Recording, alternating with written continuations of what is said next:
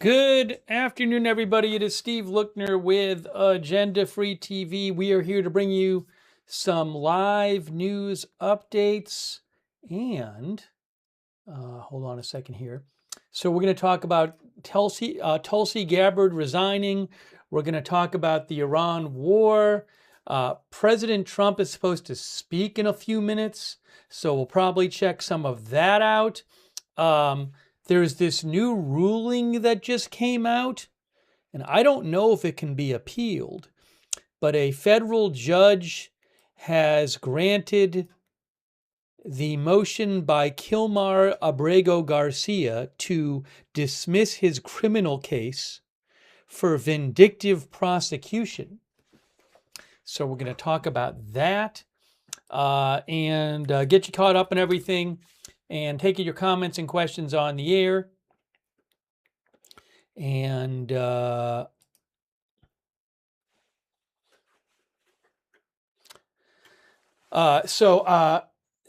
a bunch going on. Thanks to our moderators. We have Janet B. and Ruth and hang on a second here.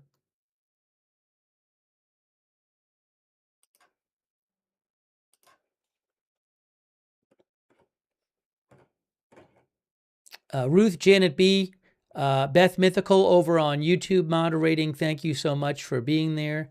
And Linda Belk, Larry, Misha over on X, on Twitch, Idaho Star, and Matthew Kohai 3 are there right now. And also, hang on.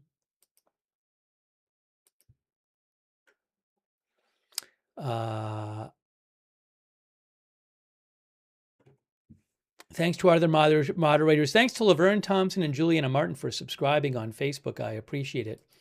So I'm keeping my eye again. President Trump is supposed to speak shortly.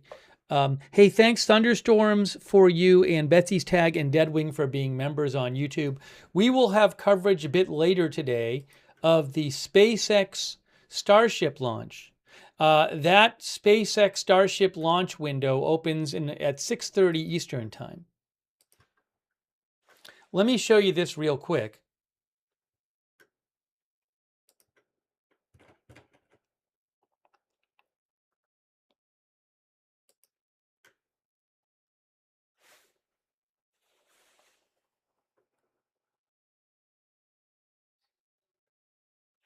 By the way, this is just happening now. I want to mention this real quick. You can see this is from Bill Malugin of Fox News. I have the copy of the case too. By the way, this is, oh, hold on. You're going to see this in a second. So before we get to anything else, this just happened right when we were coming on the air. If you remember Kilmar Abrego Garcia, he had been, the U.S. government said, if I remember this right, mistakenly deported to this notorious prison, to El Salvador, where he was in a notorious prison. Yeah, he's a Salvadoran man who was living in the U.S. He was deported illegally by mistake by the U.S., by the Trump administration. And then he was brought back, but then after coming back, he was charged with unlawful transportation of illegal aliens for financial gain and conspiracy to do so. So you can see Kilmar Abrego Garcia's federal human smuggling indictment has just been dismissed from the federal judge's opinion. The court does not reach its conclusion lightly. I'll actually show you this in the opinion. That's Bill Malugin from Fox News, who I follow. This is the actual opinion here. And it says, hold on.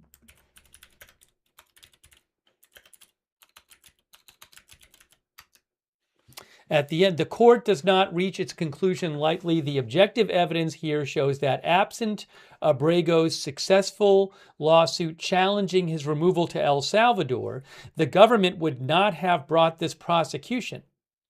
The executive branch closed its investigation on the November 22 traffic stop. Only after Abrego succeeded in vindicating his rights did the executive branch reopen that investigation. What the government labels as new evidence was not new as a matter of law. The prosecutor's subjective good faith does not cure the retaliatory taint. Absent Blanche's tainted investigation, Agent Saud would not have called McGuire, Singh would not have brought him into the fold, and McGuire would not have sought an indictment against Abrego. The indictment then provided the executive branch cover to comply with Judge Zenas' order to facilitate Abrego's return to the United States as soon as possible.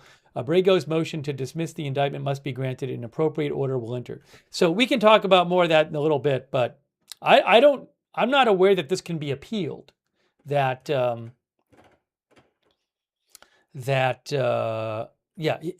you can see here, Abrego had moved to dismiss the indictment for reasons of vindictive and selective prosecution in violation of the Fifth Amendment's due process clause.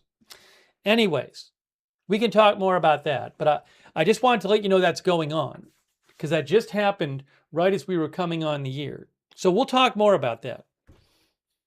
But for the moment, I want to talk about a couple other things. And again, keep an eye because President Trump's going to be speaking soon.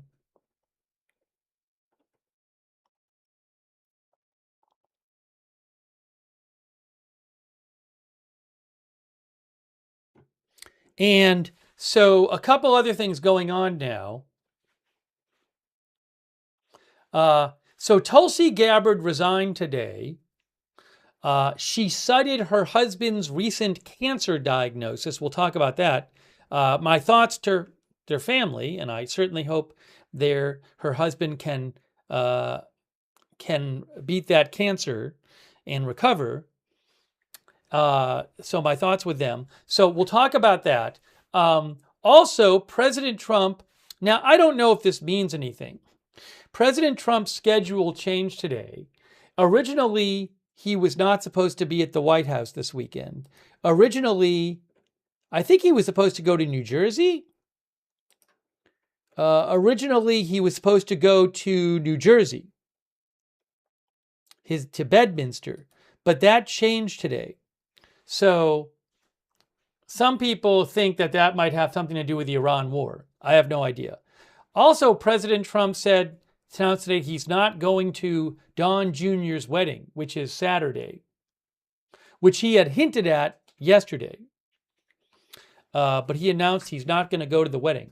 So there's some people think, oh, he's staying in Washington for the weekend, therefore the U.S. is going to attack Iran this weekend. I have no idea. I don't know. But we'll talk about that. Okay.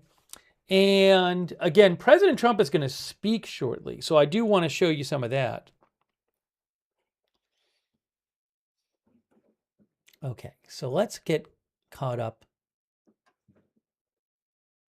Yeah. Regarding the Tulsi Gabbard thing, Billy Joe said there's reporting she was forced out. Now, I haven't personally seen that yet. I mean, I'll certainly... Let's see here. What is this? Oh, I'm sorry. Reuters did report that a source familiar with the matter said Gabbard had been forced out by the White House. That's what Reuters says. But I don't know for sure what happened there.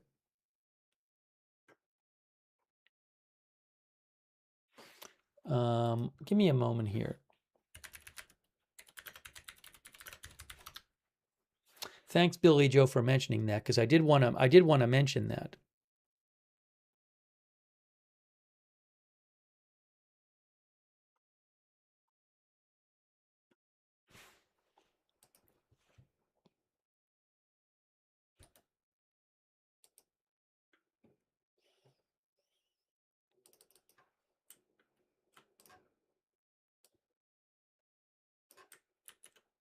So Reuters, in their article,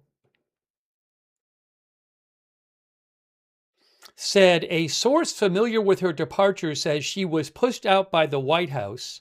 The White House has been unhappy with her for quite some time.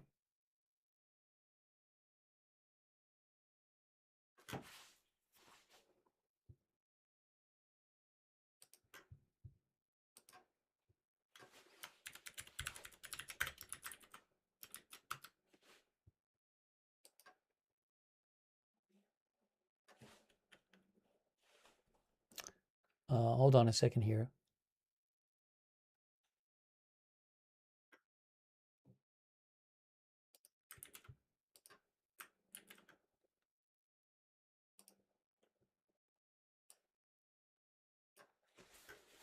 We'll talk more about that too.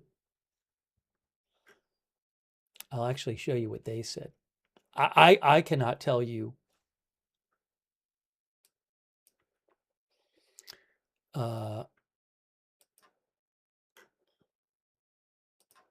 what the real story is. I mean, multiple things can be true. Hey, a quick thanks to I Am Charlie for the memberships and Bossmatic G8503 for the memberships and LARNCM for the memberships. I really appreciate that. Also, Sticky Frog for being a member. Thank you again, Bossmatic G. Who says, never know what kind of breaking news is going to pop up. Crazy days we're living in. Okay, so let's start. I'm keeping an eye on President Trump speaking. But let's start talking about this. Hold on a second here. I do want to mention one other thing. Give me 1 second here.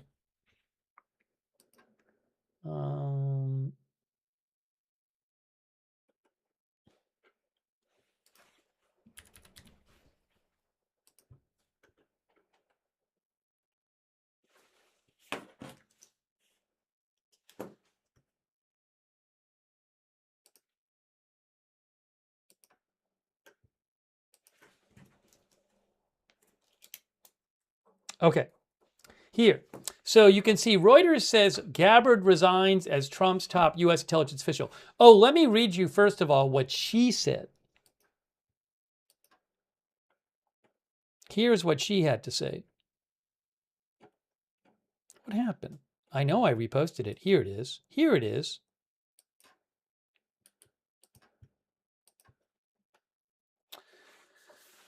It says, Dear Mr. President, this is from Tulsi Gabbard. You know what I got to do? You know what I got to do? I got to make this a little better for you so you can see it.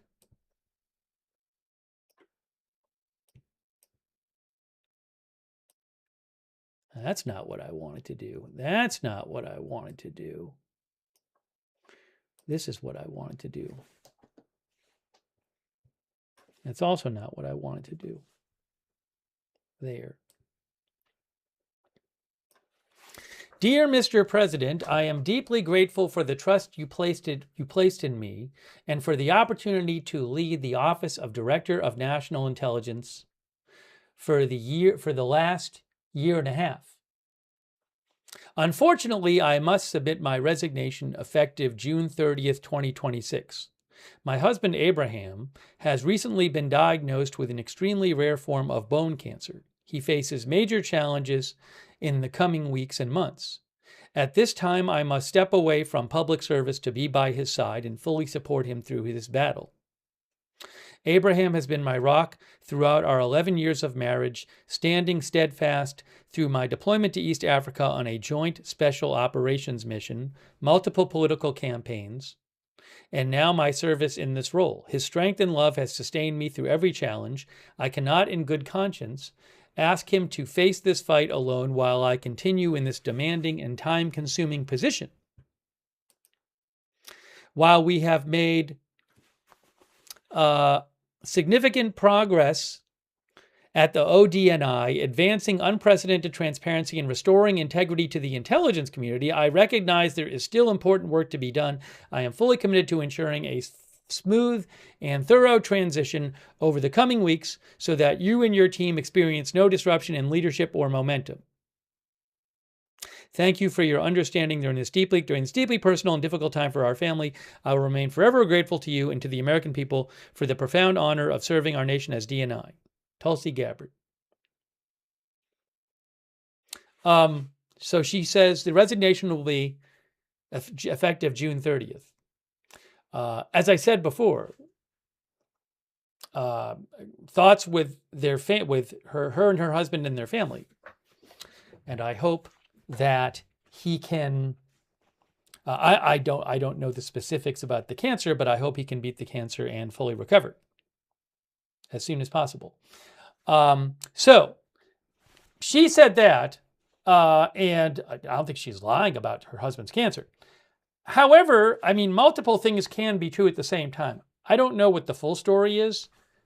I'll tell you what Reuters is saying. You can make up your own mind about what you think. Reuters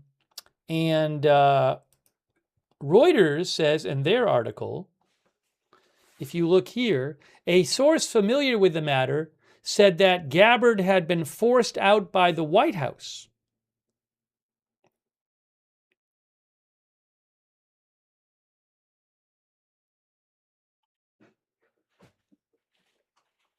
And let me show you something about that. Pushed out.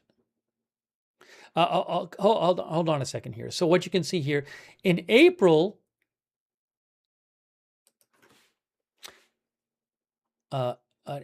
several sources told Reuters that Gabbard could lose her role in a broader cabinet shakeup. A senior White House official said in April that Trump had expressed displeasure with Gabbard in recent months. Another source with direct knowledge of the matter said the president had asked allies for their thoughts on potential replacements for his intelligence chief.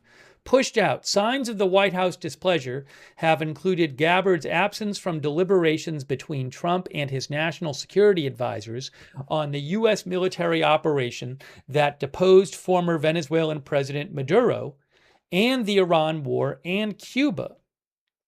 So they say Gabbard, signs of White House displeasure has included her absence from deliberations between Trump and his top national security advisors on the Maduro operation, the Iran war, and Cuba. She was pushed out by the White House, a source familiar with her departure told Reuters. The White House has been unhappy with her for quite some time.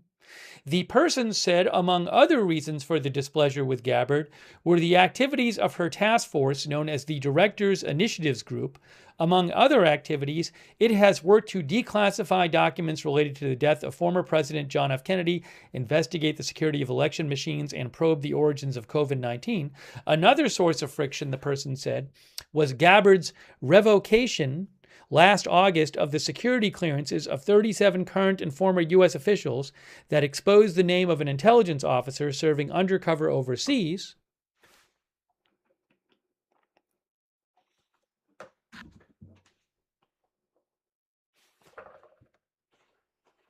Senator Mark Warner, the top Democrat on the Senate Intelligence Committee, told reporters after a Friday event in Virginia that Gabbard's job itself had become too politicized.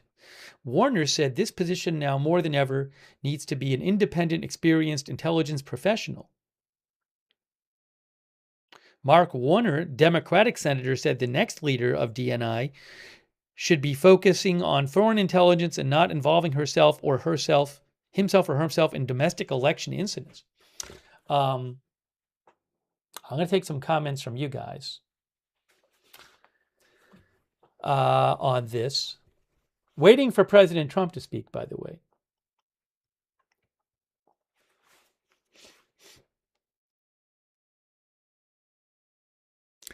Duma Ann Sachs says, didn't she leave because of her husband got cancer? So that's what she cited in her letter. As I mentioned, her letter cited her husband's getting cancer. Reuters is reporting she was forced out by the White House. Multiple things can be true, by the way. So I can't tell you what exactly happened. I don't think she's making it up about the cancer. I'm sure that's true, and I feel bad about it.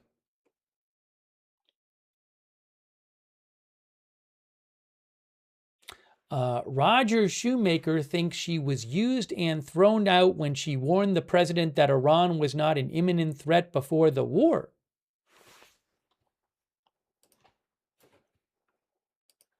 Hang on a second here.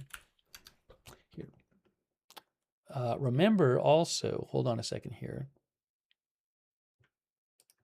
just to point this out.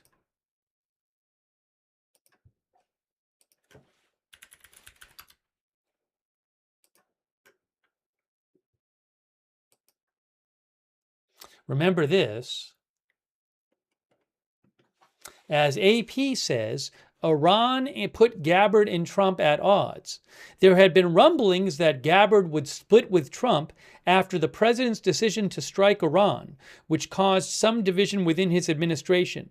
Joe Kent, the director of the National Counterterrorism Center, which I believe is under the Office of the Director of National Intelligence, announced his resignation in March and said he cannot in good conscience back the war. Gabbard, a veteran and former Democratic Congresswoman from Hawaii, built her political name on her opposition to foreign wars. This put her in an awkward position when the U.S. joined Israel in launching attacks on Iran on February 28th. During a congressional hearing in March, her measured comments were notable for their careful non-endorsement of the Iran war.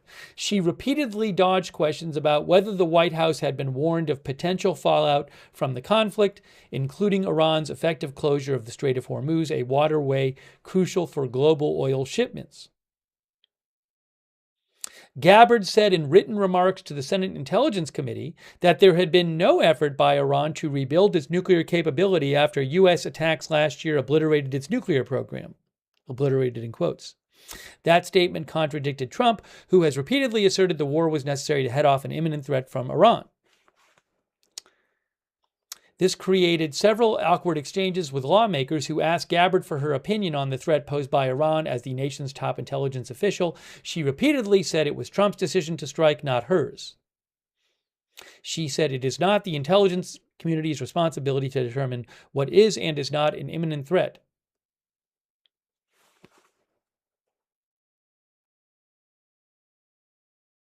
AP also says, shortly after taking the job and before this year's war, Gabbard testified before lawmakers that there was no intelligence suggesting Iran was seeking to develop nuclear weapons.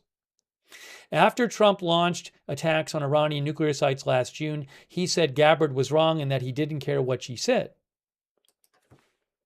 She appeared to be back in Trump's good graces when she took a lead role in Trump's effort to relitigate his 2020 election loss to Biden. She appeared at an FBI search of election offices in Fulton County, Georgia, even though her office was created to focus on foreign espionage, not state elections.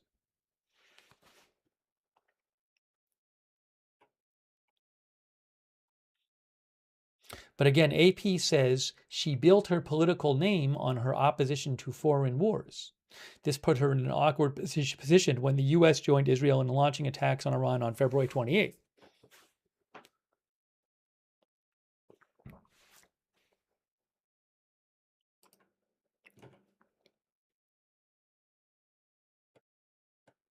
Oh, and just to show you what I didn't show you what President Trump said about this.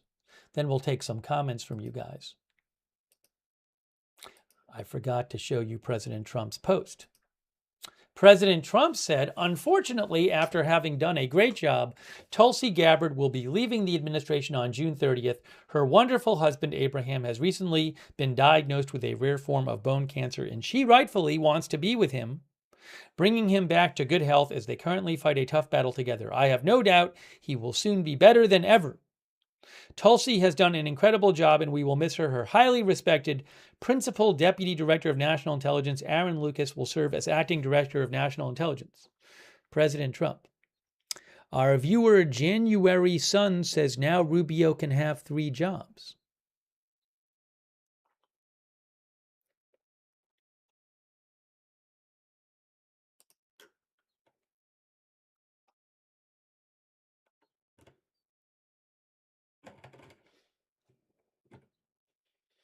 Owen Foley says the last sane voice in the room just quit. Cron Drawn thinks that because Trump is skipping his son's wedding this weekend, something has to be happening.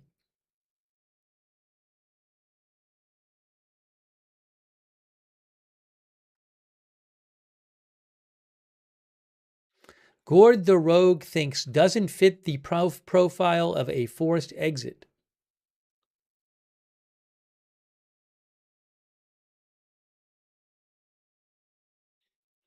Max says, so sorry to hear about her husband. Zema Chambers says, just take it for what it is, family needs. BMX Kane thinks most of the people in Trump's cabinet probably didn't agree to the war, but they have to go along with it now. That's just how it is.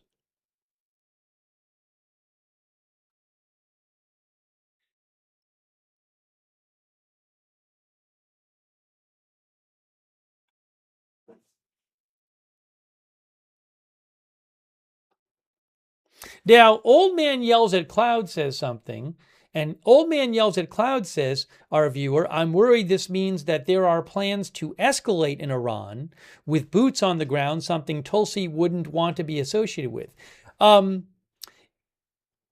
There's another question here, which is that I have no idea. Did Tulsi Gabbard not agree with some sort of upcoming plans that Trump has? I have no idea.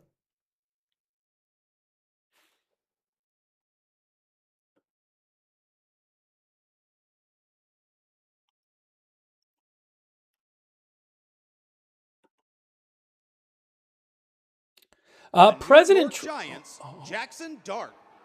Hold on. President Trump is going to be speaking shortly in New York. And the quarterback of the New York Giants, hold on, the quarterback of the New York Giants is coming out, Jackson Dart, in, is it Suffolk, New York? Hold on, let me just put this on the screen for you. One moment here.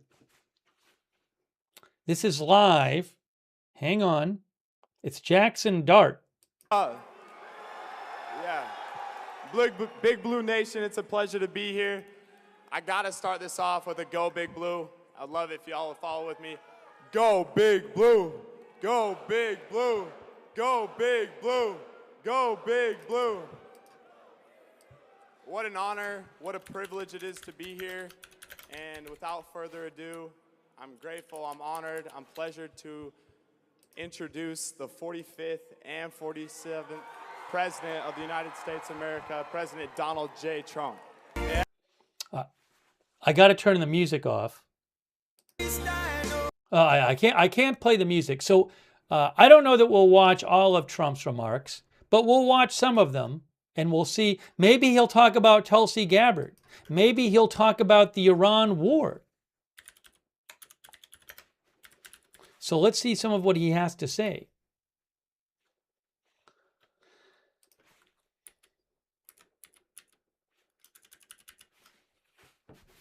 Again, President Trump said he's not going to his son's wedding this weekend, and his schedule changed today, and he's staying in Washington for the weekend instead of going to New Jersey.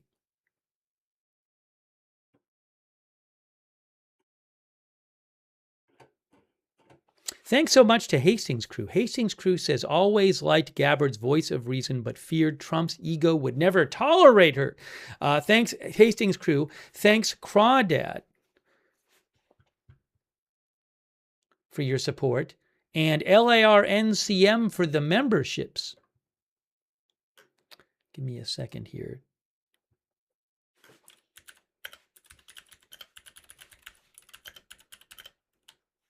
I have to wait till the music ends.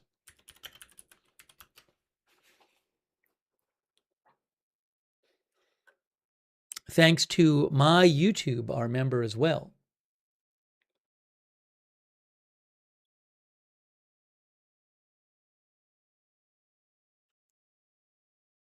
Oh, Crawdad says, Crawdad's dad fought in World War II. Sherman Tank Commander, bless all the vets. Crawdad, thanks to your dad for his service. We're going to hear a bit from President Trump momentarily. As soon as the music stops playing, we're going to hear from him. Thanks, and Andy and Austin on Twitch, and Philufit on Twitch, and Radioactive on Twitch, and Terror Mouse. Yes, Terror Mouse, as I said a few minutes ago, I am planning on covering the SpaceX launch in a few hours. All right, let's hear from President Trump. Hold on.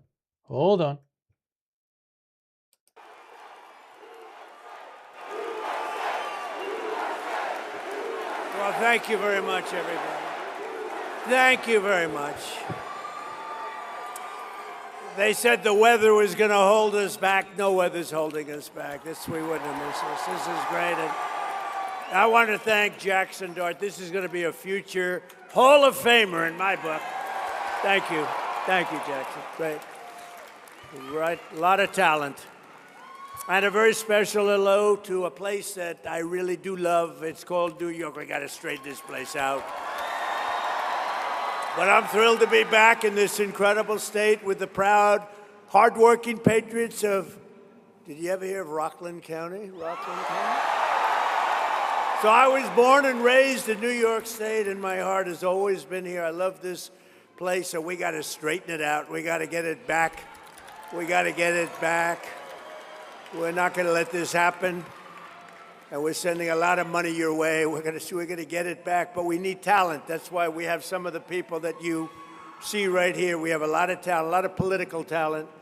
From the beginning, this was a symbol of American excellence and American grit, and really the American dream. And New Yorkers are people who built Wall Street into the world's financial capital, who turned Broadway into the heart of American culture and entertainment, who dug the Erie Canal, you know what the Erie Canal is, big stuff, and launched 1,000 innovations that built really the middle class of our country. You really built the country.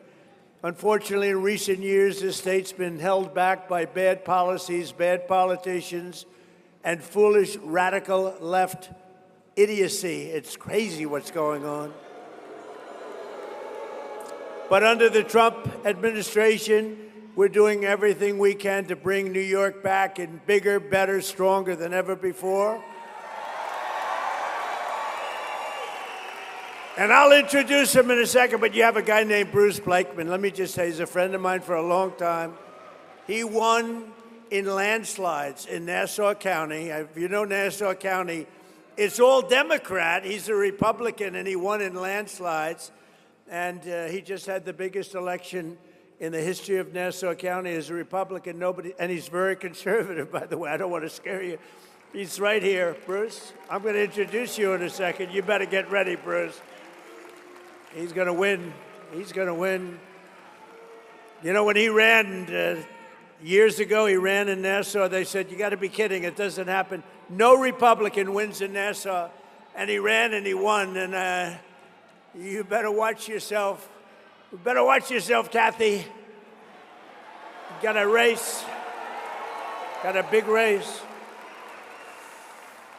So we're going to start turning New York around. I'm going to work with Bruce. I'm going to work with the whole group in New York. We're going to work with Mike. Mike Lawler's fantastic.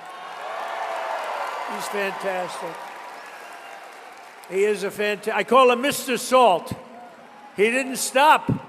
He wouldn't stop. He was driving us crazy. We have to get salt. We have to get salt back.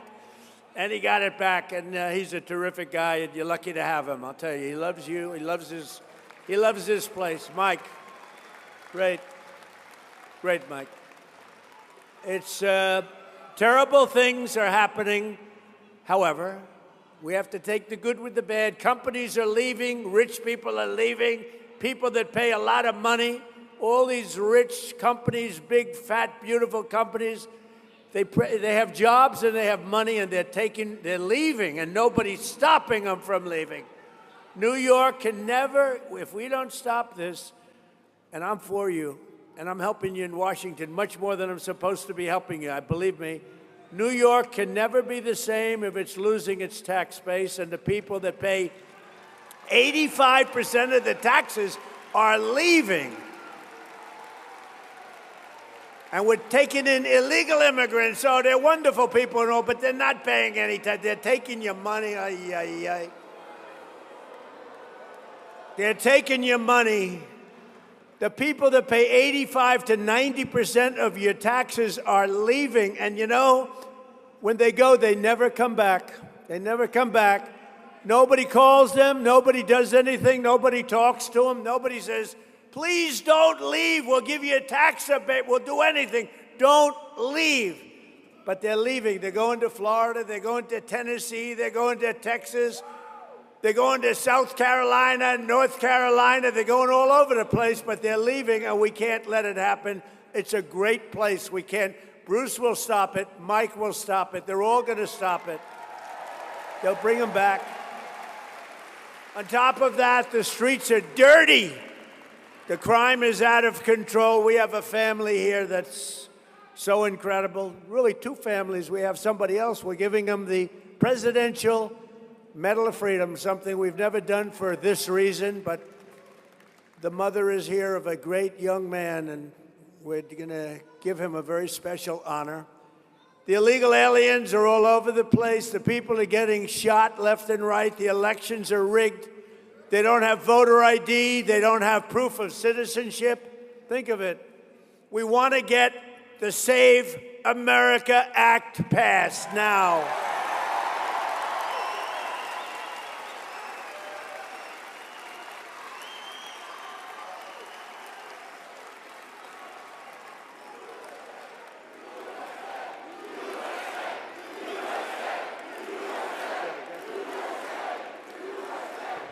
Think of the Save America Act. It's voter ID. Who's against voter ID? You ever see the Democrat National Convention? I call it the Democrat. They're Democrats. But you ever see it? They have cards on them for the Democrat National Convention, cards like bigger than your chest. Name, address, everything you want to know about a person. They might even have a social security number on there. That's to get into their convention. But for voting, you're allowed to go in, right? It's horrible. So it's voter ID, it's proof, a little thing called proof of citizenship, and it's mail-in voting is a disaster. If you have military, if you're going to be away, if you're not feeling well, if you're in any way disabled, absolutely we have it. We'll be very generous, but generally you got to go and vote. Otherwise, it's a rigged system.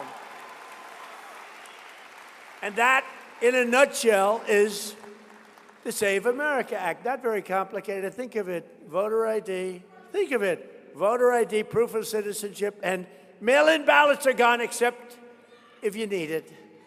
Now, I added two best ofs. No men playing in women's sports. Has nothing to do with it. No men. Like, I'm looking at Jackson. I'd like to know, is there any woman in the audience that thinks they can tackle that guy? Because I'd like to meet you. I'd like to shake your hand. I don't know. Jackson, you think you could play against women okay? Do you think you'd have any problem? I don't think so. But don't get involved, Jackson. Don't get involved, Jackson. Don't answer that question. No, I'm looking at the legs. He's this beautiful guy. He's got legs like tree trunks. This is not a good thing for women. This would not be good. No, it's no good. And we don't want open borders where prisoners pour in from other countries all over the world. They pour in. We don't want open borders. We don't want sanctuary cities where you have sanctuary for criminals. We don't want it. We don't want transgender mutilization of your children, if that's okay. We don't want it. But, you know, I looked at a story, I read a story yesterday where the pharmacies, they're going out of business. They have glass all over the place. You want toothpaste. You have to open up, you have to get a clerk to open up the thing, and they open, and they hand them a toothpaste, and in the meantime, other people are waiting to steal it. They got a guy, they were saying a guy right here, Mr. Lutnick said, Mr. Lutnick, he's a rich guy, but he was in a store, and he noticed when he was in a drugstore, the people were with duffel bags. They're putting crap in a duffel bag and walking. And the clerk says, you're not supposed to be doing that. And the kid said, the hell with you, walks out. And if the clerk does anything at all, they arrest the clerk. How screwed up is our country? How the hell do you make your money if you got to open up glass, expensive glass, to give somebody a toothbrush? Or to give somebody some toothpaste? That does not sound like a good business model. So you have empty stores. The whole thing, we got to change it. Now, the way you stop that, you know how you stop that? you come down hard on those people. Hard. In one day, you'd solve that problem all over the country. You just come down so hard that they never forget it and they'll never do it again. They'll never do it again. It's horrible. What's happening is horrible. And it's all in the blue cities, you know, it's all blue. The 25 worst cities are blue. Blue means Democrat. That's a new name I came up with. You've never heard. I was thinking about this character we have in the House. His name is Hakeem Jeffries. And he's a low IQ person, very low IQ. And I watched what he was saying and what the horrible things he was saying, and I said, he's a dumb guy. I said, wait a minute, he's a Democrat. That's how I got the name. You take the E out, you don't use the B. A lot of people don't know dumb has a B in it, actually.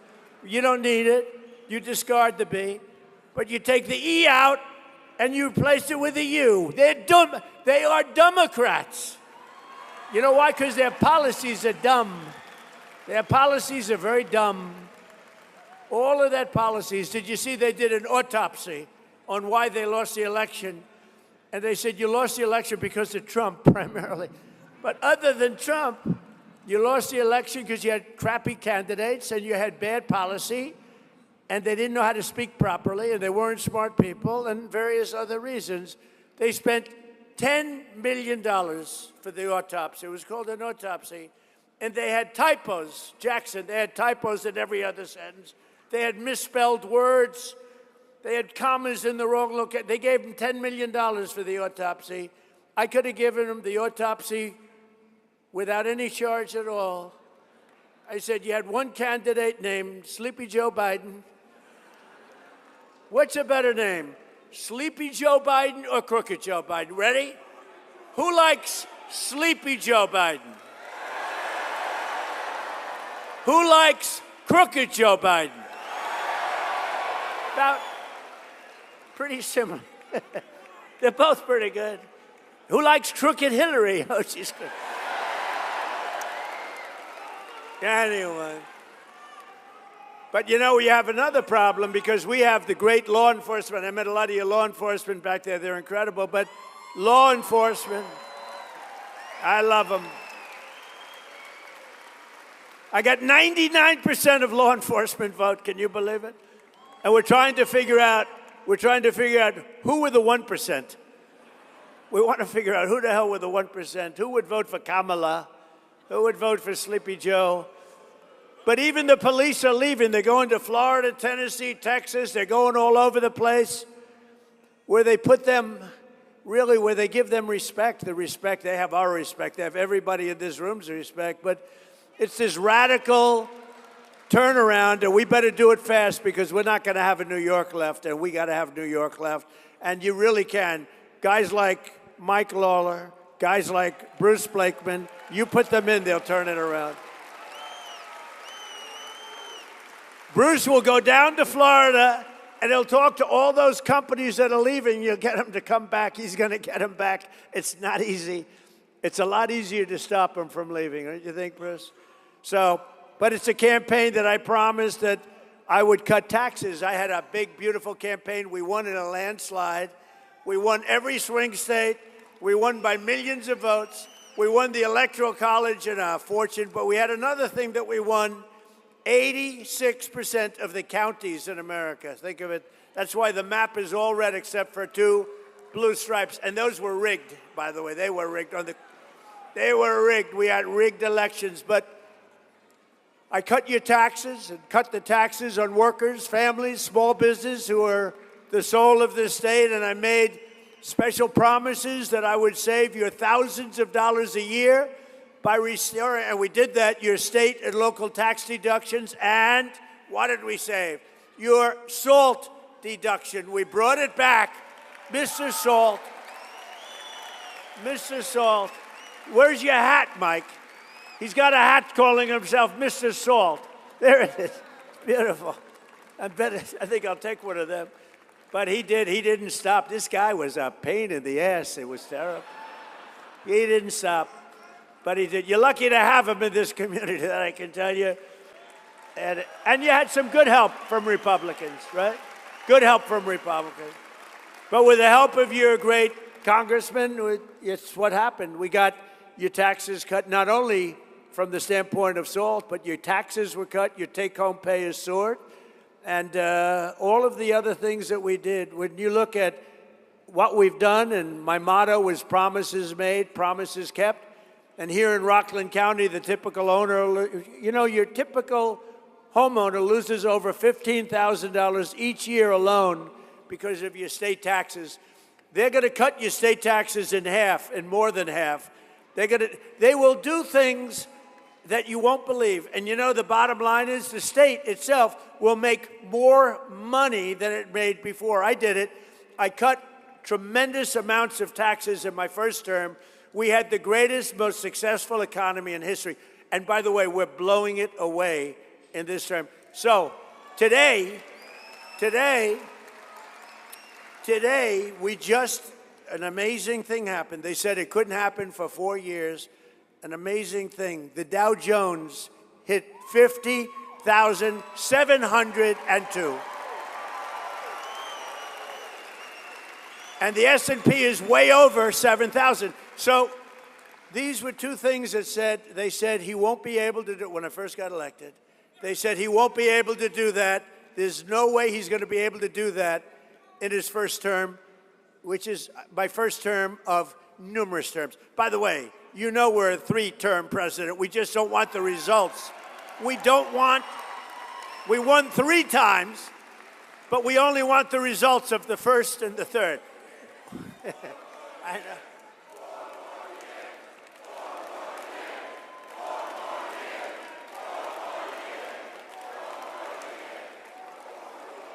We have a hat. The hat says 4 more years. It drives the radical left lunatics crazy. But we did all of the different things, and we've saved you from $10,000 to $40,000 a year, the people in Rockland. On average, over 1 million New Yorkers claimed the deduction this year. You're able to write off nearly $22,000 on average, putting thousands of dollars back in your pockets. And these are all Republican tax cuts. The Democrats voted against every one of these tax cuts, every one. They voted, as an example, in favor of open borders. They voted against the border. They voted against the wall. They voted against the sanity of when we talk about men playing in women's sports. I'll tell you how ridiculous it is. That's why I love having Jackson, because it's so easy. I just say, how would you like to play against him? But we have even better, Jackson. We have a weightlifter. He was a failed male weightlifter, and then he decided to transition to the other side. And they had a major, major contest, an Olympic tryout, and they had a young woman who was really good. She was one of the greatest ever. And she could lift 204 pounds over her head. And the record stood for 17 years, Jackson, 17 years. And she was going to break the record. It was a big record, but she was going to break it. And they took 1/8 of an ounce, and they put it on one side. And they took 1/8 of an ounce, and they put it on the other side. And her parents were right where you are. You beautiful parents, right? Oh, you parents, yes. Even if you weren't, I'll say you are. Not her. Good job you did. Good job, Mom. And they had this beautiful young weightlifter, female, real female. Real. This was a real female. So she had 1/8 of an ounce, 1/8 of an ounce. She had like 208 pounds. And she was going to do it, and her parents were so proud. Her father knew she couldn't do it, but the mother thought she would. That's typical mother. The father was sort of not so sure. He loved his daughter, but he wasn't sure. And she bent over, and she lifted that sucker, and she pulled it up, and she was getting close. And she could barely, and the mother was screaming, come on, darling, you can do it. 17 years it stood. Come on, darling, you can do it. And she got it up to here. Jackson, she was almost, come on, darling. The mother and the father was almost bored because he knows she's not going to do it. And the mother's screaming, come on, darling, I love you so much. Mom, I love you. I love you. And she couldn't do it. Boom. It dropped. And then in steps this young transitioned person. You know, I've gotten very good with the words. It took me a long time. I used to get criticized. He was a transitioned person, and he stepped up. Now, he was a failed, lowest of the low for the male weightlifters, and he stood over that weight. He looked at it.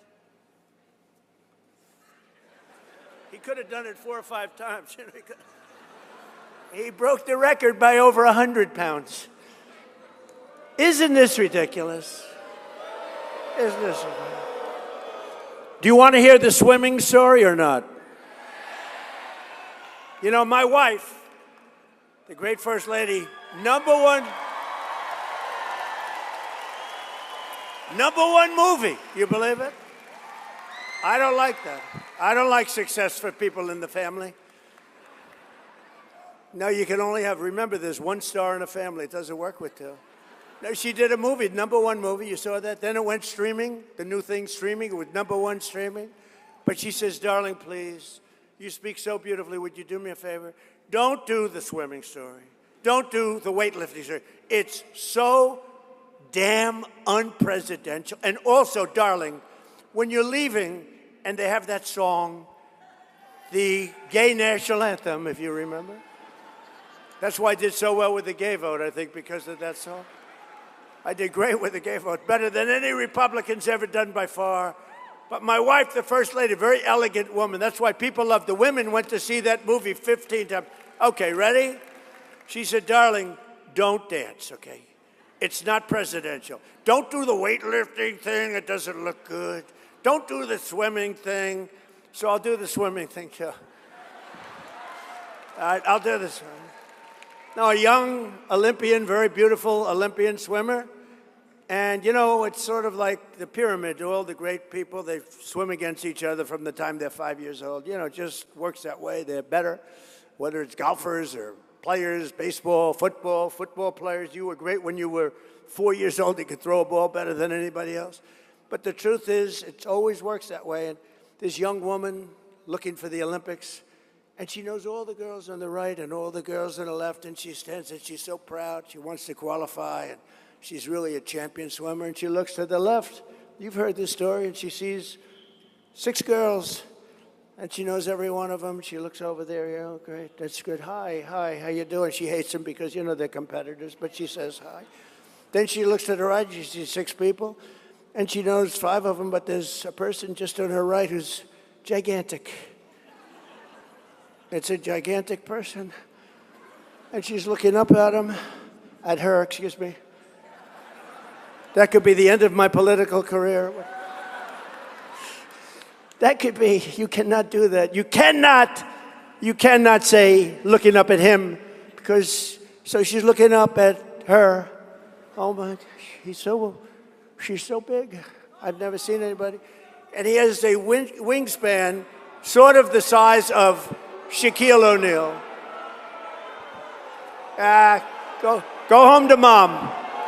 Go home to mom. Go home to mom.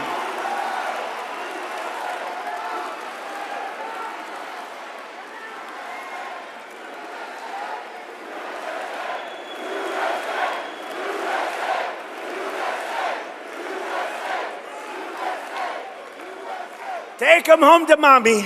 He's going to be in trouble. You know what he doesn't say is his mom's watching on television right now and she's loving it. Anyway, so you have this person, and you know what happened. The story is very, very famous, actually, that she was very severely injured. You know what injured her? Windburn, because he went by her so fast that she got tremendous windburn in the pool, and then he finished up the race, and he rested while the other girls came in, and it was a very sad event, a very sad occasion. But to think that we actually, 15 years ago, 20 years ago, could you imagine saying, we will not allow men to play in women's sports? Could you imagine saying that transition, can you imagine saying, we will not allow the mutilization of your children? If you said that, they'd say, what's wrong with that person? Why are they talking that way? Today you have to say it, because they do allow in certain places, still, we've cut a lot of it out, most of it, They allowed the mutilation of your children, and we don't allow that stuff, and we're going to get it the hell out of here.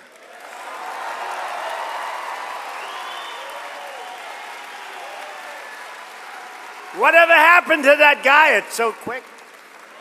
I don't know. I tell people, please don't do it. It's dangerous. To do it in this crowd is not a good thing. You don't want to do it in Trump crowds. I've had very little. Do you remember originally, I used to have a lot of that. You know, the first couple of months, I'd have people screaming, and they learned it's just not a good thing to do. It's not good. It's sort of dangerous. And of course, I like things that aren't dangerous. I don't like to see people get whacked. I don't like it.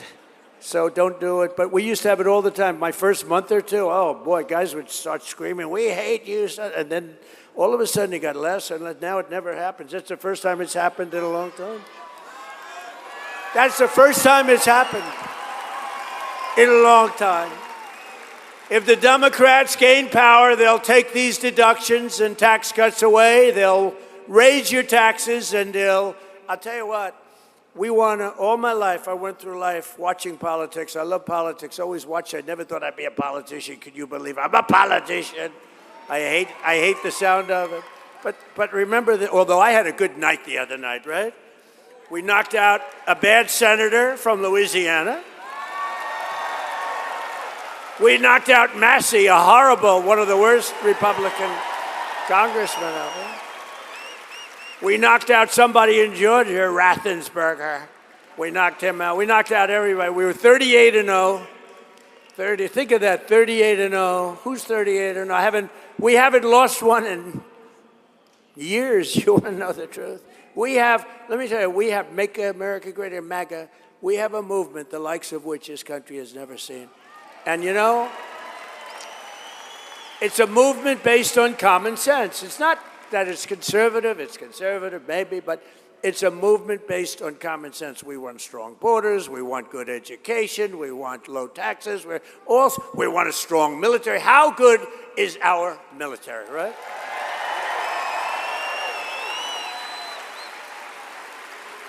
Now we're doing very well, by the way. Well, first of all, Venezuela was unbelievable, right? Now Iran, their Navy's gone, their Air Force is gone, everything's gone, their leaders are gone. And if you read the fake news, you'd think they're doing just fine. They're not doing just fine. They want to settle so badly. We have the greatest military. I just got back from China, President Xi, good man, and I'll get killed for saying that. They'll say, oh, he called President Xi a good man. Well, we had an amazing time, but even he had to say, your military is unbelievable. This is the head of China. I built the greatest military in my first 4 years, and I didn't know I was going to be using it this much, but we're using it. And there's nobody like our equipment. There's nobody like the stuff we produce, but most importantly, there's nobody like our military men and women. There's nobody. But all my life I've watched politicians, and until this last 8 or 9 years, they have Trump derangement syndrome. They're all screwed up. Their wires are all mixed up, the Democrats. And they always used to say that we will lower your everybody, Republican, Democrat, we will lower your taxes. We're going to lower your taxes. Now they don't do that. They say we will raise your taxes. The Democrats, they want to raise your taxes. Never forget, not a single Democrat in Congress voted to raise the SALT deduction. Mike Lawler and all of his friends sitting up here fought them, and they voted against it. And by voting against the great, big, beautiful bill, one of the greatest pieces of legislation, probably the biggest ever passed, because we put everything in 4 years. That was my idea. I said, let's add everything, because these people are crazy. We might not get another chance at it. We added everything into that. That's 4 years' worth of legislation. That's why we call it the great, big, beautiful bill. No tax on tips, no tax on overtime, no tax on Social Security for the seniors. The Democrats voted for open borders. They voted for open borders. And if they get in, you're going to have open borders again. You're going to have millions of people coming in. They voted for men in women's sports. They voted against the largest ever investment in school choice. Everybody wants school choice. And they voted against making interest payments on your auto loans tax deductible. That's what you have if it's made in America. So, oh, we have another little disturbance back there. Hello. Hello, everybody. That's okay. It's already cleared up. What are you doing back there to these people? Boy, does that get cleared up fast. The guy raises his hand, starts screaming something, and within about 2 seconds, it's over. I don't know. What happened to him? Don't hurt him. Don't hurt him. Don't hurt him. I do that for legal reasons. This way I can say. That's a great thing to say. Do not hurt him under any circumstances. And now I can say I'm innocent. They voted against the Trump accounts, which provide automatic contributions of $1,000 for every newborn child. So they end up being quite wealthy. And our record tax cuts are projected to raise incomes for New Yorkers by over $8,000, Mike, on average. We're going to boost household take-home pay for you, the people in the room, over $12,000 and protect more than 405,000 New York jobs. And we got to protect the jobs. We can't let that happen. I just say it again and again and again. You can't let these companies go. It's easy to say, oh, we don't like the companies. They're the ones that supply you with the money and the jobs and everything else. You got to cherish those companies. Whether you like them or not, you got to. Last month, the IRS issued the largest average tax refunds to New Yorkers in New York history. Think of it. You got back the biggest refund that you've ever had. And that's all over the country, by the way. But I was with the King of Saudi Arabia 2 years ago, and he's investing over $2 trillion here. We have $18 trillion coming in. But he said, and you might have heard it just a short time ago, he said, Mr. President, it's amazing. 2 years ago, you were a dead country, dead. We never thought anything was going to happen that could be good for your country. You were a dead country with a leader that was a not smart person, I'm going to say. You were a dead country, and today you're the hottest country anywhere in the world. It's true, we're the hottest country. Respected by everybody. We're respected by everybody. The stock market has just set 68 times during my short, a little bit more than a year. 68 days we hit all-time record highs, and since the election, adding $9 trillion in value to your savings and retirement accounts, 401ks. Your 401ks, does anybody have a 401k? Well, your people are going to vote for me then. There's no way. Will anybody with a 401k vote against Trump? Thank you.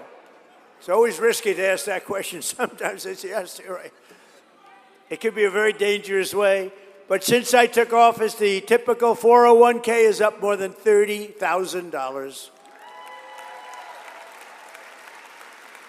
And I've created 300,000 jobs in the last 2 months, smashing all expectations. Remember this, right now, more people are working in the United States than at any time ever before, by far, by a big number. And in 16 months, we've lifted nearly 5 million Americans off of food stamps. 5 million. And thanks to my strong tariff policy, now I get into a lot of trouble with tariffs because you remember when I first came out, I love tariffs. And I said, I love tariffs. It's my favorite word in the whole dictionary. I love the word tariff. And the fake news, look at all of them back there. That's a lot of fake news. That's a lot of fake news. They're all over the place. They're all over the I got more fake news. You know, they hate me, but boy, do they cover me. But I said my favorite word in the dictionary is tariff. And they got after me. They said, he's a horrible human being. What about family? What about God? What about religion? What about love? So now I say it's my 5th favorite word, and I get away. and I'm okay. But because of tariffs, we brought numbers into this country that know. In other words, if you make your product outside of the United States, to get it in here, you have to pay a big tariff. So what do? They build their factory in the United States, and that's what they're doing. That's what they're doing. And even New York, with your bad policies, we have people coming here. I'm trying to get them to come to New York. We've also cut our gaping trade deficit by, okay, if you cut a trade deficit by 1%, a half of a percent, you're a genius. I've cut it by 59%, 1 year. It's because of tariffs, because of money we're being made. Is that right, Mr. Lutnick? Secretary of Commerce is here. Looks good, looks handsome, reasonably. He doesn't look like Jackson. I'd rather look like Jackson. I'll take Jackson any day. Under our leadership, factory construction is up. New residential construction. All right. So I was watching this to see if President Trump would address some of the topics that we are talking about. I have not heard about him talking about Tulsi Gabbard yet, or he didn't really talk about Iran. Not to say he won't, but I think I might monitor this while talking about some of these stories. We've already been talking about some of these stories, but I think what I'm going to do is going to keep it monitored here. And then if I see him talking about the war, I can go back to it. So we can do that. I'll keep an eye on it. By the way, I am planning on covering the SpaceX launch. So the SpaceX Starship launch window opens at 6:30 Eastern time. So what I need to do, I'll probably end up creating another stream and then switching us over to that stream to cover the SpaceX launch, because that'll be a different stream than this will be. But we'll deal with that in a little bit. We don't have to deal with that right now.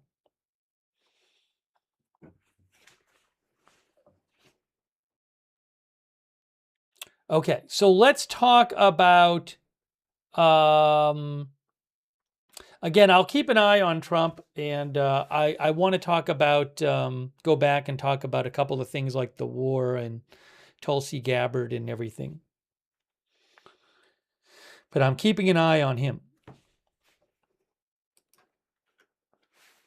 All right, we'll do that. By the way, quick thanks to Peanut Butter Jelly, Least Trustworthy Weasel, Gresh Lang, and again, Peanut Butter Jelly 4, thank you. Red Squirrel, Terror Mouse, Hastings Crew, thank you. And also to Andy and Austin and G Wiz over on Twitch.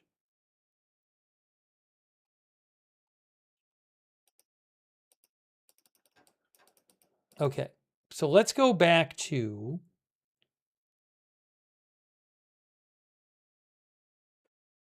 and by the way, I do want to mention this again.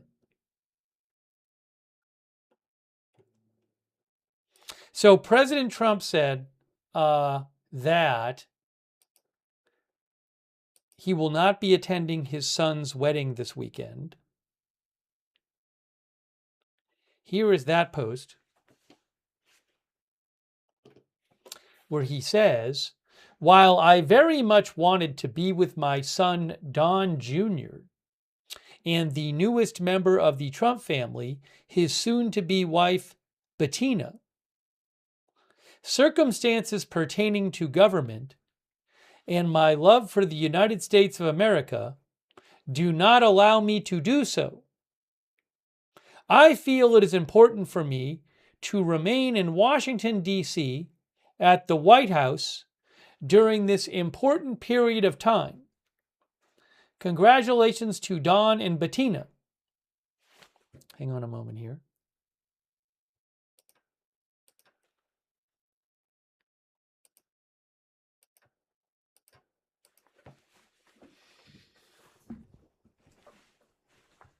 Now, also, his schedule changed too. His schedule changed too. So I'll show you that. I can show you how his schedule changed. Let me pull it up here.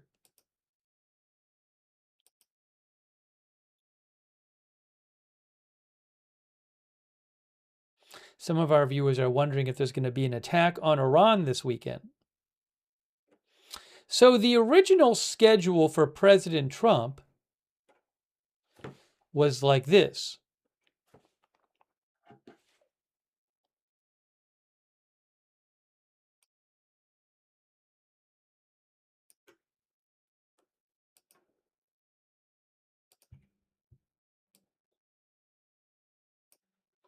So you can see here was the original schedule. So he speaks in Rockland County, New York, which he's doing now, and then he speaks in Rockland County, New York, which he's doing now, and then on the original schedule, he goes to Bedminster. Doesn't he go to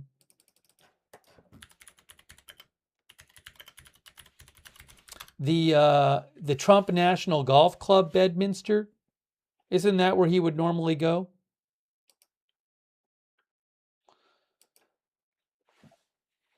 I believe.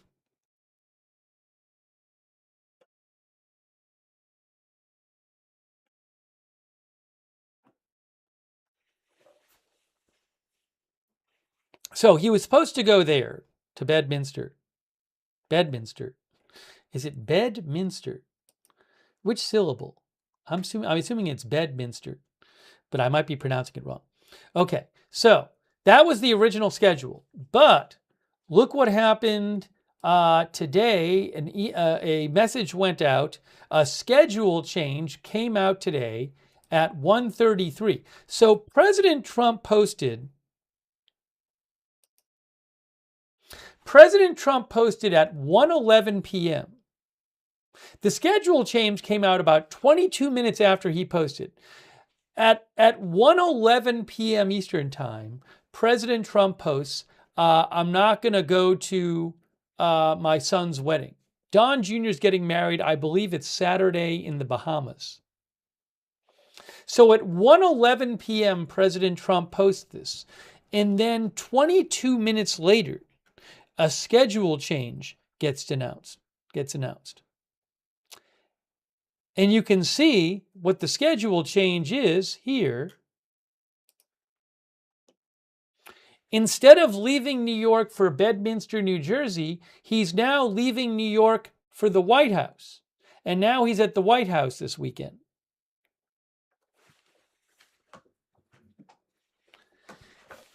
Now, why did they do that? I don't know.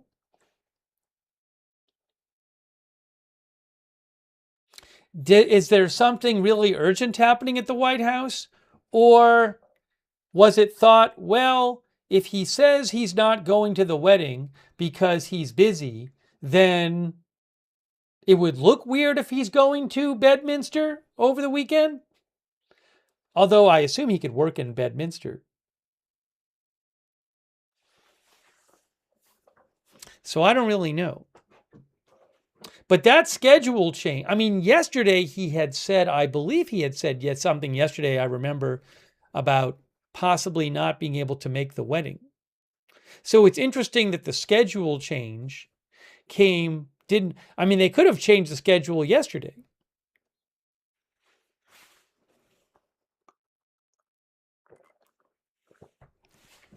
Jermaine Morgan thinks it's not attacking Iran, it's his weekly market manipulation.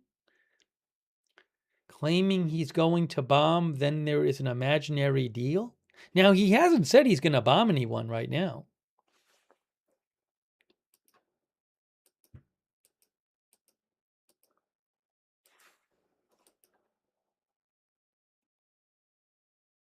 So I don't know what's going on with the schedule change and the hold on a second here.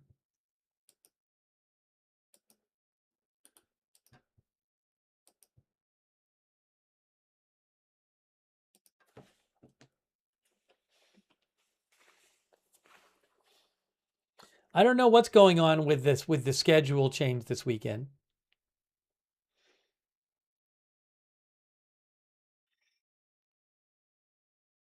Jimmy Cat says war planning for Cuba. But again, the schedule change happened 22 minutes after this post. Maybe he hadn't decided yet until making this post whether he was going to the wedding. Tuna thinks it's starting back up this weekend, confirmed.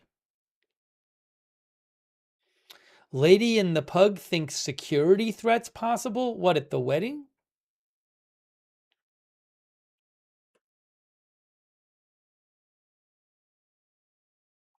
People want a poll. What's the poll? Will the U.S. attack Iran this weekend? How's that? I guess that's the one people want me to post.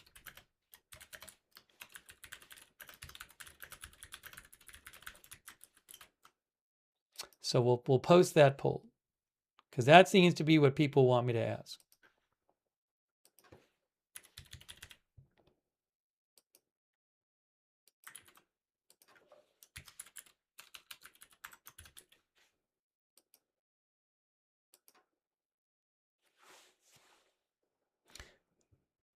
I got to post it on Facebook, though. Give me a second. Let me post it over there.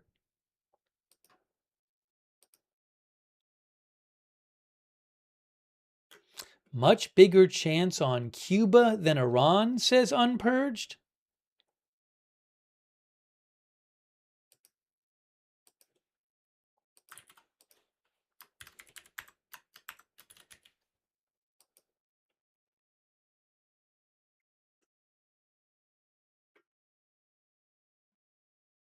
What time is it in Iran? What is it, about a 7-hour difference or 8-hour difference? It is midnight there, just about midnight, 11:59 p.m. in Iran. All right, I am going to show you what's going on with the poll. Now, what I need to do is this. Hang on. So I'm going to do this here.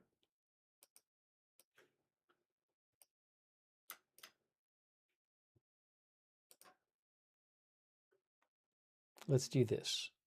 Oh, I know what to do. No, we'll do it this way.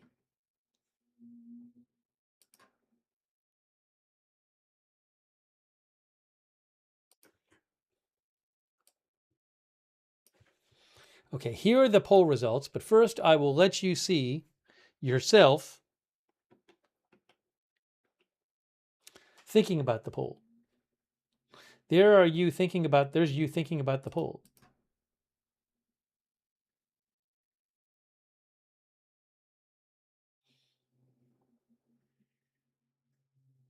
Did the whole graphic play? I don't know. I'm going to play it again. Why not? Oh, I see. I see what happened here. Oh. Let's try this again.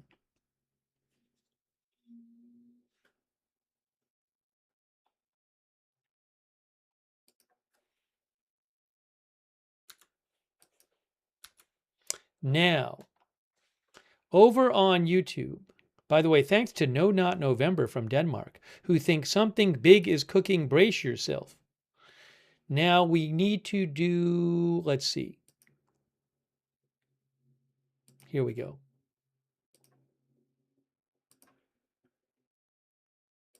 On YouTube, 59% of the people say yes. 59% on YouTube say the U.S. will attack Iran this weekend.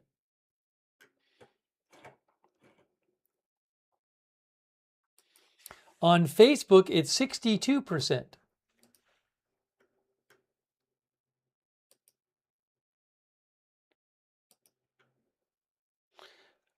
Roger Shoemaker says 2 more weeks for a deal. User 2323 thinks that the negotiations have failed completely. Over on Twitch, 57% no on Twitch. Twitch and YouTube disagree. You know, something else, look, I don't know what's going on in their family, but there could be family reasons he's not going to the wedding. Who knows what happens with family stuff? So I don't know. I mean, but let's not rule that out without knowing, I don't think. Who cares? Well, I'm not saying it to be gossipy. I'm saying it because some people are drawing conclusions about, saying it's like because he's going to attack Iran. So the reason I care that there's a possible other reason is not because to be gossipy, but the reason I care is because you want to know what the options are. If there's another option, then that takes the likeliness away from, oh, well, he's only doing that because there's some huge urgent matter he has to deal with.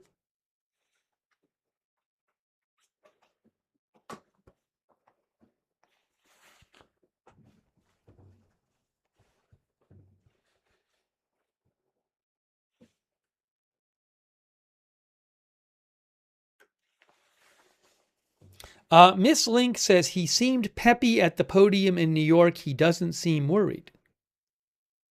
Oh, hey, the bearded Texan, there's an issue with some of the YouTube notifications because I haven't been getting them lately either. Some people said they are. If you are not getting a YouTube notification for this channel, can you please click on send feedback and say, hey, I'm not getting notifications for Agenda Free TV. I need to reach out to Twitch. I need to reach out to YouTube about this. But if you could, I would appreciate it because I'm not getting them. But what I would do is, no matter what platform you're watching on, I would sign up for our notifications, the one we've set up through Discord. They're free, and those work the best. The Discord notifications work the best. The moderators will post the link to the free notifications in the chat, and also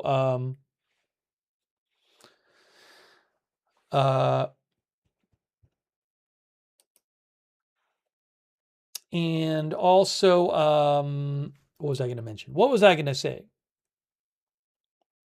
Oh, you can find the link to the free notifications in the YouTube chat, and sorry, in the description of this video on YouTube and Facebook as well. But I would definitely sign up for the free notifications. Those work the best.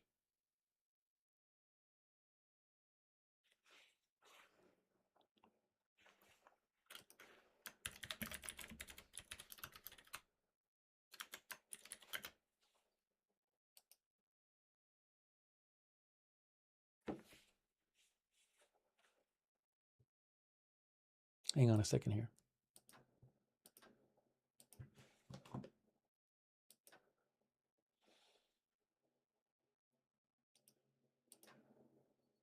All right, I'm going to end the poll, but 61% on YouTube said the U.S. will attack Iran this weekend, and 60% on Twitch said no. So thanks for voting in the poll. We have a disagreement.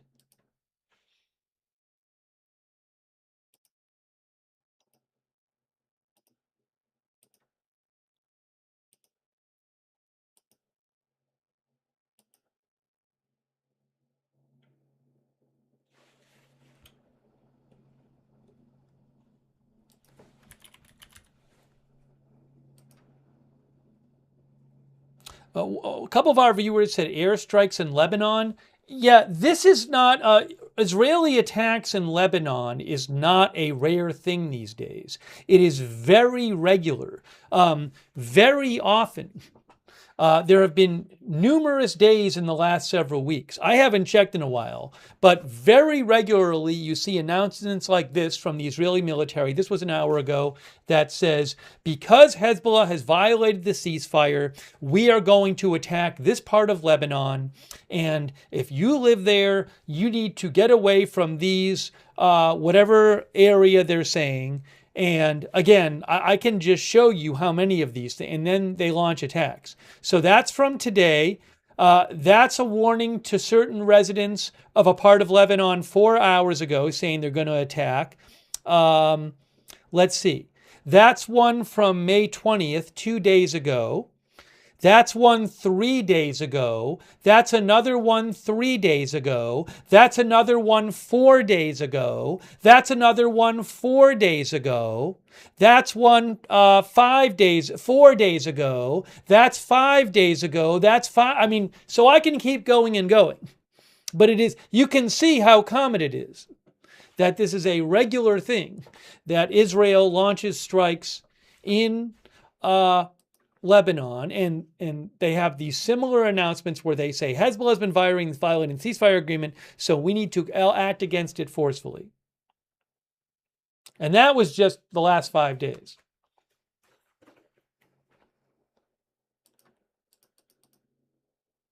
Oh, I got to change the headline. Sorry.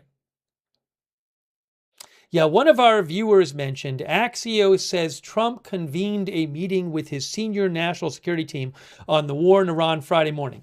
This is another one of these stories. This happens all the time, week after week. I don't know if it's every week, maybe some weeks it's twice a week. So I am not reading into Trump having some sort of meeting with his senior national security team, because I've been seeing these stories for weeks. Now, maybe this weekend something will happen, but plenty of times this has happened over the last 2 months with nothing happening immediately after it. Let's see here.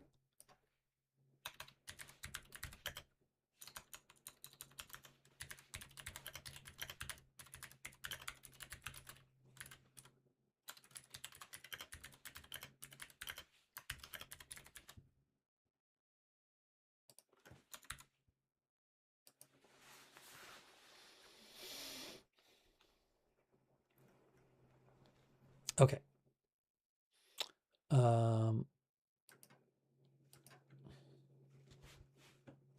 Now, let's go back and talk about Tulsi Gabbard again for a second, because we talked about it at the start of the stream. But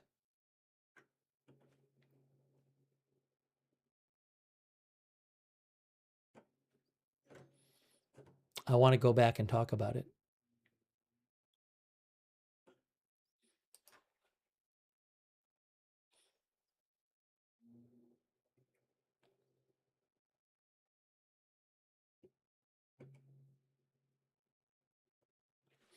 Thanks so much to our moderators, by the way. I really appreciate it. We have moderating right now. Beth, Mythical, and Ruth are moderating.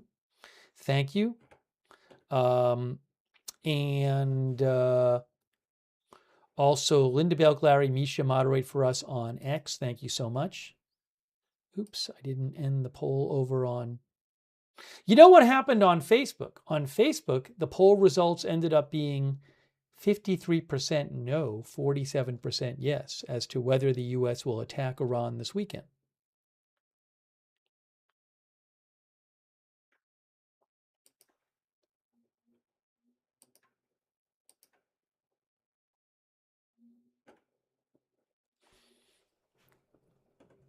Thanks also, Paul Anderson is moderating right now on Facebook. Thanks, Paul. Thanks, Kristen McConnell Gates, for the Facebook stars. Kristen McConnell Gates thinks something's up.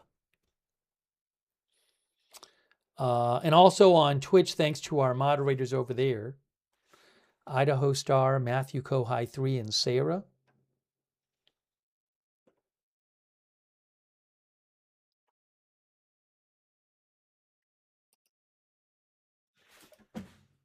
Yeah, I just want to say this, before continuing with stuff about the war, we have reached the point in the Iran war where I am really not paying much attention to all these reports that say, "Ooh, military action is imminent. It's really imminent that there's going to be a one-page agreement signed to end the war." I mean, because that's been going on for months. That's been going on for what, like 7 weeks since the ceasefire now? And it's like at a certain point, I'm stopping paying attention to that stuff. It was like with Gaza. Remember when the Gaza war was going on? And I don't know, it might have been over a year, but it was just month after month after month of like a ceasefire, an agreement. It's really close. They're just about to do it. And it's like at a certain point, they'll do it when they're ready to do it. And I just can't be I can't be hanging on every word of all these reports anymore. So, I mean, something might happen. But I'm not seeing any type of report now about any of this stuff that I haven't seen multiple times over the last month and a half. So I'm just not hanging on every word of everything. It's like, who knows what's going to happen?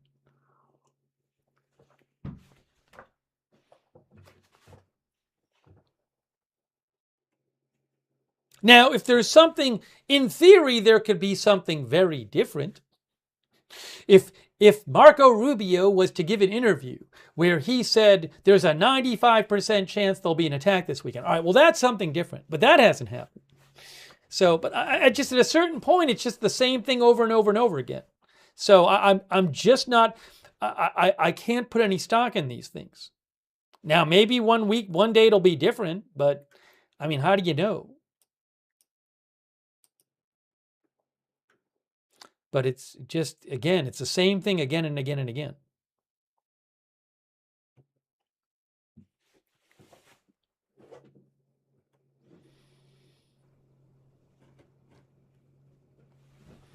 Citizen John Public thinks it's stock market manipulation and oil price manipulation. I have no idea. I'm not saying it's that. I have no idea. But I mean, it's again and again and again with this stuff.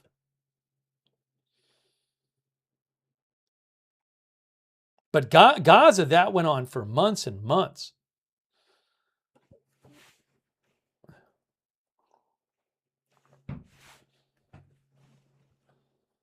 Free as can be says, you know when you know.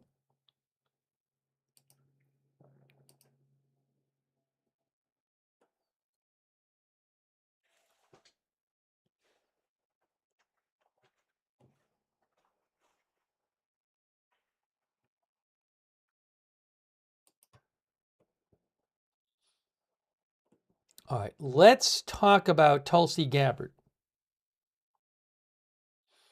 Will Smith thinks that Tulsi resigned because Trump is attacking. Thank you, Will Smith. Thanks, Samuel DeMarco, who says, seems very ominous. Thank you, Michael McIsaac, who likes the poll graphic. All right, I want to talk about Tulsi Gabbard again because hold on a second here. We talked about it at the start of the stream, but I know a bunch of people were not here at the start of the stream, right? So I want to talk about that. And I want to take some of your comments on that. And we are going to be covering, so just a heads up, I know the SpaceX launch is scheduled for today. The SpaceX launch window Starship opens at 6:30 Eastern time. So what I'm planning on doing before 6:30 Eastern time is creating a separate stream, and then like those on YouTube will just be transported to the next stream because I want to cover that as well. So I'm not going to do that right this second, but we're going to do that soon.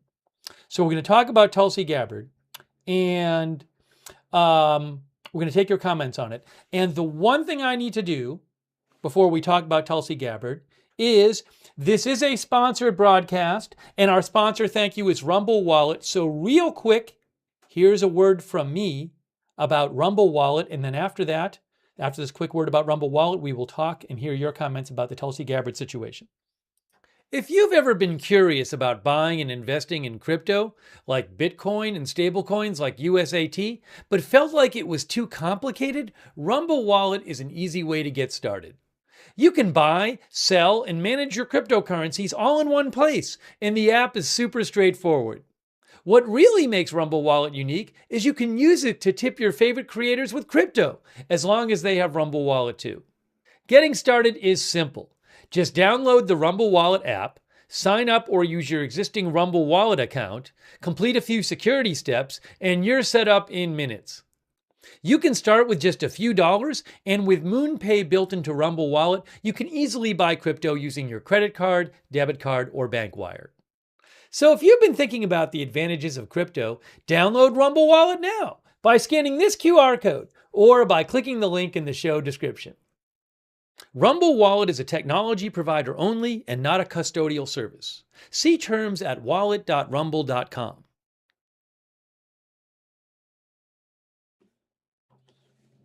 All right, Tulsi Gabbard. Tulsi Gabbard, we're talking about Tulsi Gabbard. To go over, for people who haven't seen it yet, here is what Tulsi Gabbard herself said about what's going on.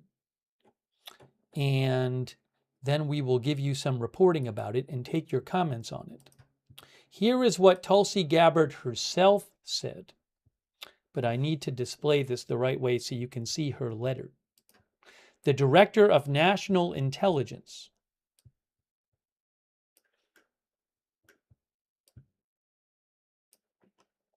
She says, "Dear Mr. President, I am deeply grateful for the trust you placed in me and for the opportunity to lead the Office of Director of National Intelligence for the last year and a half." She says, "Unfortunately, I must submit my resignation effective June 30th of this year. My husband, Abraham, has recently been diagnosed with an extremely rare form of bone cancer. He faces major challenges in the coming weeks and months. At this time, I must step away from public service to be by his side and fully support him through his battle. Abraham has been my rock through our 11 years of marriage, standing steadfast through my deployment to East Africa on a joint special operations mission, multiple political campaigns, and now my service in this role. His strength and love have sustained me through every challenge. I cannot in good conscience ask him to face this fight alone while I continue in this demanding and time-consuming position. While we have made significant progress at the ODNI, advancing unprecedented transparency and restoring integrity to the intelligence community, I recognize there is still important work to be done. I am fully committed to ensuring a smooth and thorough transition over the coming weeks so that you and your team experience no disruption in leadership or momentum. Thank you for your understanding during this deeply personal and difficult time for our family. I will remain forever grateful to you and the American people, and to the American people, for the profound honor of serving our nation as DNI." Again, as I said earlier, thoughts with her family and thoughts with her husband, and I hope he can beat this cancer and recover as soon as possible. So she said that, and President Trump said, just to get everybody up to speed on this, President Trump said,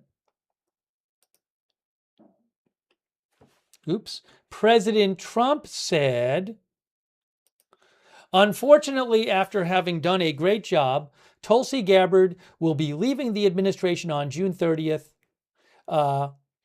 Her wonderful husband, Abraham, has been recently diagnosed with a rare form of bone cancer, and she rightfully wants to be with him, bringing him back to good health as they currently fight a tough battle together. I have no doubt he will soon be better than ever. Tulsi has done an incredible job, and we will miss her.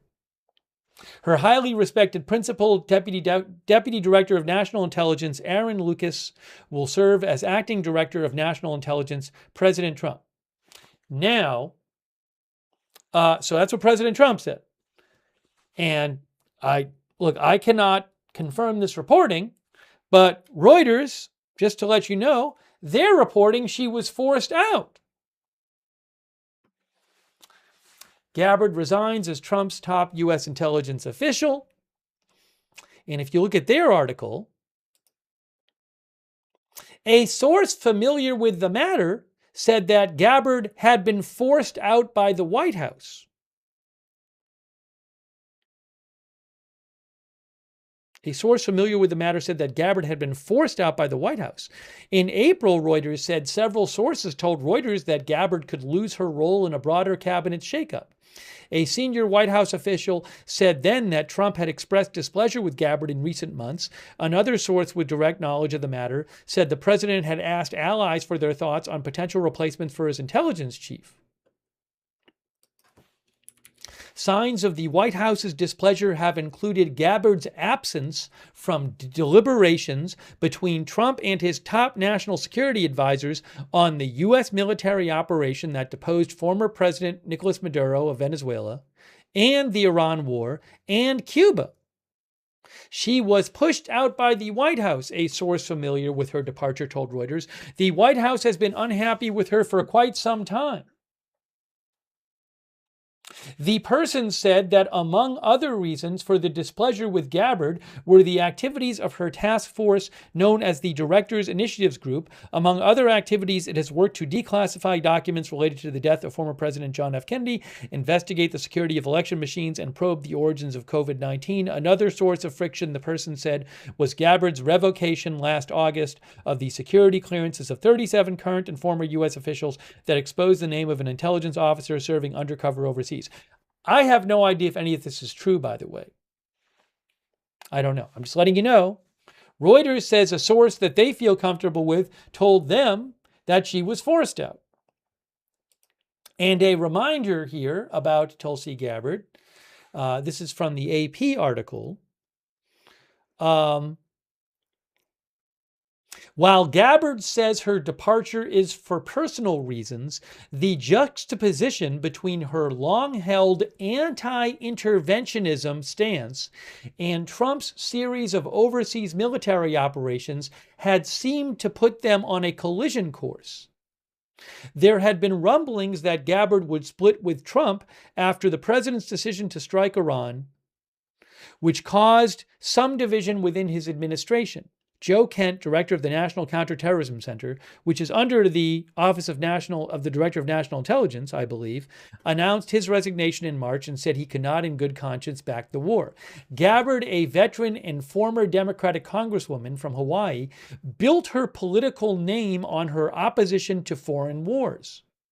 This put her in an awkward position when the U.S. joined Israel in launching attacks on Iran on February 28th.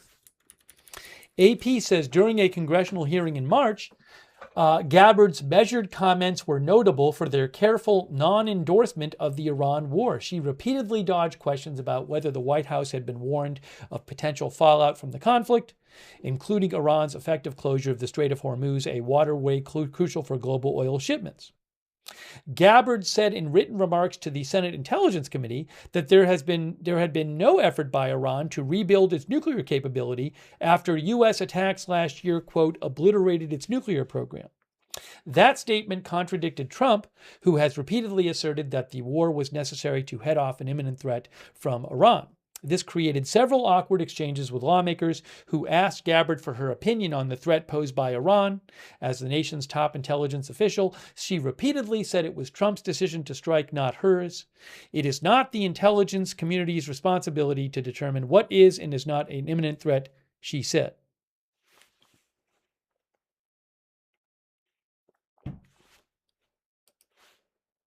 And just a little more background here. From AP, a military veteran, but without any intelligence experience, Gabbard was a surprising choice for the Director of National Intelligence. She ran for president in 2020 on a progressive platform and her opposition to U.S. involvement in foreign military conflicts. Citing her military experience, she argued that U.S. wars in the Middle East had destabilized the region, made the U.S. less safe, and cost thousands of American lives. Gabbard later dropped out of the race and endorsed Joe Biden.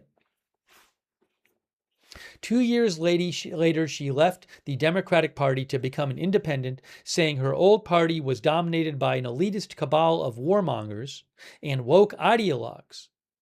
She subsequently campaigned for several high-profile Republicans and became a contributor to Fox News. She later endorsed Trump, who also was a strong critic of past U.S. wars in the Middle East and campaigned on a pledge to avoid unnecessary wars and nation-building overseas.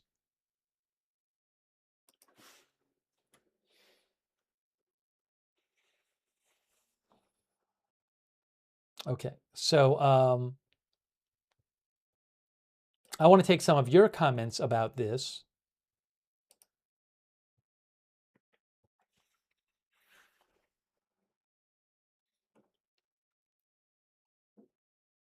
Billy Joe says, oops, she worked for the guy that started a war. Texas Gal says, Tulsi has always felt this way. I enjoy apples thinks the government is nothing but neocons and leftists now, no independent thinkers.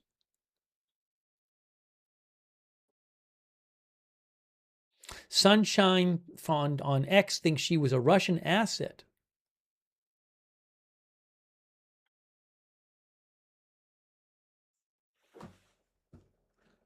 Wall Street thought it was a weird response when the director of national intelligence won't say if something is a threat. Nana of 9 Munchkins says bone cancer is very painful and not so much curable. Let her grieve with him. I do not know the specifics about her husband's cancer, specifics. I do hope that he can beat it and that he recovers as quickly as possible. Again, she said that her husband has been diagnosed with an extremely rare form of bone cancer.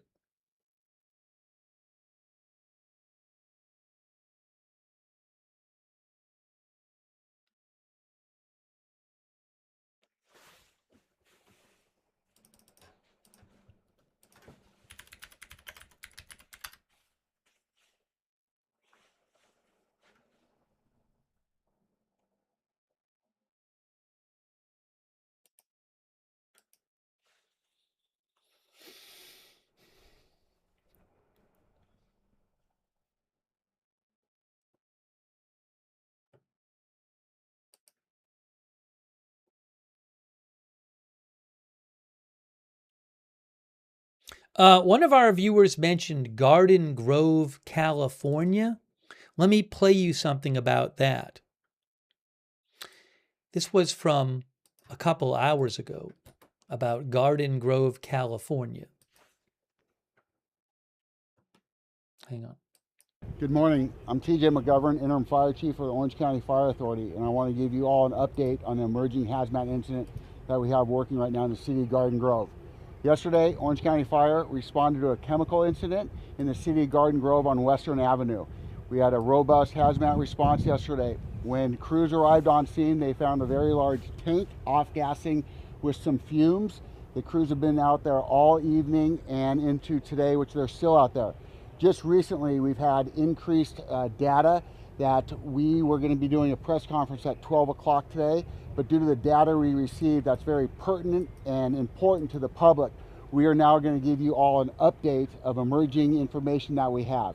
You are going to hear from the police chief of Garden Grove and also our incident commander to give you specifics and what we need right now from the public.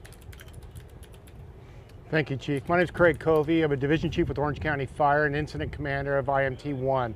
On behalf of the Unified Commanders, we're going to update you about the importance of our operations and the need for this community to hold and follow to the evacuation order. What is going on? We have a tank that is actively in crisis, for lack of a better word.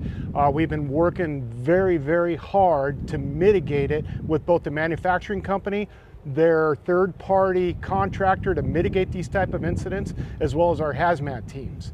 While initially we were successful, which is why we allowed people back in their homes last night, unfortunately this morning we have determined that the tank that is in the biggest crisis is in fact unable to be secured and mitigated in the current information we're getting from the manufacturer.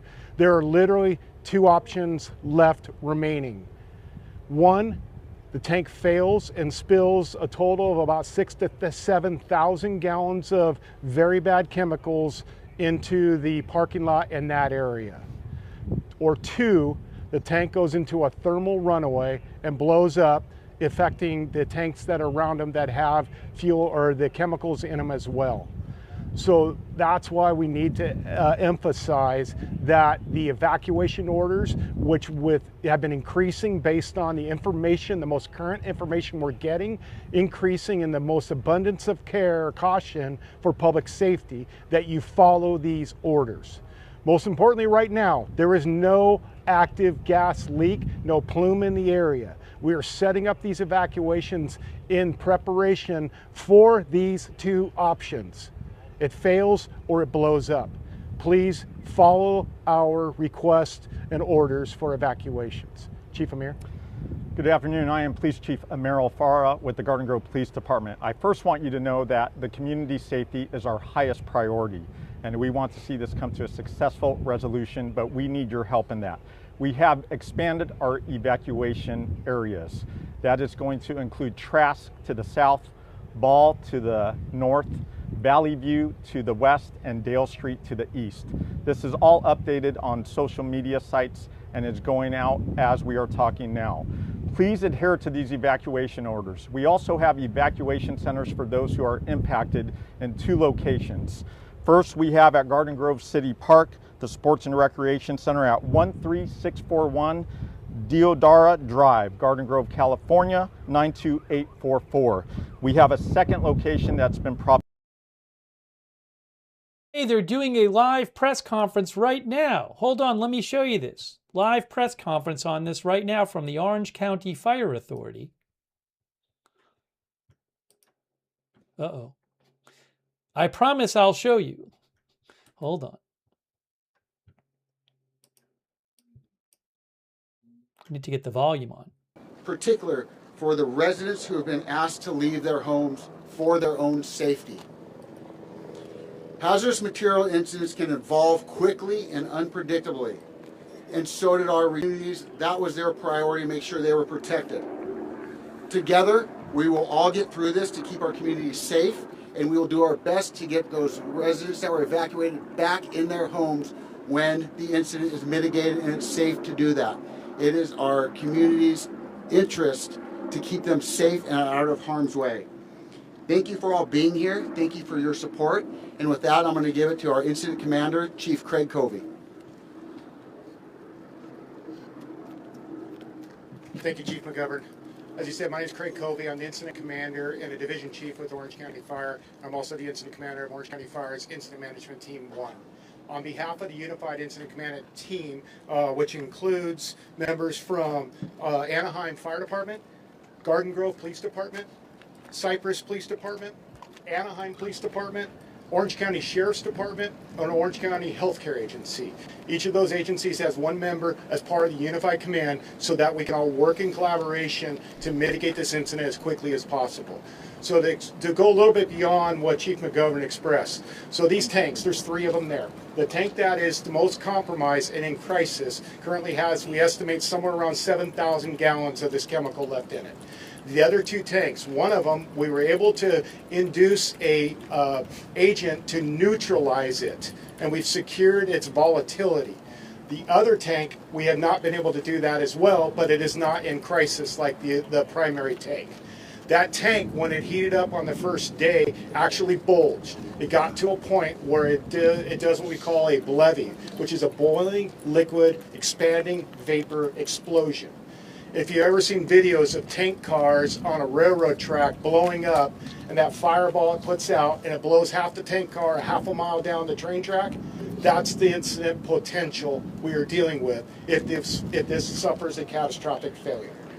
That's why, in an abundance of caution, we have reissued the evacuation, and after continued information getting in from our hazmat team on scene, we increased the safety zone. And this is why. The manufacturer has a response team. They work together with us to go in and mitigate that. We had initial really good success after we cooled those tanks down with the sprinkler system and our hose streams. But while they were trying to unload all those things and neutralize them, put the chemicals in to neutralize them, they discovered the primary tank that's in crisis. We were unable to access the valves. The valves are broken, they're gummed up with the agent, and we're unable to offload the material through the systems that it has. So that's the point we're at. They advised us, they have tried Hang on. Issue with the live transmission from Facebook. Let me see if I can refresh it. Sometimes this happens with Facebook. Let's see. Facebook, we back? I think we might be back.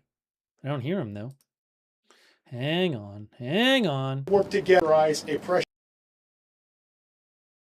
Here we go. I got it. What we were told by the manufacturer's tech rep is that essentially we're at two current options and outcomes of this tank. One, it fails and cracks and all the product leaks out onto the ground. Now we've created containment barriers in anticipation of that. That's roughly 7,000 gallons of liquid going out on the ground. We've made sand barriers. We've done our efforts to mitigate it from getting into the storm drains and the river channels and into our oceans that we know are close. So in a weird world, that's the best case scenario, believe it or not, because once it comes out, it is no longer an explosive hazard, and our hazmat teams in their chemical protective suits can go in, neutralize, and mitigate the vapors that will be coming off of that. The plume that will come off of that leak. We'll be able to get in there and secure it, mitigate it, and return this community. The other option that was told to us is that it blows up. That was what we were handed. A leaking tank or a tank that blows up. That's why we extended the evacuation today. In an overabundance of caution, this is highly volatile, it's highly toxic, and it's highly flammable. So we put out the message earlier. I cannot emphasize, this is not precautionary. This is gonna happen unless some brilliant guy behind me here figures out how we can mitigate this incident. This thing is gonna fail. We don't know when. I know everybody wants to know how long we're gonna have them out of the house. I don't have an answer to you on that. At some point this is going to fail, and we're doing our best to figure out the when or how we can prevent it. But at this point, the only two options that are facing us, only plan is out there is this thing failing. And we react and mitigate what kind of failure occurs. Again, right now, there is no active gas leak coming off that thing. We have cooled it down enough that the purge valve that is on top of it is no longer purging any kind of product from the liquids there. So the community is safe. There's nothing in the air right now. But to ensure that, we have active monitoring around the area to ensure we're not something is going out there that we're not aware of. We're monitoring the temperature of the tank with drones constantly, trying to validate what the exterior temperature is. And then we also have a set temperature where when it reaches that point, we know the tank is going into thermal runaway, and we're going to pull everybody out of the area, make sure it's safe, and let the tank do what it's going to do. I appreciate you all being out here. It's really important for us to communicate out to our communities. This has been an incredibly evolving, dynamic incident all night. Last night, I actually went home for a little bit thinking we got this thing going in the right direction. Got woken up at 4 in the morning going, no, it's gone in the wrong direction now. So this is very serious. This evacuation needs to be paid attention to. People need to get out of their houses and get into a safe space. Because when this thing goes, depending on what direction it's going, we cannot control the weather. We cannot control it. So that's why we put a evacuation circle that's going to take into effect no matter which way the wind is blowing at that time. Okay? So thank you for your support and getting this message out to our communities. Good afternoon. Thank you for being here. I'm Police Chief Amir Alfaro with the Garden Grove Police Department. I will tell you this is a large-scale event, and our evacuation zone is quite large. Cities that have been impacted is Garden Grove, Cypress, Stanton, Anaheim, Buena Park, Westminster. We have worked closely with our partners at OC Sheriff's Office and their mobile field force configuration to assist in those evacuations, as well as our allied partners and adjoining cities nearby. The evacuation area consists of Ball Street to the north, Trask Avenue to the south, Dale to the east, and Valley View Boulevard to the west. This is a large-scale operation that is drawing a lot of resources so we can continue to make sure our community is being safe at this time. Those who have been impacted in our community by this evacuation zone, we have several evacuation centers set up for you. The first being at Garden Grove Sports and Recreation Center located at 13641 Deodara Drive. That's in Garden Grove, California, 92844. The second one is in the city of Cypress at 5700 Orange Avenue, Cypress, California, 90630. I would just like to tell our community this is a significant event for us, somewhat unprecedented. Please adhere to the evacuation orders. From a law enforcement and fire perspective, our highest priority is your safety and security. So please listen to what we're telling you. We have multiple outlets posting updated information on social media platforms as well as through our partners in the media. So we appreciate you and thank you for being here to get that message out. Thank you.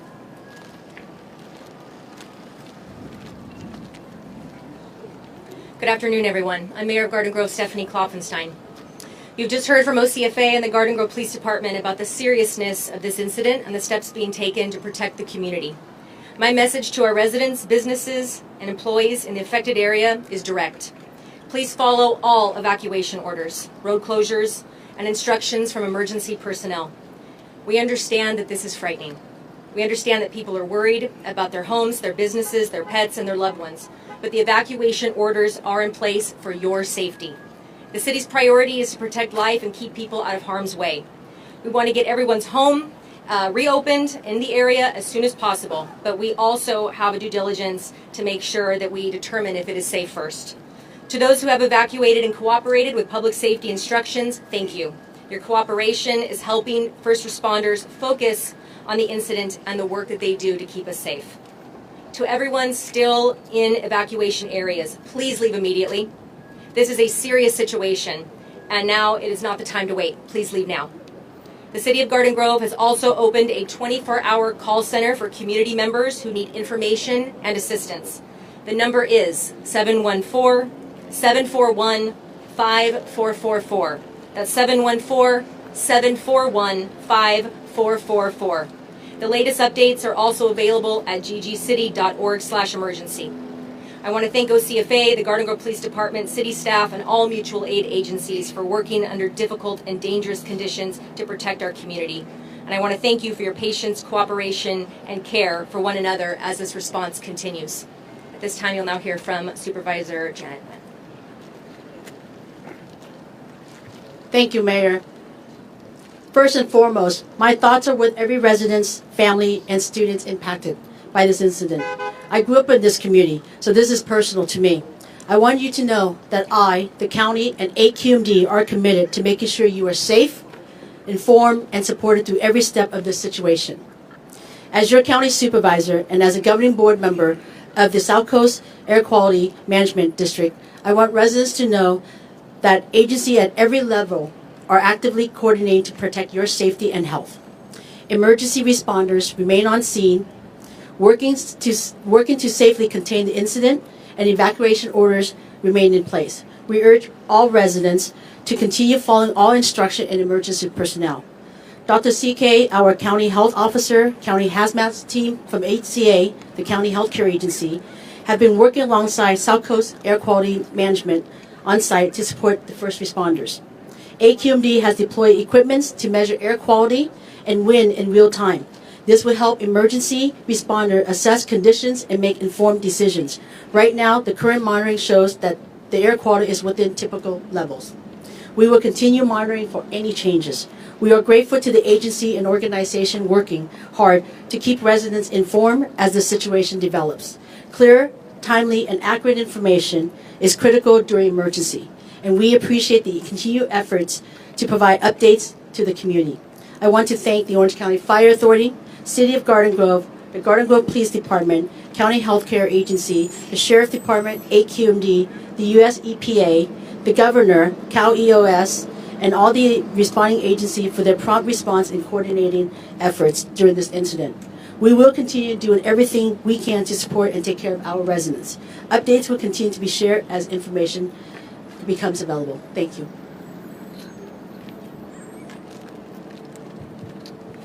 Okay, thank you to all of our speakers. We're now going to open it up for questions. Michelle? Chief Covey, can I ask you please to explain to the public what is this chemical? How toxic is it?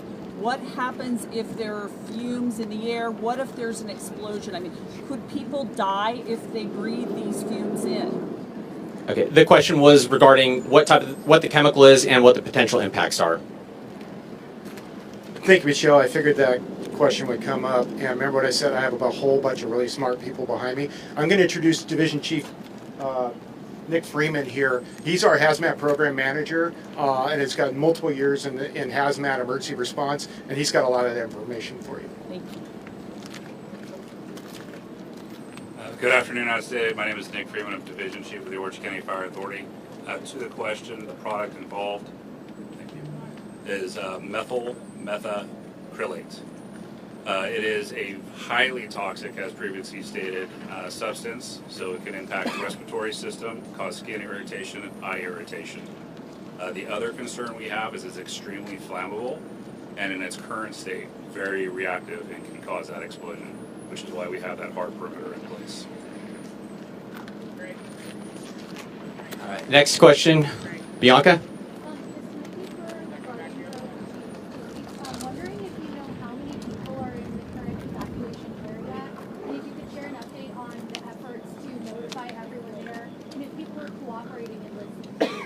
So the question was, how many people are impacted and have had to evacuate, and how have the notifications been going out, and are they cooperating?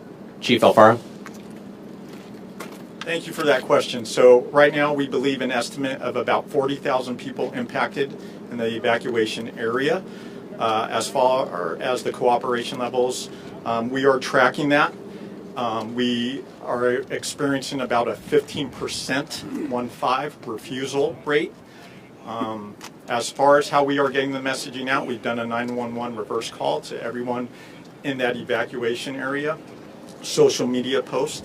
We're constantly updating it and getting that messaging out. So it is out there if people are paying attention, but this is where we need our community to really come together.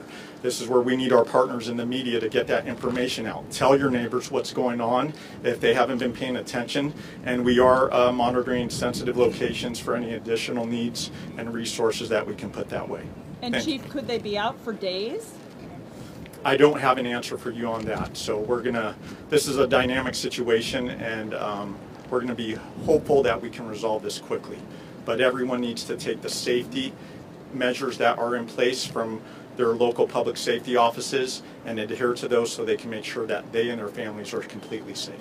Thank you. Ma'am? Yeah, I have two questions. One is, you guys were talking about a failed valve. How does that factor into this? Like, you guys, does that mean it couldn't offload properly and that's why you guys couldn't get it out of there on time, and that's what's creating this whole issue? And then the second question I had was, we were hearing from residents that police were telling them that birds were found dead nearby. Have you heard about that at all?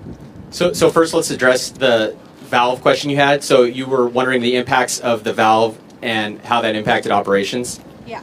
Chief Freeman? Yeah, so to the question of the valve, there are multiple valves on this tank.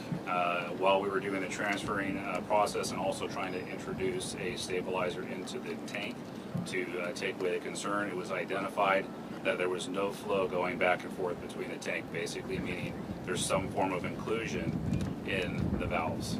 And we are unable to get anything out, and we are unable to get anything in to stabilize these tanks. Chief Freeman, if I could follow up on the question about what kind of impact it could have health-wise. Can you expand on that? Like, what kind of symptoms, if it gets in the air, people start breathing it in, what kind of symptoms could you start seeing, and could it overload the emergency system? So that's a good question. As far as symptomology, as I previously stated, respiratory is our primary concern. So it's a respiratory irritant, so it can start off very mild, but it can progress to a point where, yes, you would probably require hospitalization, if not more. The other indicators more early on are going to be skin and eye irritation that might be felt by anybody that is exposed should there be a release. Short-term or long-term consequences? Both. You have the potential if we have a major release for an acute impact, and then if there is a prolonged release, there could be a chronic impact depending on what occurs in this incident. For some additional information on the health impact, we're going to invite County Health Officer Dr. C.K. up. She can provide a little more context. Yes. Good afternoon, everyone. Thank you for being here. As stated, it is very important for everybody to heed the instructions to evacuate. If you were told so, please evacuate. So what we know about methacrylate, which I'm going to refer to as MMA, is that it is a chemical that is very toxic. What we know in terms of human health is that we have very limited case reports of exposure. And when you have limited short-term exposure, meaning maybe you inhaled some of the vapor, it can cause significant irritation in the lungs, the nasal passages, and it can also cause nausea. It can also cause dizziness. At very high levels, it can really cause severe respiratory distress and hospitalization. And this is where we really need everybody to heed all of the evacuation orders. In terms of long-term consequence, it will affect other organs. In terms of birds and different animals are affected differently. Again, I'm working with EPA and South Coast AQMD, different specialists, to provide more information. And again, the reason why the evacuation zone was expanded was to take into consideration the potential of a plume. So again, if you're in the area and you were told to evacuate, please evacuate.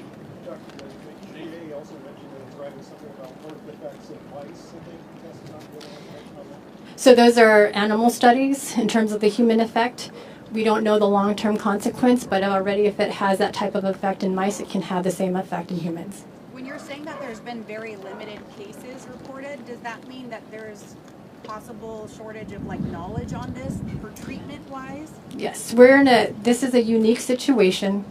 We don't have information of a similar situation where this happened, right? So we're going into unique times, and we have limited information. We know it does cause irritation. We know that on the occupational side, people who work with this material are advised to wear goggles or respirators, try not to get in contact. If it gets in contact with the skin, it can cause a significant skin irritation or allergy. Chief Freeman? Okay, we got time for one more question. Sir? Yeah, regarding the dispersal rate of this stuff, it either spills or blows. Is this stuff heavier than air, meaning it stays close to the ground, or if you have an explosion, is it going to go up in widespread dispersion and cause problems? And second, to the health officer, if you take a breath of this stuff, how long before you have a lockup of this respiratory system? Is this similar to, say, OC or something like that, where you'll know about it in 10 or 15 seconds, or will it take longer for that to happen? Chief Freeman, let's go first. Okay, first question was, is the substance heavier or lighter than air? Chief Freeman will handle that, and then we'll turn it over to the doc. Yeah, thank you for the question. This product is heavier than air, so it's going to settle and sink into the lower areas in and around our facility and any low holding places. If it blows, what's the chance of wide dispersion? We are anticipating and just planning for that as an inevitability, which is part of our isolation zones that we've done, utilizing our current wind and weather conditions in that scenario. And any injuries or deaths up to this point, people who work at the facility? No injuries or deaths at this point. Folks, so we're going to finish his other part of his question, and then that's going to be it for today. So, Doc, if you'd like to come up and explain the potential impacts if somebody was to inhale the substance. How fast does it hit the human being? How fast before someone goes in a vapor lock and goes down? So this depends on the concentration of exposure. We don't know. We don't know in terms if there was a plume, how heavy of a plume and concentration of the substance would be in that plume. So if that were to happen, again, we want everybody to be away from the zone that we have created to safeguard everybody's health. I would like to make one statement that I believe Chief Covey talked about. We are actively monitoring the air, and those limits right now are within normal limits.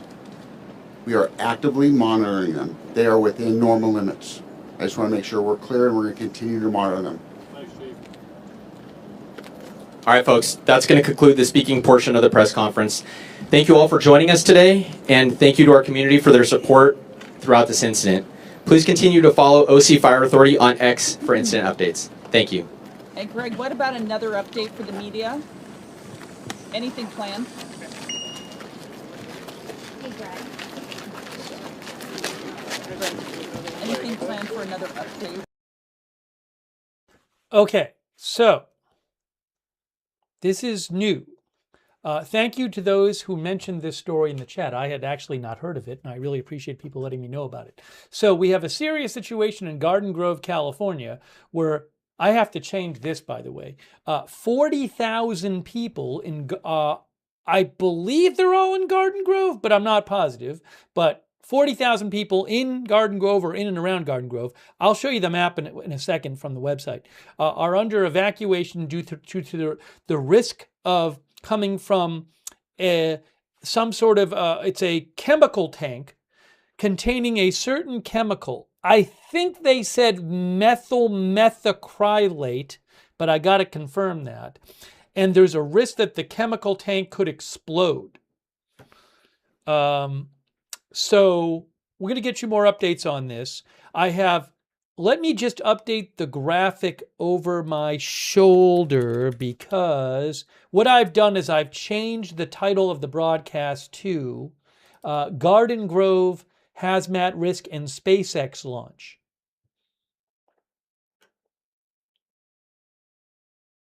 Oh, I probably should say SpaceX Starship Launch.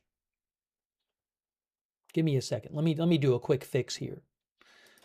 I need to do a quick fix, and then we'll proceed. But I had to change everything because I was going to do a separate stream, and I said, well, let's just keep this stream going, but I will update the title and the graphic. So I just need about 30 more seconds here. If you can give me 30 more seconds. Just updating the thumbnail and the graphic over my shoulder. Give me a second here, and then we'll get into all of this. Breaking news. Okay, that's done. Get that, upload, that, good.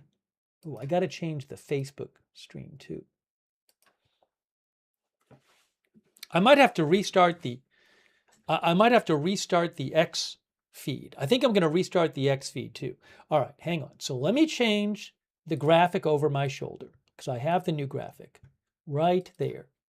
Garden Grove Hazmat Risk and SpaceX Starship Launch. Okay, that's that.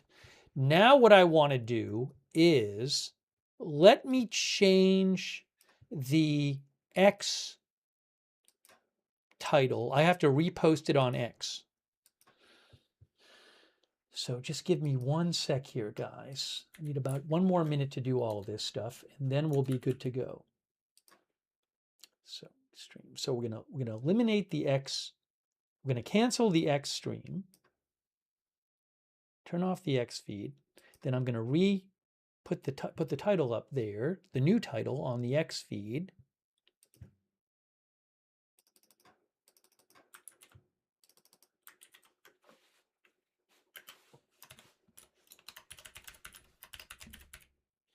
One moment.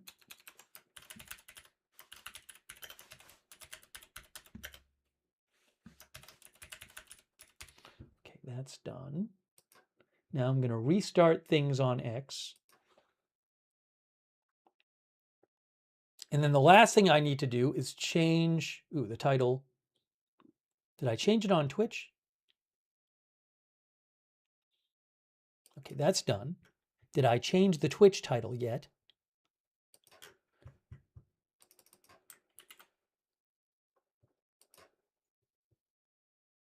No, I have to update the Twitch title, which I'm doing right now.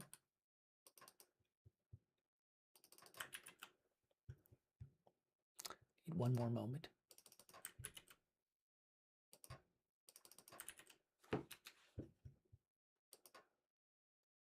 And the last thing I need to do is update the Facebook title.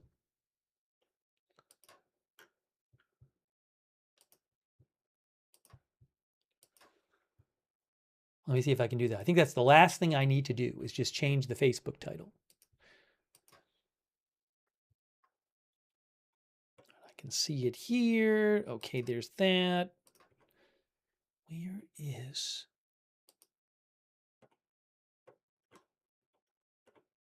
just happened here?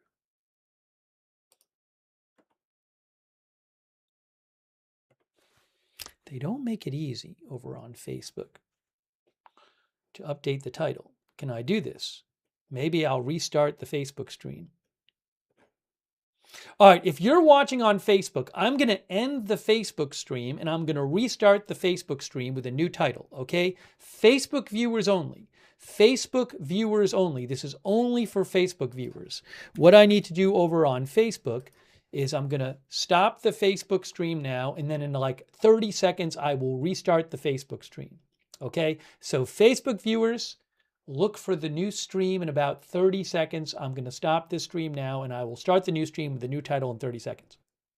Okay, so I'm stopping the Facebook stream. And then what I'm going to do is restart the Facebook stream with the new title. I'm doing it right now. Okay, there's the new title. Fantastic. Here's this. There's that. And then we'll go live. Hang on a second here. Hang on a moment.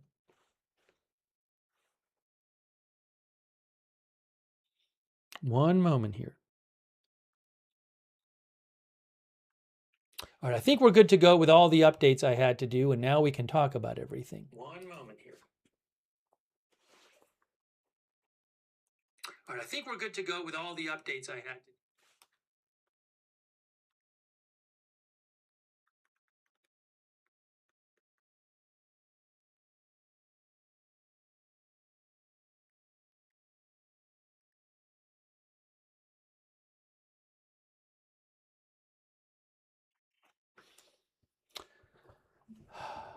Okay. Now, so the two things we're talking about are Garden Grove, and we're going to keep an eye also on the SpaceX launch, where the window opens at 6:30 Eastern Time. And what I also need to do is see if I don't think I have any live video right now, but let me inquire about that.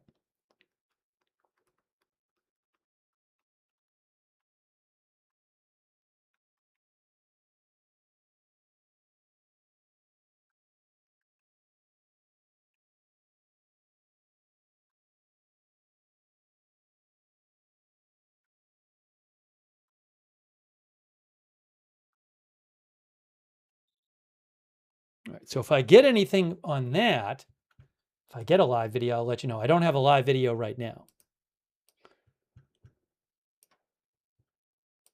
So what's going on is, probably end up playing you that. There is a chemical tank, and they're worried about it exploding in Garden Grove, California. And 40,000 people are under evacuation order. 40,000.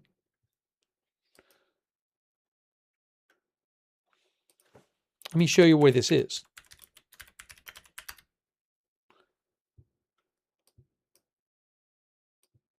It's in northern Orange County, California. Population of Garden Grove is about 170,000 people. And here is where we're talking about. It's just in Southern California.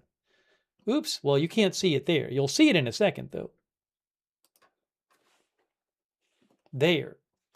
It is south of Anaheim, east of Long Beach, northwest of Irvine. It is also southeast of Los Angeles. Probably about, 30, 40 miles from downtown Los Angeles.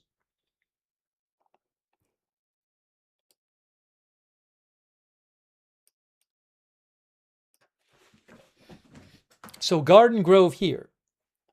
Garden Grove chemical accident. Well, so let me show you now let me show you the, what happened?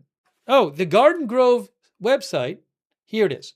Evacuation zone, chemical incident.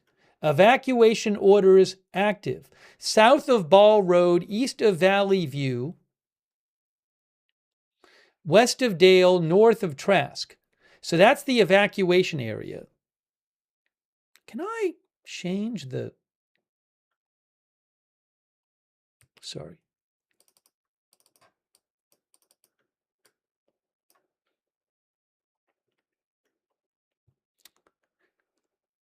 Yeah, the last update was 1 p.m. their time. Evacuation area expanded. Valley View, Ball Road, and Trask Ave.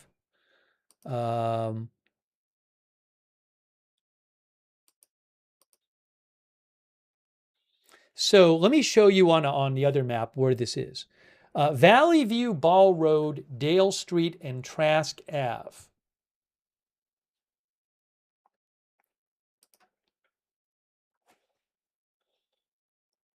Valley View, Ball Road, Dale Street, and Trask Ave. So I need to find Valley View and Trask. Well, Valley View is here. All right, there's Valley View. I found Valley View.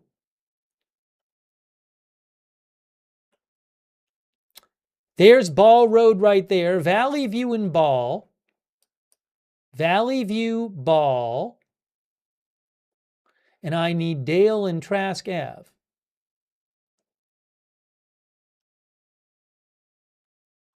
Let's go over here. East of Valley View and south of Ball Road. So east of Valley View, south of Ball Road. So it's over here.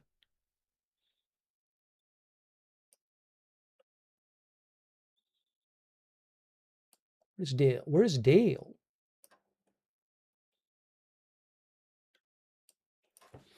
Ball Road and Dale. There we go. Oh, there's Dale. Dale's all the way over here. Okay. So, can I fit this all on the screen here? There's Dale. Oop, you guys can't see this. There's Dale and Ball Road. There's Valley View. It's right in here. Valley View, Ball, Dale, and Trask. Where's Trask? Trask is all the way down here. Geez. Okay. All right. So basically, I'm going to get my pen so I can draw this for you. Here is the evacuation area, according to the city. Ready? We need the square. Well, I'll draw it if I can. So there's Ball Road. There. Did I go too far? Probably. Yes, I did. Ball to Valley View. It's there. And then there's Dale all the way down to Trask. Sorry, this is the general area. Please do not follow my lines exactly. But basically in here, all of that is under evacuation. And the press conference said 40,000 people were under evacuation.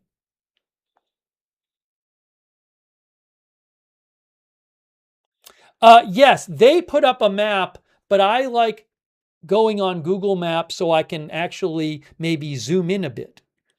So if we zoom in, we can see what we're talking about here. Let's zoom in to this area. Yeah, see, if you zoom in, you see all these houses, right? Look, it's a very residential area. So all of this, I mean, this is in the area here. All of this is in the evacuation area. I mean, when you look at this close, you can see how many houses there are.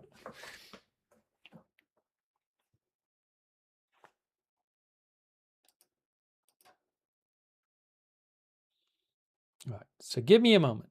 Now, I do not have a live feed from there right now. But what I'm going to do is, well, we should check out the press briefing again. I don't think I do. Let me check one other thing here. Ooh, what is this?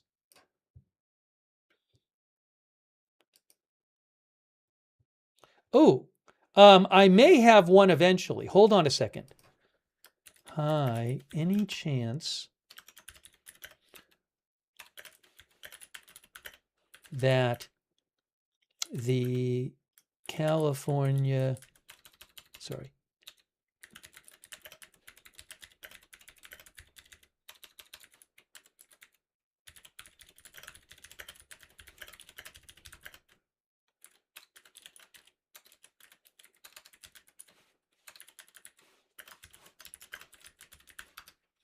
All right, if I can get a feed, I don't have one I'm allowed to use right at the moment, but if I can get one from Garden Grove, I will do so. I don't have one right this second.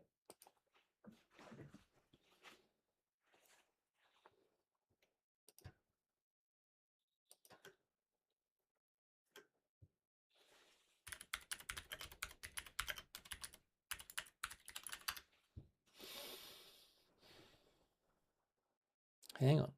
One moment. This is a storage tank. It's not leaking at the moment.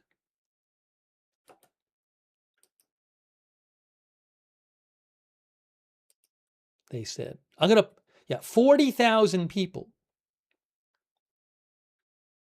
are under evacuation.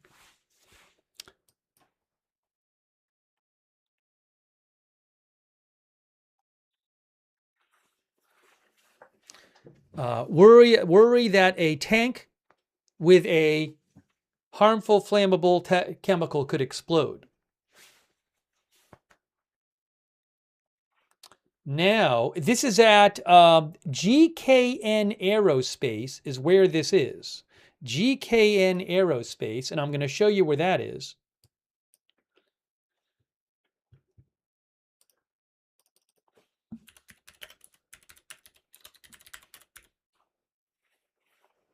Is this it here? Right there. GKN Aerospace. There is GKN. Can we find the tank? Let's see. I bet I can find the tank. I bet I can find the tank on Google Maps. Well, right there. I think it's this one. I think it's this one right here. Where'd it go? I just saw it. I just saw it. Now I can't find it anymore. I thought I just saw it. Maybe I didn't see it. Okay, let's see.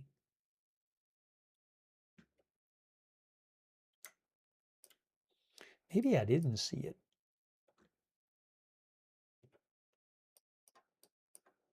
There, right there. That's it. That's the tank right there. That's it.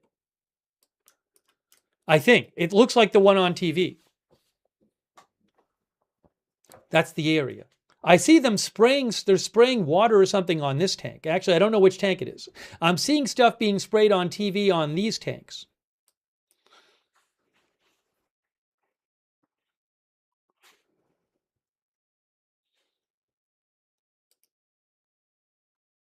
Maybe what I'll do, it's the gray ones, one of our viewers said. They said tank and not tanks, but I am seeing on a live feed that I'm not allowed to show you, I am seeing them spraying the metal tanks. So is it one of the metal tanks? Is that what it is? One of the metal tanks? I don't know. Maybe it's right here. These?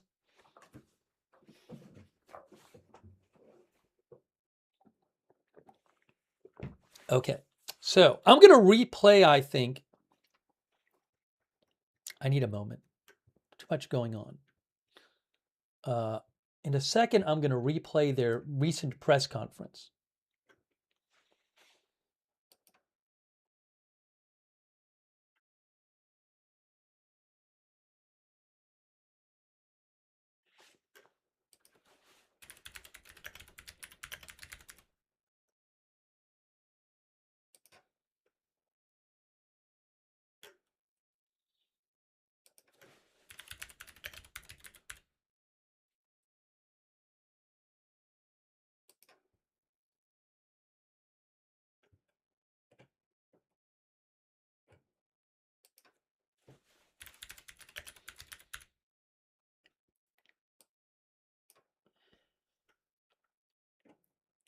Let's do that. Let's check that out. That's going to give us the most information, by the way.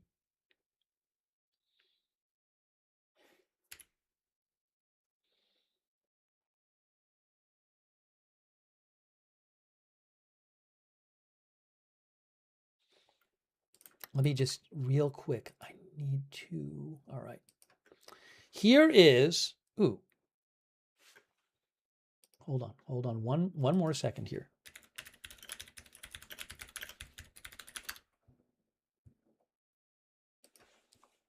They post this here? No. Okay. Here is. I'm putting it on the screen right now for you. This press conference. I'm about to put it on for you.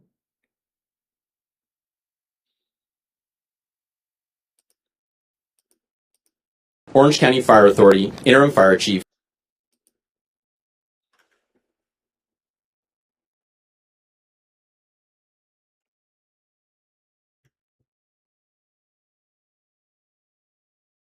One moment.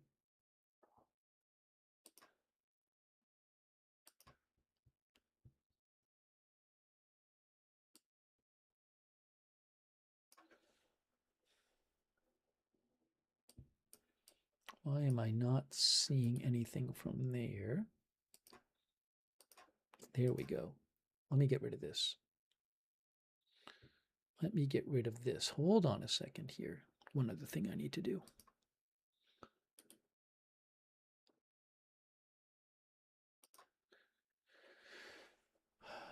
Here is let's just watch the start. We'll watch at least the start of this press conference from the authorities moments ago.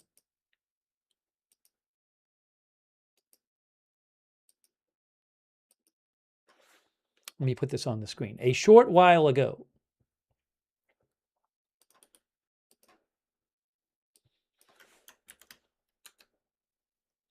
This was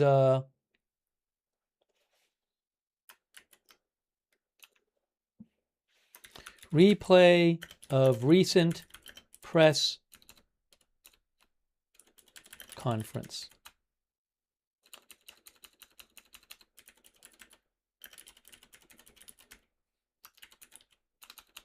From within last hour.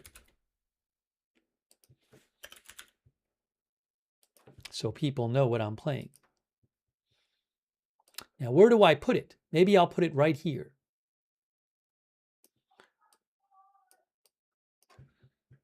Okay, and then where'd it go? Where'd this go? Now what happened? Now what happened? There. Okay, here we go. Let's listen to what they had to say a short time ago.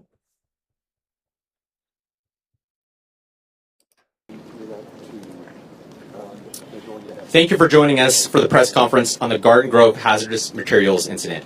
My name is Greg Barta, Fire Captain and Public Information Officer with the Orange County Fire Authority. On behalf of the 4 unified command agencies, the Orange County Fire Authority, Garden Grove Police Department, Orange County Sheriff's Department, and the Orange County Healthcare Agency, in addition to the many assisting agencies, we appreciate you all being here today. For updated information, please continue to follow OC Fire Authority on X. Additionally, a public information hotline has been established, and the number is 714-628-7085. This afternoon, there will be 5 speakers with a brief time for questions at the end. Today's speakers are Orange County Fire Authority Interim Fire Chief TJ McGovern, Orange County Fire Authority Division Chief and Unified Incident Commander Craig Covey, Garden Grove Police Department Chief and Unified Incident Commander Amir El Farah, City of Garden Grove Mayor Stephanie Kloffenstein, and Orange County Supervisor Janet Nguyen. Wait. Hold on. Time out.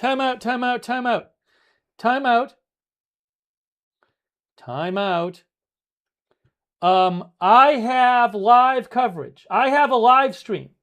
Breaking news, I'm going to buy a live stream. I'm going to buy it from AP. Let me get the live stream up on the screen for you right now. I'm getting the live stream up on the screen for you right now. Just give me a second. I just bought it from AP. So I need to do this. Hang on. Hang on a moment. We're going to get the live stream up for you right now.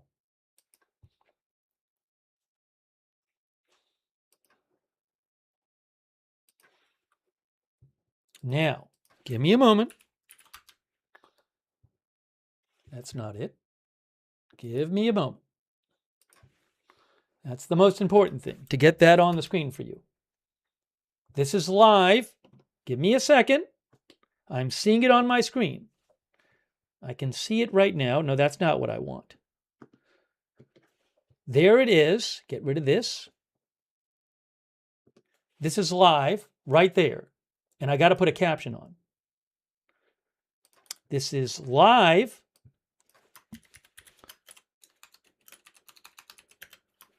Garden Grove, California. Okay. And it's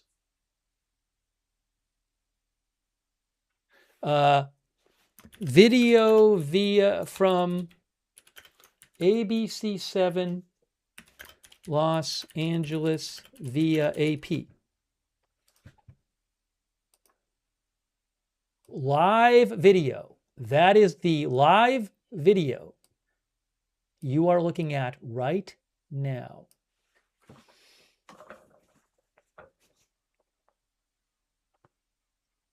So we got you the live video.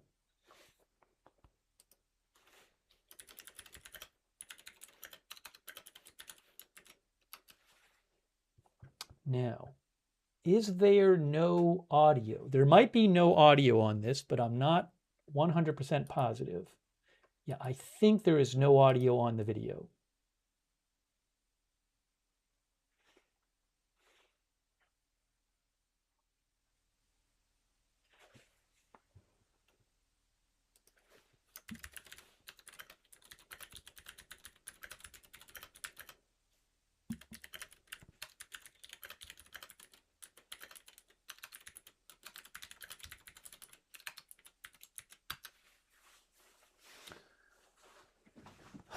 Okay, now that we have the live video for you, let's give you some updates about what's going on here. This is in Garden Grove, California. About 40,000 people are under evacuation. And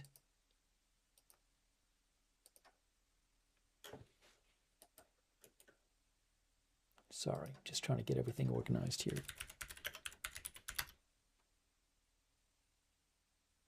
And let me just make sure I'm not missing anything that just happened.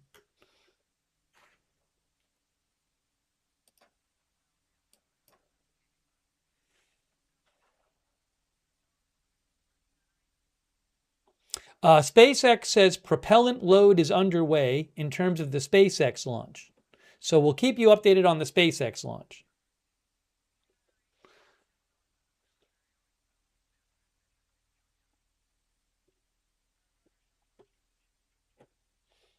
So one of these tanks is at risk of exploding, and it has a dangerous chemical inside. Oh, I just saw something here. What is this? What is this? Hold on. No, that's not what I want.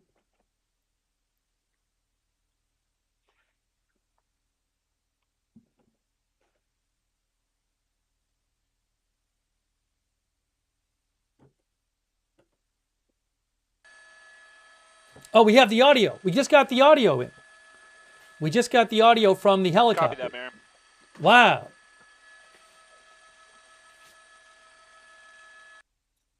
Oh, we had it for a second. Okay. Now,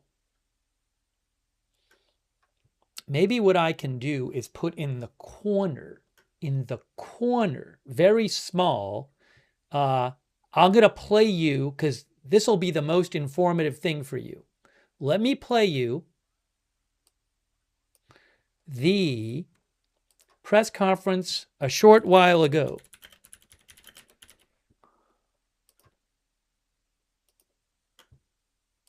Or I'll just say replay of press conference.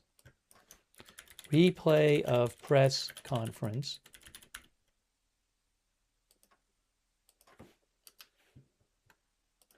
that over here. Okay. This way you can hear from the authorities exactly what's going on. Okay, so let me just hit play now, and you're going to hear exactly what's going on. For updated information, please continue to follow OC Fire Authority on X. Additionally, a public information hotline has been established, and the number is 714-628-7085. This afternoon, there will be 5 speakers with a brief time for questions at the end.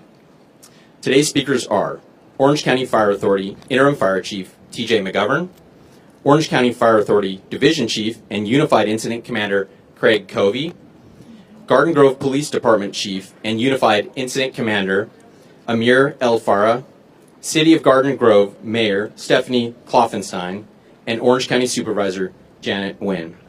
Chief McGovern. Thank you, Captain Bartlett. Good afternoon. TJ McGovern, Interim Fire Chief for Orange County Fire Authority. Thank you all for being here as we work in unified command with our partners for keeping our community safe.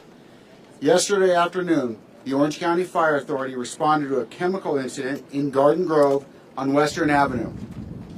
It was involving a vapor release from a tank containing an industrial chemical used in plastic and manufacturing. One of the 3 tanks affected experienced an increase in temperature, activating a relief valve and overhead sprinkler system to cool the product. OCFA resources were on scene in less than 6 minutes with a robust hazardous material response.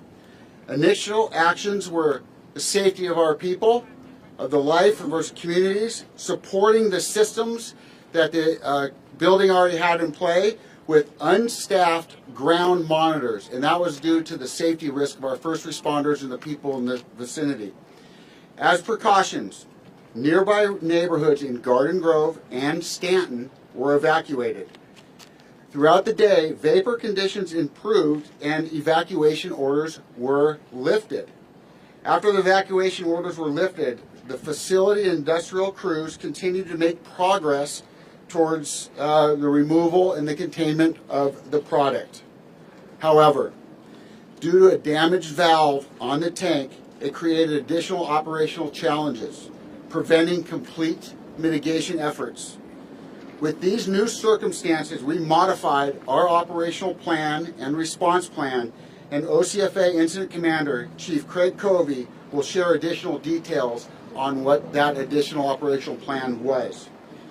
We understand how disruptive and frightening this is to the public and our communities, particularly for the residents who have been asked to leave their homes for their own safety.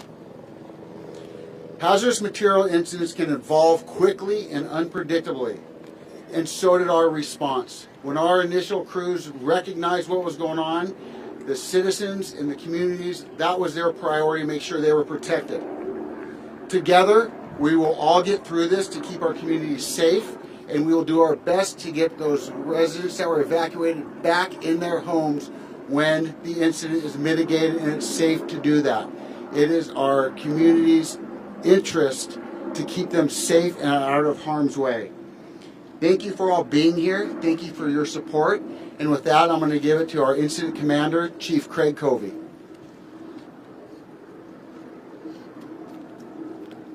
Thank you, Chief McGovern.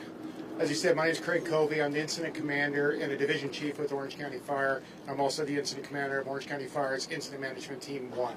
On behalf of the Unified Incident Command Team, which includes members from Anaheim Fire Department, Garden Grove Police Department, Cypress Police Department, Anaheim Police Department, Orange County Sheriff's Department, and Orange County Healthcare Agency. Each of those agencies has one member as part of the Unified Command so that we can all work in collaboration to mitigate this incident as quickly as possible. So to go a little bit beyond what Chief McGovern expressed, so these tanks, there's 3 of them there. The tank that is the most compromised and in crisis currently has, we estimate, somewhere around 7,000 gallons of this chemical left in it. The other 2 tanks, one of them, we were able to induce a agent to neutralize it, and we've secured its volatility. The other tank, we have not been able to do that as well, but it is not in crisis like the primary tank. That tank, when it heated up on the first day, actually bulged. It got to a point where it does what we call a BLEVE, which is a boiling liquid expanding vapor explosion. If you've ever seen videos of tank cars on a railroad track blowing up, and that fireball it puts out, and it blows half the tank car a half a mile down the train track, that's the incident potential we are dealing with if this suffers a catastrophic failure. That's why, in an abundance of caution, we have reissued the evacuation, and after continued information getting in from our hazmat team on scene, we increased the safety zone. And this is why. The manufacturer has a response team. They work together with us to go in and mitigate that. We had initial really good success after we cooled those tanks down with the sprinkler system and our hose streams. But while they were trying to unload all those things and neutralize them, put the chemicals in to neutralize them, they discovered the primary tank that's in crisis. We were unable to access the valves. The valves are broken, they're gummed up with the agent, and we're unable to offload the material through the systems that it has. So that's the point we're at. They advised us, they have tried everything that they can, and there's nothing else they are capable of doing to mitigate that tank that's in crisis. So we have assembled a team to think outside the box. Our hazmat teams from in-county and with the healthcare agency are calling people all over the state and the country to get together with ideas how we can safely go in there and depressurize a pressurized tank and mitigate the exposure that it has. What we were told by the manufacturer's tech rep is that essentially we're at two current options and outcomes of this tank. One, it fails and cracks and all the product leaks out onto the ground. Now we've created containment barriers in anticipation of that. That's roughly 7,000 gallons of liquid going out on the ground. We've made sand barriers. We've done our efforts to mitigate it from getting into the storm drains and the river channels and into our oceans that we know are close.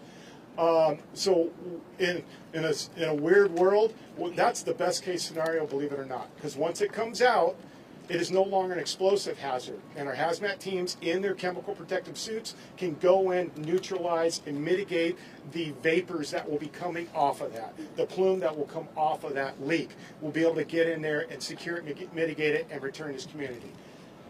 The other option that was told to us is that it blows up. That was what we were handed. A leaking tank or a tank that blows up. That's why we extended the evacuation today. In an overabundance of caution, this is highly volatile, it's highly toxic, and it's highly flammable. So we put out the message earlier. I cannot emphasize, this is not precautionary. This is going to happen unless some brilliant guy behind me here figures out how we can mitigate this incident. This thing is going to fail. We don't know when. I know everybody wants to know how long we're going to have them out of the house. I don't have an answer to you on that. At some point this is going to fail, and we're doing our best to figure out the when or how we can prevent it. But at this point, the only two options that are facing us, only plan is out there is this thing failing.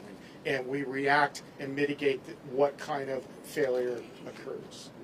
Again, right now, there is no active gas leak coming off that thing. We have cooled it down enough that the purge valve that is on top of it is no longer purging any kind of product from the liquids there. So the community is safe. There's nothing in the air right now.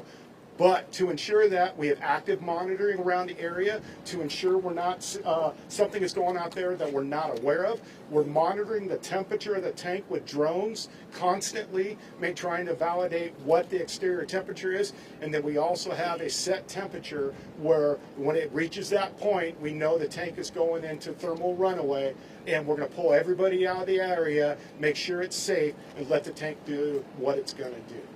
I appreciate you all being out here. It's really important for us to communicate out to our communities. This has been an incredibly evolving, dynamic incident all night. Last night, I actually went home for a little bit thinking we got this thing going in the right direction. Got woken up at 4 in the morning going, nope, it's gone in the wrong direction now.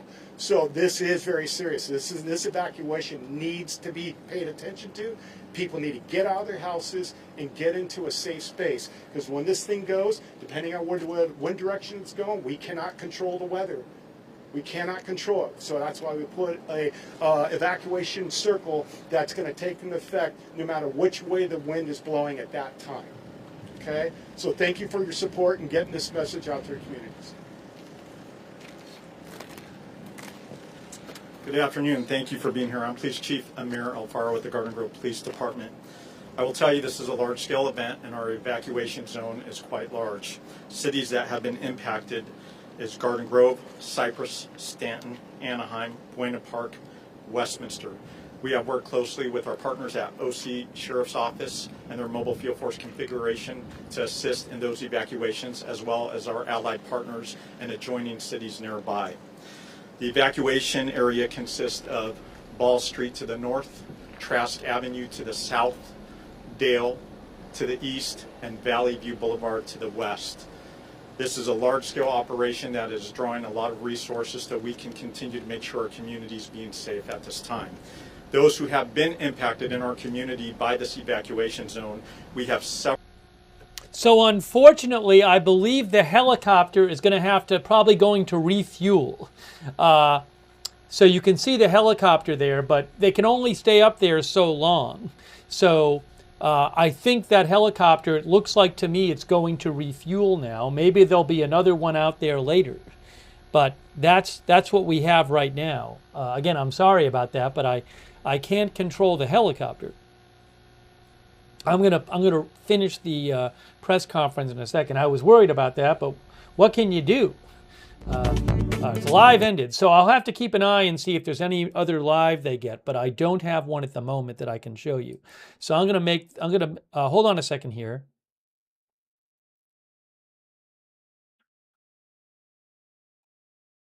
Give me a moment. Yeah, that was the helicopter that was covering it. So I don't have access to another one right now. I had to buy that shot, but give me a moment. What I'm also going to do is we got to keep an eye on the SpaceX launch too. So we're keeping an eye on two things here. So just give me a moment. Let me get organized here between the SpaceX and hang on a moment.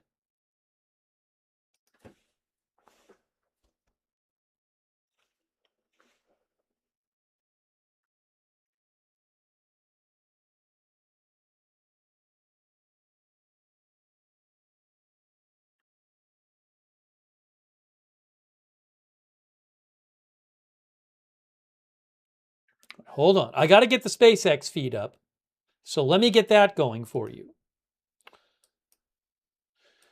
So we're keeping an eye both on the Garden Grove chemical tank risk and the SpaceX launch, which is coming up. And I believe the launch window opens in 20 minutes. So both of those things happening. Please bear with me as we do this. Let me get the SpaceX stream up there for you. Is this it? Did I find it? Yes. Okay. 20. All right. So first of all, let me get the SpaceX on the screen. Let me get that feed on the screen for you. So give me a moment. And then what I got to do is play the rest of that press conference. Hold on. At the top of the so this tower, is SpaceX. and that all right. So you can see. Oh, and I got to move this. And that's. Let me just put on the screen. There's 19 and a half minutes until the SpaceX Starship test flight.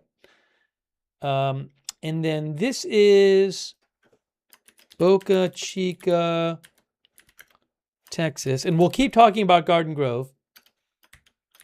Video from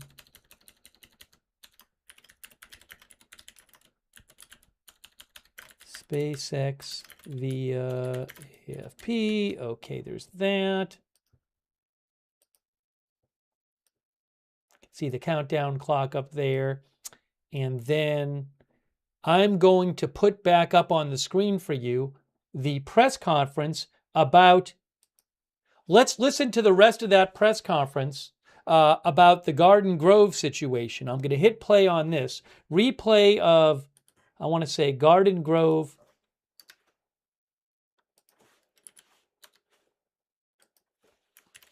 Garden Grove, oops. Press conference. We're going to put this down here. And let me just hit play on that so you can hear more. And I'll keep an eye on that as well. Several evacuation centers set up for you. The first being at Garden Grove Sports and Recreation Center located at 13. Oh, hold on a minute. Hold on a moment. Drive. Hold on That's a moment. in Garden Grove, California. Wait 1 second. Do we have a live shot again? Do I still have the live shot from the Garden Grove? Hold on a second. Yes, I have the live shot back from Garden Grove. Hold on, I have that live shot back. All right, hold on. So much going on. So the live shot is back from Garden Grove. Thanks for letting me know. Okay, so now what I have to do is, both things are happening. Oh my gosh. There's so much going on. All right, so I'm going to make this small. What I have to do here is say, this is live Garden Grove, California. Make sure this is correct here. Yep, that's great. Perfect. Okay. Garden Grove, California. And as I said before, video from ABC7, Los Angeles, via AP. Okay. So we have the live shot of the chemical tank at risk that could blow up. 40,000 people under evacuation. So we're watching that. The other thing I need to put on the screen is, oh my gosh, I got to get the SpaceX thing on the screen. So let me do that. Hold on.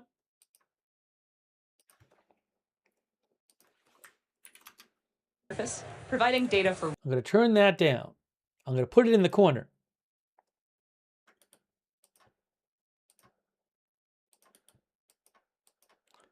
I will get SpaceX in the corner just to have it up there. Oops. I'm going to make this small. Don't worry. I'll make it smaller.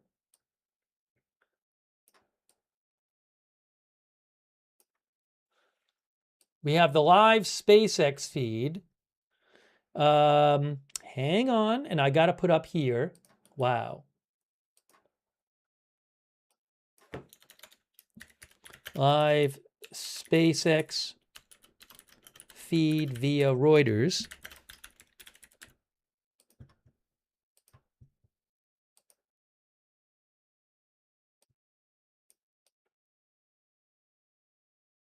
Okay, so we have all these things up. And then the other thing I was going to do is play you some more of that. Let me show you a bit more of that press conference from Garden Grove where they were going to take questions, just so you can hear what they said. This is the best I can do right now. 92844. The second one is in the city of Cypress at 5700 Orange Avenue, Cypress, California, 90630. I would just like to tell our community this is a significant event for us, somewhat unprecedented. Please adhere to the evacuation orders. From a law enforcement and fire perspective, our highest priority is your safety and security. So please listen to what we're telling you.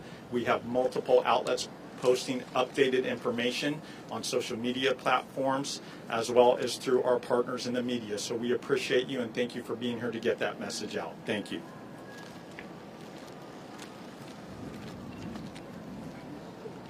Good afternoon, everyone. I'm Mayor of Garden Grove, Stephanie Klopfenstein. You've just heard from OCFA and the Garden Grove Police Department about the seriousness of this incident and the steps being taken to protect the community. My message to our residents, businesses, and employees in the affected area is direct. Please follow all evacuation orders, road closures, and instructions from emergency personnel. We understand that this is frightening. We understand that people are worried about their homes, their businesses, their pets, and their loved ones. But the evacuation orders are in place for your safety. The city's priority is to protect life and keep people out of harm's way. We want to get everyone's home reopened in the area as soon as possible, but we also have a due diligence to make sure that we determine if it is safe first. To those who have evacuated and cooperated with public safety instructions, thank you. Your cooperation is helping first responders focus on the incident and the work that they do to keep us safe. To everyone still in evacuation areas, please leave immediately. This is a serious situation, and now it is not the time to wait. Please leave now. The City of Garden Grove has also opened a 24-hour call center for community members who need information and assistance. The number is 714-741-5444.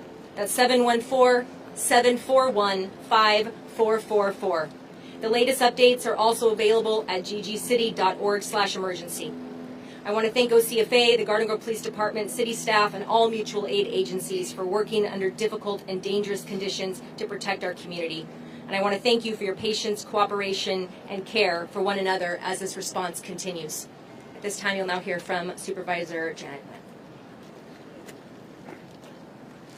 Thank you, Mayor. First and foremost, my thoughts are with every resident's, family, and students impacted by this incident. I grew up in this community, so this is personal to me. I want you to know that I, the county, and AQMD are committed to making sure you are safe, informed, and supported through every step of this situation. As your county supervisor and as a governing board member of the South Coast Air Quality Management District, I want residents to know that agencies at every level are actively coordinating to protect your safety and health. Emergency responders remain on scene, working to safely contain the incident, and evacuation orders remain in place. We urge all residents to continue following all instruction and emergency personnel.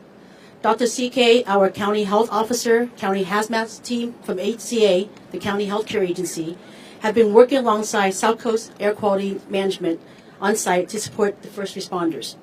AQMD has deployed equipment to measure air quality and wind in real time. This will help emergency responders assess conditions and make informed decisions. Right now, the current monitoring shows that the air quality is within typical levels. We will continue monitoring for any changes. We are grateful to the agency and organization working hard to keep residents informed as the situation develops. Clear, timely, and accurate information is critical during emergency, and we appreciate the continued efforts to provide updates to the community. I want to thank the Orange County Fire Authority, City of Garden Grove, the Garden Grove Police Department, County Healthcare Agency, the Sheriff Department, AQMD, the U.S. EPA, the Governor, Cal EOS, and all the responding agencies for their prompt response and coordinating efforts during this incident. We will continue doing everything we can to support and take care of our residents. Updates will continue to be shared as information becomes available. Thank you.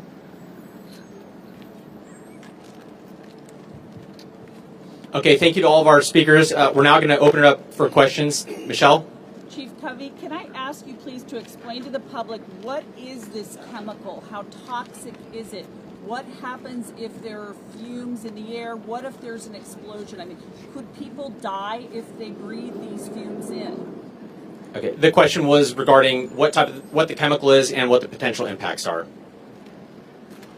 Thank you, Michelle. I figured that question would come up. And remember what I said, I have a whole bunch of really smart people behind me. I'm going to introduce Division Chief Nick Freeman here. He's our Hazmat Program Manager, and has got multiple years in Hazmat emergency response, and he's got a lot of that information for you. Thank you.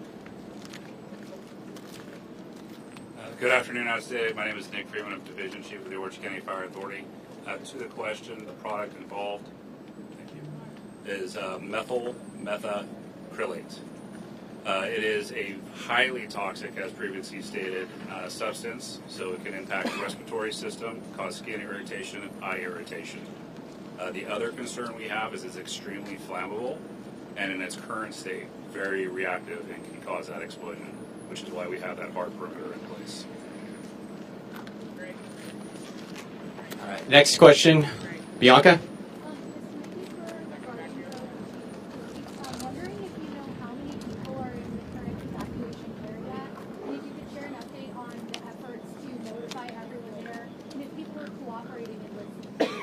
So the question was, how many people are impacted and have had to evacuate, and how have the notifications been going out, and are they cooperating? Chief Alfaro. Thank you for that question. So right now we believe an estimate of about 40,000 people impacted in the evacuation area. As far as the cooperation levels, we are tracking that. We are experiencing about a 15% 1.5 refusal rate. As far as how we are getting the messaging out, we've done a 911 reverse call to everyone in that evacuation area. Social media post. We're constantly updating it and getting that messaging out.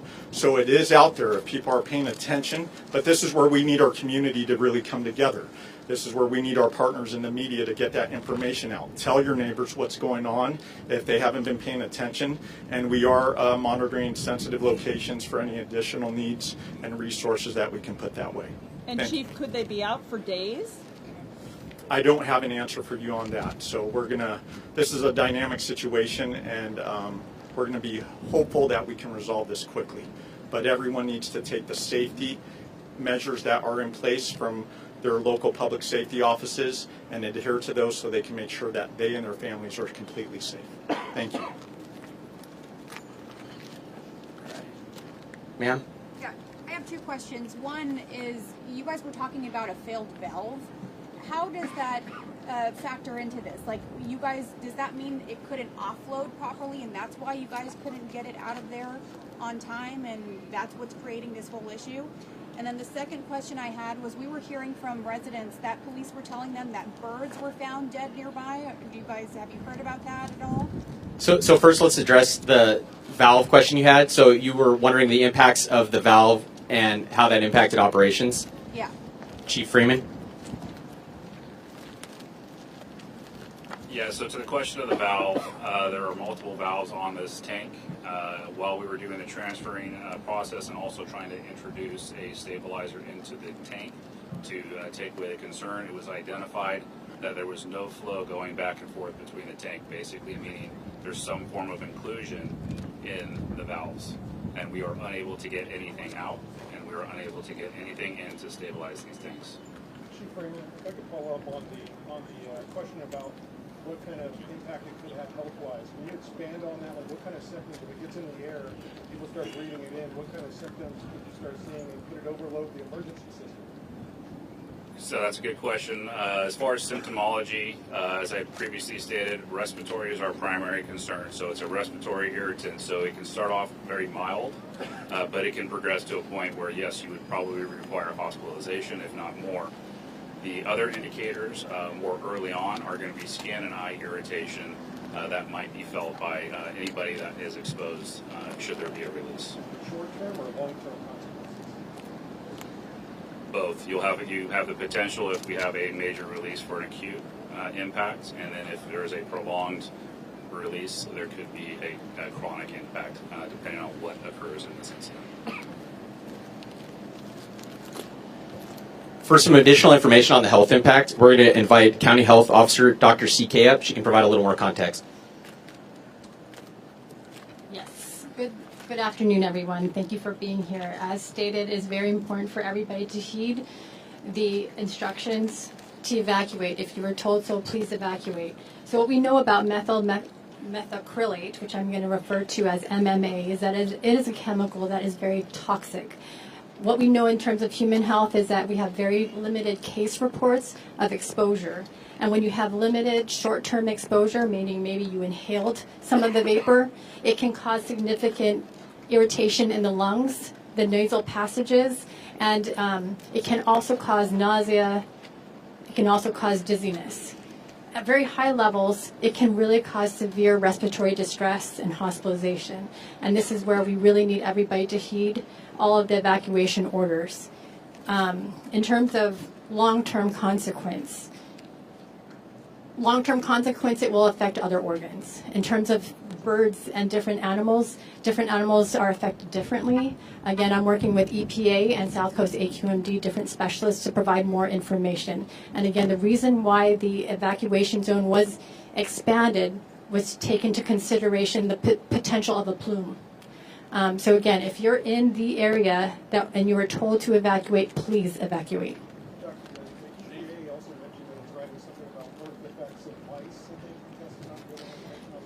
So those are animal studies in terms of the human effect.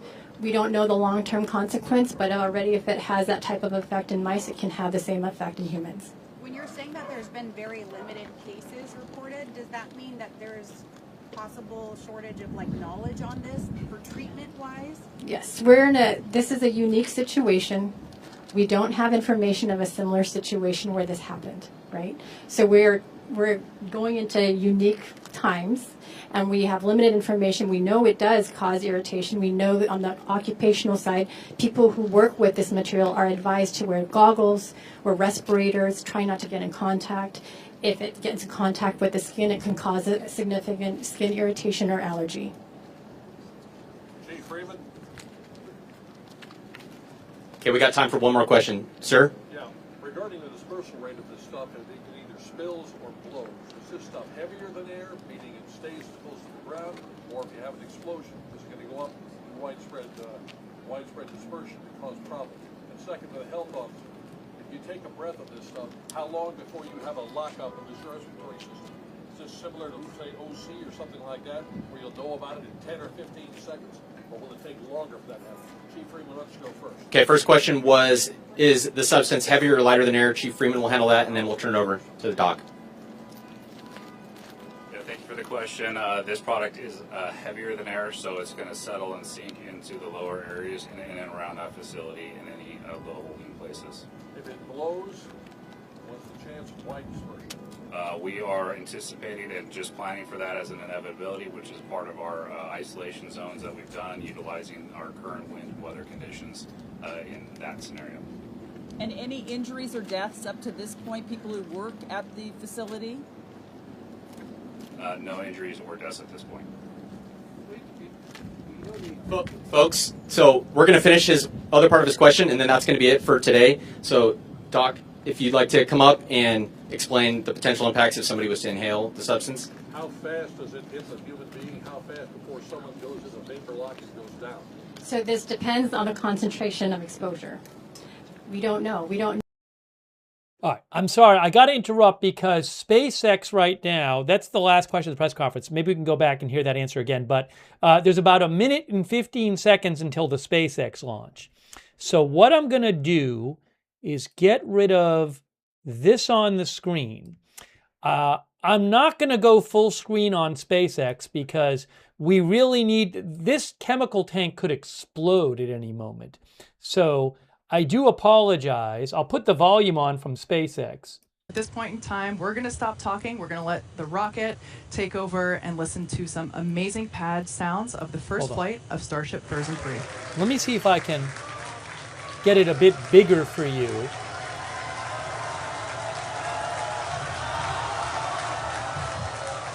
All right, we are holding. We were just waiting for the fuel pushbacks to complete into the prop farm.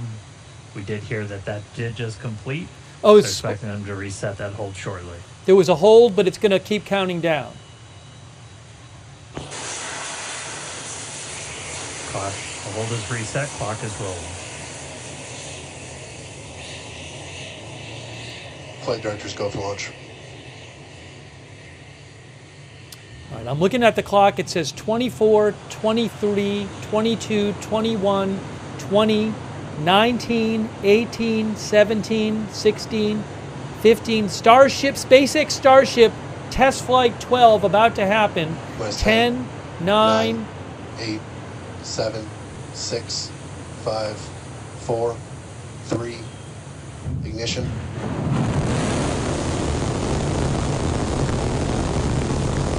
We got liftoff. There's SpaceX Starship lifting off on test flight 12.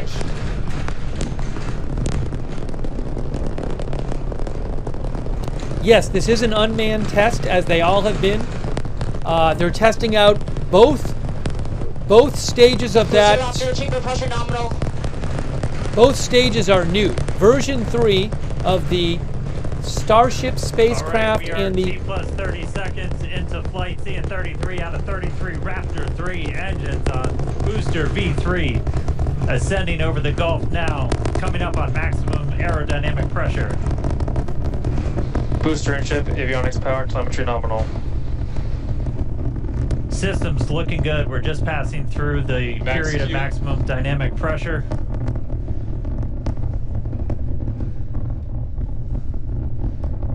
A little over a minute into flight now.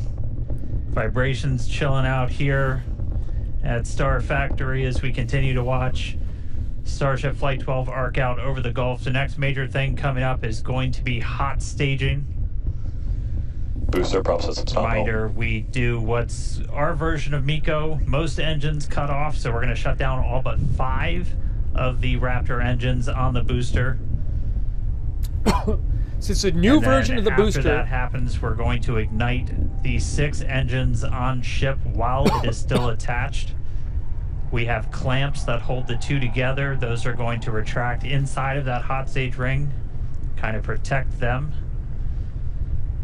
So we had 1 of the engines go out, still flying on 32 of the Raptor engines. But again, once we get the hot staging, those 6 engines on the ship are going to ignite.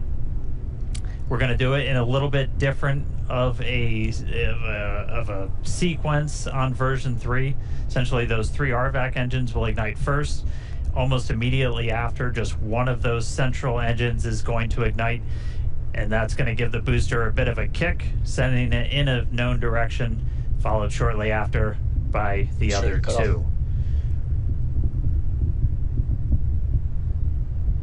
We're through MECO. Stage separation. Stage separation. Booster is off. There you go. Successful hot staging separation. We are not seeing as many booster engines ignite as we expected for boost back, but we are seeing 6 good engines lit on ship. Booster engine like we just difficulties. Had an early boost back shutdown. Again, a reminder: the booster was planned to essentially head into the Gulf for a splashdown, but it has shut its engines down early on into boost back. So the problem with the booster, it was supposed to land itself on water, but in a controlled way. RVAC, so we're now running on 5 engines on ship. The booster engines had issues after separation. We do have engine out capability, so it's going to continue into its ascent. You got booster on the left there, ship on the right. Ship avionics power Again, we are not nominal. planning on bringing the booster back for this flight, as this was the very first time.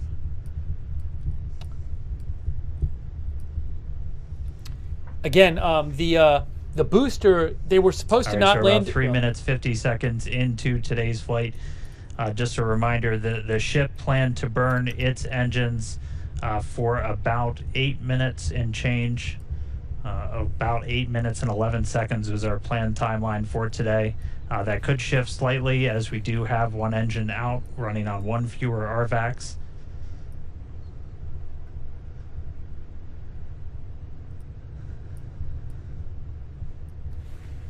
Again, continuing to watch. So booster did not complete its boost back burn. We did not see all of the engines ignite that we expected. Are continuing to get some views from it, though. That's going to make a splashdown somewhere in the Gulf. Reminder: we clear air, sea space, everything for these launches.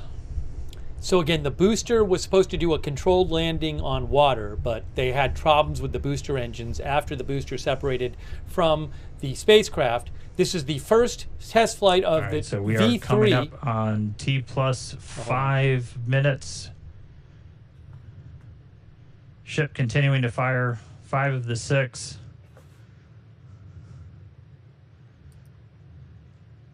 Standing by for callouts, making sure ship's on its planned trajectory. Again, we are planning a suborbital trajectory for the ship today.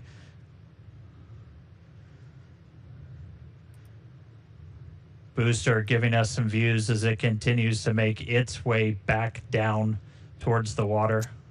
Let me move this over here. All right, so a little over 5.5 minutes in flight. Kate, Jake, you guys with me? It looks like booster's starting to come in hot. Yeah, we had the opportunity to stand outside to watch launch, and wow, that was incredible. Yeah, that was really loud, really shaky, and I was actually surprised how fast the booster got off the pad, or the whole stack. That was quite incredible. Absolutely. So we have views here from the booster coming back down, making its way into the Gulf. Pretty cool to see. We have healthy chamber pressures on 5 out of 6 Shape Raptor engines. Great news there Landing for startup. Starship.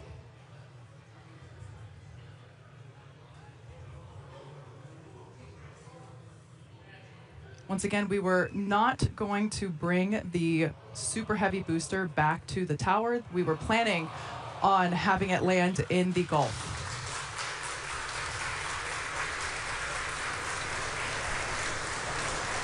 And it looks like the booster ended its mission there in the Gulf, but we've got a ship still flying. Great to see that. Still have 5 out of 6 engines there on S39. Yes, we also heard good chamber pressures as well on those engines that are lit. We do have engine out capability. We do see that we have one of the RVAC, one of the Raptor vacuum engines that is currently out, but that's okay. Ship is continuing on. Amazing views of planet Earth there in the background. So again, yeah, I love the S39 decal there. That just gives the ship a little bit of character. And again, all these great views brought to you by Starlink, of course.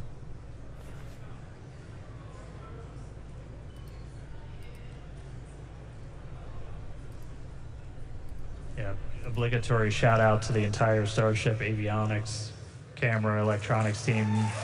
Did a whole lot of work to get these upgraded cameras. A look inside of the ship skirt, you can see those 3 center engines ignited. The RVAC's continuing to fire as well. We did see at least a couple engines fire up on booster for that landing burn before we lost contact with it. We should have just a little over 20 seconds to go. We'll see if the burn extends a little bit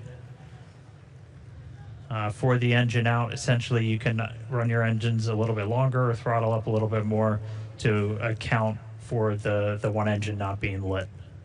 So right now we are standing by for SECO.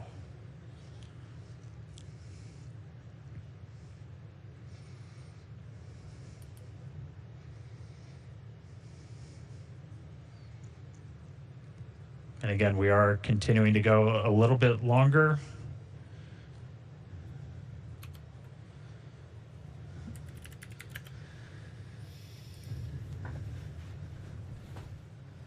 Five engines still burning on ship.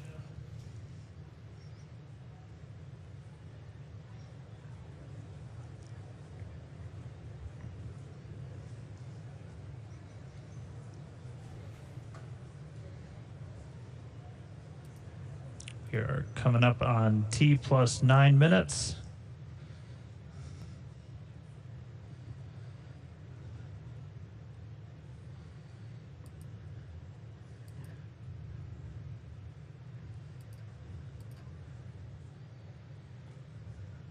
And starting to see shutdown. RVACs have shut down. Sea levels have shut down.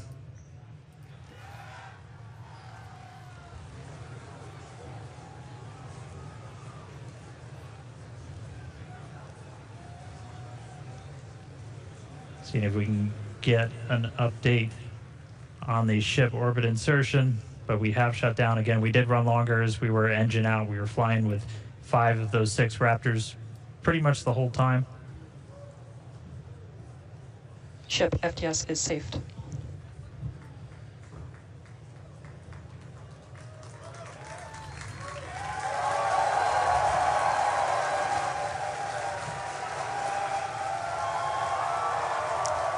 All right, well, we definitely got a ship in space right now.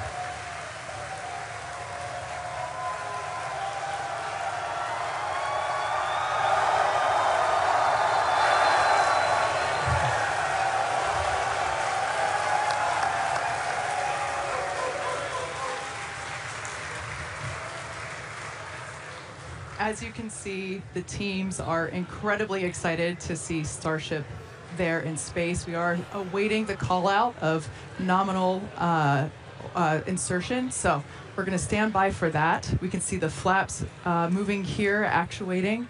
But wow, the cheers here in the lobby are certainly almost as loud as liftoff was. Yeah.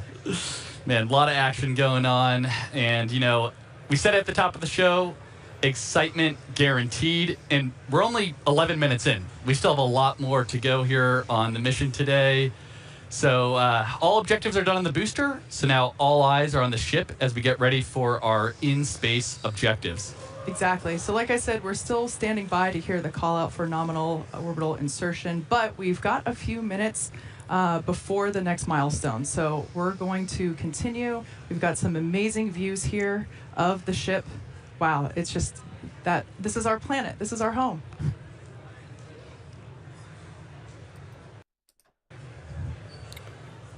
All right, so just to update everybody, we have two things As going a reminder, on. the objectives for ship today Hang on. not only included the separation that we saw, but we're also planning to deploy 20 Starlink simulator satellites, as well as 2 Dodger Dog satellites. That's what our internal teams refer to as our newer satellites. We saw a preview of those earlier. We should see those deployments here in a little bit. We're also hoping to perform a relight of a Raptor engine as well. Yep, that's exactly right. And the relight will look a little bit different this time. We're hoping to get a little bit of a longer duration. Of course, we got to see once we get there.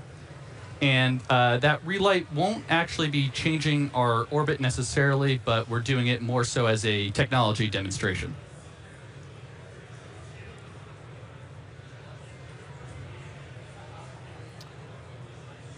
So we're covering, there's a risk of this chemical tank exploding in Garden Grove, California. 40,000 people are under evacuation. For those of you that maybe right just now. recently tuned in, you missed a pretty exciting almost 13 minutes. We had a liftoff pretty much on time, almost right exactly at 5:30 p.m. We did have a brief hold at the T-minus 40-second period, but we were able to proceed through that, and we saw a gorgeous liftoff. Jake and I were able to stand outside and witness that with all of our colleagues, and what a moment. I'll tell you what, it is a heck of a lot louder out here than it was at Ad Astra. Absolutely. And a couple of things I noticed on the way uphill today on the ship. So obviously it looks like we lost one of the RVACs on the way, but that is a good way to demonstrate our potential engine out capability there. So exactly. I think we actually saw the 3 gimbaling engines kind of gimbal over a little bit to compensate for that offset in thrust. So that was really cool. That's something I know the team's been, we've analyzed that since Flight 1 all the way back. So it's something that we've thought about quite a bit, and it was kind of cool to see it in action in real life today. Yeah, absolutely. If you couldn't tell, Jake is on the Raptor team. Yeah. But one non-Raptor thing I noticed also back on the when we had the shot of the aft flaps, it's a little weird. We have tiles on the leeward side, so not on the side where we're going to see heating. And you might be asking, why are we putting tiles there? I had the same question actually. So I talked to some of our heat shield engineers the other day, and we're actually running. Yeah, here's the shot right here. Great. So the fact that we're seeing all these tiles still on the flap right now is really good, because that actually was one of our experiments where we wanted to test different connection methods on the way uphill on ship, so actually ascent. So it looks like most, if not all, the tiles are still hanging on there, so that's actually a really good data point. Looks pretty good to me. Now, once again, this view is from the side of Starship, which is basically the second stage of the Starship vehicle as a whole. This is one of the flaps on the vehicle that helps to control its position and attitude as it is orbiting, and also helps to control during re-entry as well. That's a critical phase. I mentioned earlier that we're hoping to deploy those Starlink satellite simulators, as well as perform an in-space relight of a Raptor engine. If all of that goes well, we will be targeting a soft splashdown in the Indian Ocean. We heard from Suren on the recovery team a little bit earlier. They are standing by waiting to receive the ship that we see here. All right, let's send it upstairs. Dan, how's it looking? Hey guys, we are looking good. It does look like we are within bounds of what we analyzed if we were down one of our RVAC engines. So I wouldn't call it nominal orbital insertion, but we're on a trajectory that we had analyzed, and it's within bounds. So team's continuing to work through it with that engine out. They're working through some steps on the engines. We probably will end up skipping the Raptor relight for today, but it sounds like we should still be on for payload deploy, at least at this time. So very dynamic moments right here with the ship, but we do have it in space. It is on a trajectory now, headed towards the other side of the planet, and then a splashdown in the Indian Ocean. It's going to start to get darker. We're heading into an orbital sunset. So we're gonna have darkness for a little bit, and then it'll brighten up once we're on the other side of the planet, and hopefully looking at some good daylight when we re-enter into the Indian Ocean. All right, I'm going to cut in here. So we've been watching this SpaceX Starship test flight, and it's the 12th test flight of the SpaceX Starship. It is the first test flight for the version 3 of both stages of the Starship, the Super Heavy booster and the Starship spacecraft. They were successful in getting the spacecraft up and into space, but there was a issue with the booster. The booster was not supposed to come back and be caught in the chopstick arms today, but it was supposed to have a controlled landing on water, I believe, and there was an issue with the booster engines after it separated from the Starship.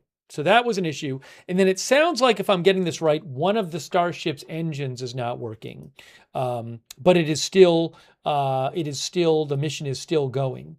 So couple issues, but again, the Starship is still doing what it was planning to do, and it's going to release a bunch of dummy Starlink satellites, and I think 2 working satellites that are going to I think the 2 it's releasing that are working are supposed to be to take pictures, if I remember that right. Let me just see if I can update you on that. Starship 12 test flight. It is going to be releasing 2 specially modified Starlink satellites that will test hardware planned for Starlink V3 and will attempt to scan Starship's heat shield and transmit imagery down to operators to test methods of analyzing Starship's heat shield readiness for return to launch site on future missions. Anyways, so Starship is still up there and going through a bunch of the things that it was going to do on this test flight, so we'll keep an eye on that. But that aside, we'll keep an eye on that. But at the same time, we are also looking live at this chemical tank in Garden Grove, California, where 40,000 people are under evacuation because there's a risk of this chemical tank exploding. And it contains, in the press conference, they said methyl methacrylate. And they say it could be a powerful explosion, and it is a highly toxic, highly flammable chemical. And they cannot get, there's an issue with the tank where they can't actually take anything out of the tank or put anything into the tank. What's happening now? Oh, okay. I'll keep an eye on the on SpaceX there. So they cannot get anything into the tank to stabilize it, and they cannot, I guess, remove the chemical from the tank. So they said there are 2 options that were going to happen unless they can figure something else out. And the 2 options were, if I can go over this again. Hang on. One was explode, and the other one was that I think the chemical would go on, leak onto the ground, but they have a bunch of, I guess they've set up containment measures. Yeah, one is that the tank fails and spills a total of about 6,000 to 7,000 gallons of very bad chemicals into the parking lot and in the area. But they have said they've set up some containment measures for that. From my understanding from the press conference, the worst of the two options is that the tank blows up and there's a big explosion, and there could be a plume from that.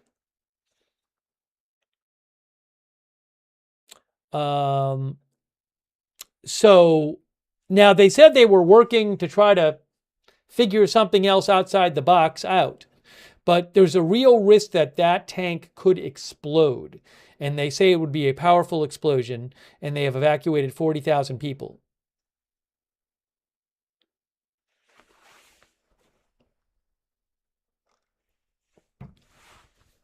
So, by the way, a quick thanks for your support. Firejack, Zeppelin 104, Zeppelin 904, Nashinas, Kate Rose, Loki 1988, The One and Only, Eliza Jane, Red Squirrel, Hotfix 92, Twitter Pated, Bernard Gonzalez, PH Survivor 92, Tim Glenn, Joshua Doss, I Am Charlie, Jeff TE88, Will Smith, Fletch 7111, and Samuel DeMarco. Thank you.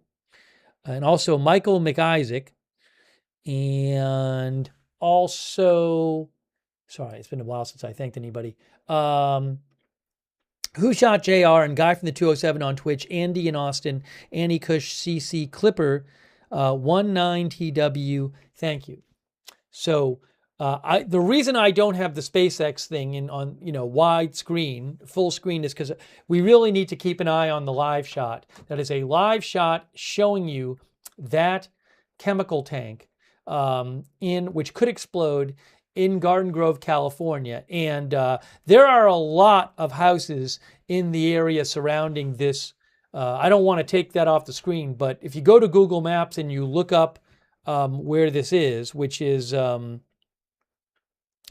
GKN Aerospace Transparency. I know it looks like an industrial area, but basically right across the street from it are lots of houses. It's an industrial area. It's in the middle. It's in an industrial area which is right in the middle of a major residential area. So from where that tank is, I can tell you that about 400 feet away from that tank is lots of houses.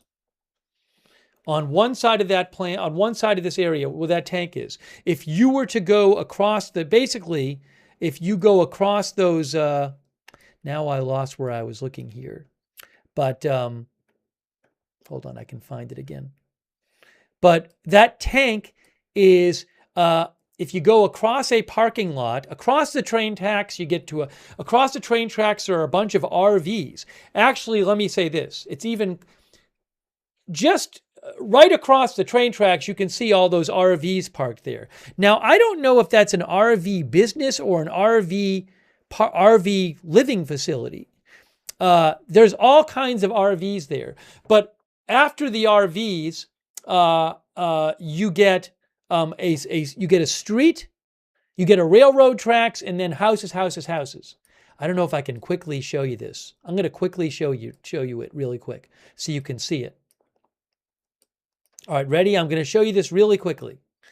Really quick, here is, just so you can see what we're dealing with here. Ready? Really quick. Okay, there's the tank on the left. There's the tank. There's all these RVs, and there's all these houses. Look at all the houses. So there's the tank. There's the tank, and then you get this huge residential area.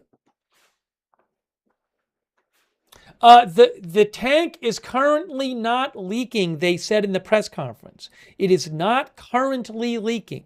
That was said in the most recent press conference.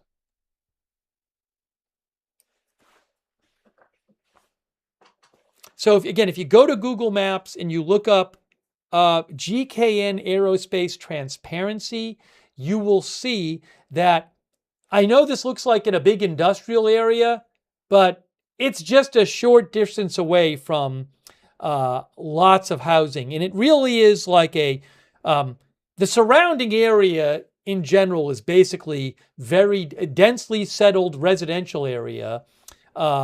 This is kind of an industrial part of the city, several blocks, which is surrounded by densely settled residential area. Okay, what's happening here? Roger Dogs as modified Starlink satellites.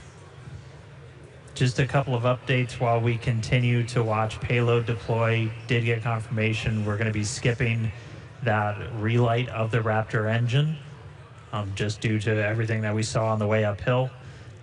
Those sea level engines, we're going to use them for a landing burn, though. They are still capable to be used for that. So we'll still look to do a controlled landing in the Gulf, but no in-space relight.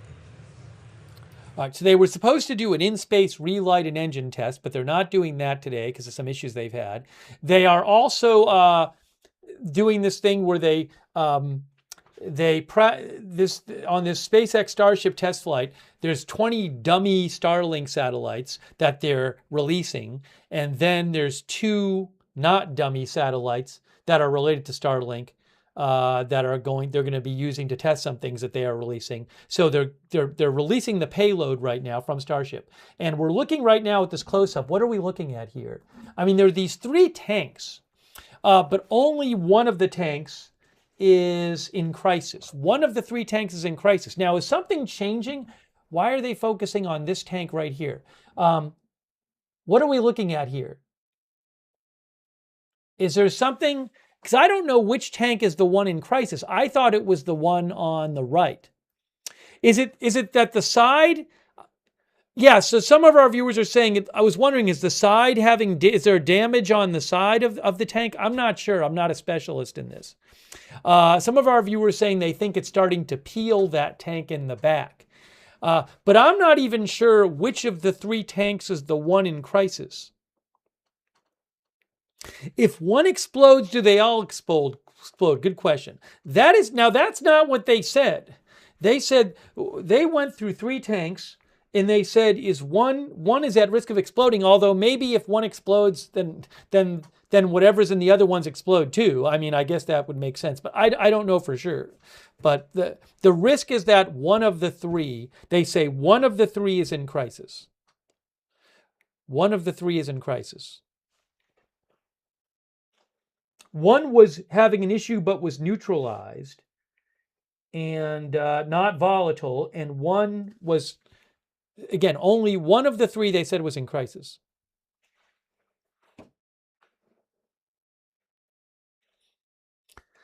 Maybe they'll post another update soon from Orange County Fire Authority.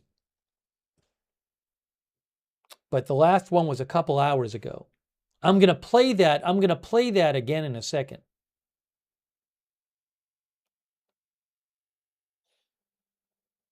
Maybe I should play you guys what was said in the press conference so you can hear it. It's not that long of a press conference. I kind of want to play you the audio from the press conference again. But those are the 3 tanks at... what's going on here? What's he talking about here?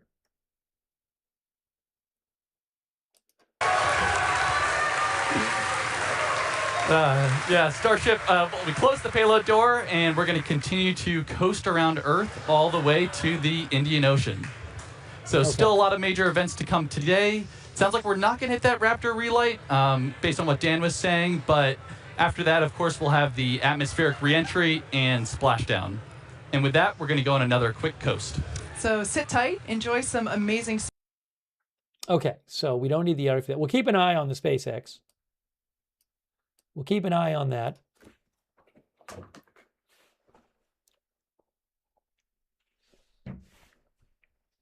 Okay. I really appreciate all of our moderators who are here. I really appreciate all of our moderators. We have Haley Girl, Debbie, BJG, and also all of our other YouTube moderators. Thanks also to JAD 2S1E from Australia. Thank you. And Craftsman Ethos, thank you, who believes it's an RV storage yard over there, who says, my mom's office was evacuated. I grew up in that area west of Garden Grove. Thank you, Craftsman Ethos. Also, I want to shout out to some of our other moderators. We have moderating Big Ball of Yarn, Idaho Star, LB Prairie Dawn, Matthew Kohai 3, and McBritches. Linda Belk, Larry, and Misha moderate for us on X. And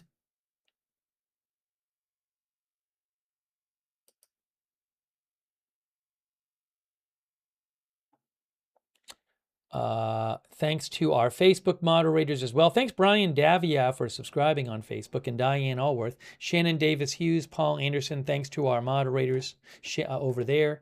Okay, so what I might do is, just in the interest of getting people caught up, I think what I'm going to do is, hold on, now what's happening? What am I hearing? Oh, I see. Wait, what is that? Where is that sound coming from? Hang on.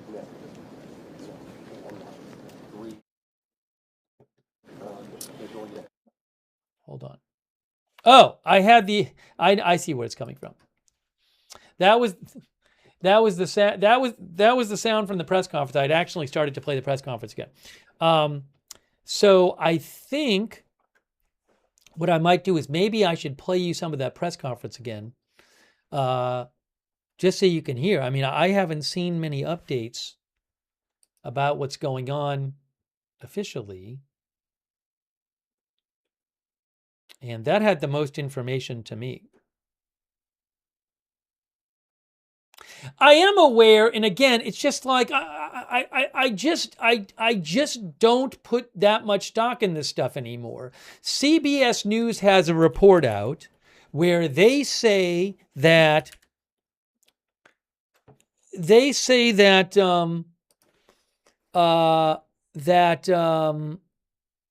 the Trump administration is preparing for a fresh round of military strikes against Iran, but no final decision has been reached. I mean, how many times have we done this over the last 6-7 weeks? Now, so there could be strikes this weekend, there could be, but I mean, again, a report like that doesn't mean much to me because we've had so many of those reports where nothing ever happened.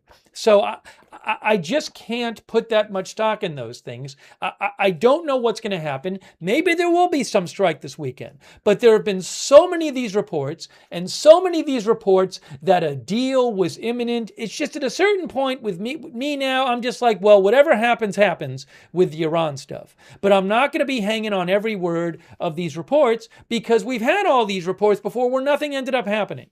So again, something could happen. It's a long weekend. President Trump said he changed his plans changed his plans today to stay in Washington rather than go to Bedminster, New Jersey. So something could happen, maybe. But, you know, it's like we've been down this road. So at a certain point, I'm not going to get all crazy about these reports. We'll have to see what actually happens.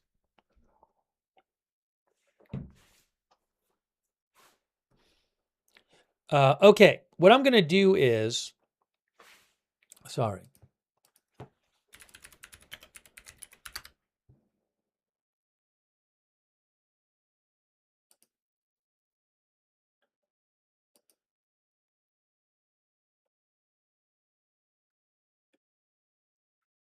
I think the most helpful thing for you guys would be to hear the audio of that press conference again. I think that's the most helpful thing I could do. So if you give me a moment, I think I'm going to play that. Oh, so look at the area. There's a surrounding area. Well, it's kind of hard to see, but there's lots of housing in that area. You couldn't really see it that much on that wide shot, but.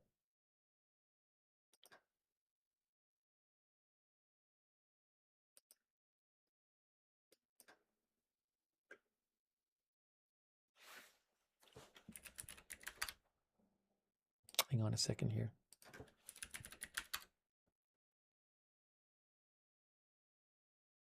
Oh, and then a couple of viewers mentioned to me that there was a, let's look at this. Hold on. So some people are saying that, oh, look. Why can we not hear the audio? Of that tank peeling off by the minute. Reporting live from Air 7, I'm Chris Christie, ABC 7 Eyewitness News.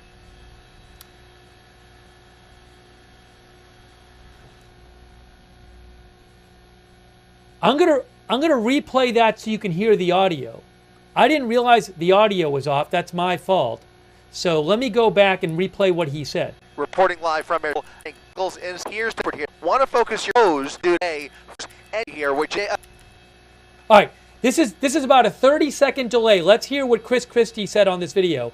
I have the video. I rewinded it about 30 seconds. Okay, so this is about 1 minute 30 seconds old, the video, and then I'll catch up to the live. Dave, one of the most unnerving things about this story is what you don't see here, which is any emergency personnel, any hazmat members or firefighters anywhere near that boiling tank. They are staying well away from that tank for their own safety, because at this point there is not much more they can do to mitigate a disaster other than equip that unmanned hose to try and help those sprinkler systems cool those tanks down.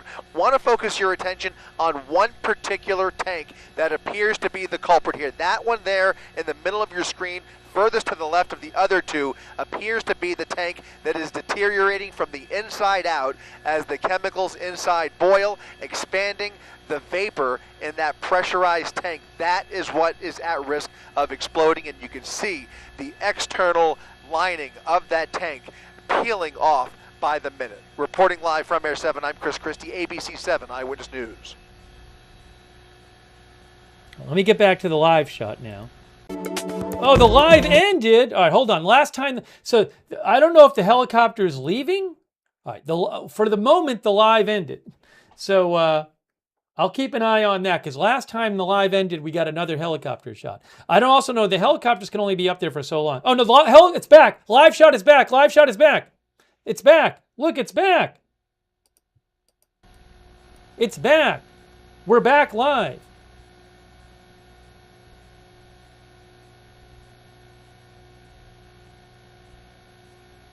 That is live.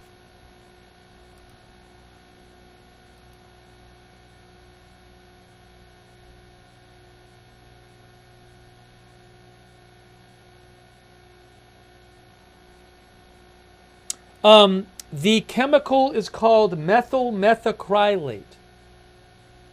Methyl methacrylate, which is highly toxic.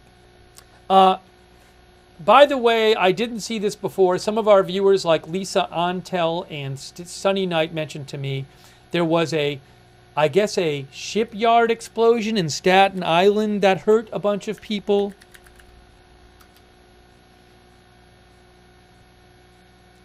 Around 16 were injured in a shipyard explosion at Staten Island. Olya Scootercaster, who I follow, said around 3 p.m. FDNY went to a 3075 Richmond Terrace for a raging fire at the shipyard in Staten Island. With reports of people trapped, it quickly escalated into a 3-alarm blaze and massive explosion, injuring at least 16 people. 3 FDNY firefighters with blast injuries were rushed to a hospital.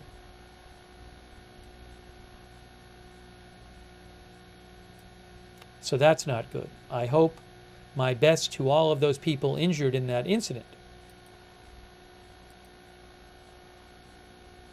Associated Press said a fire and explosion at a shipyard in New York City, Staten Island, had injured at least 16 people, including 3 with serious injuries.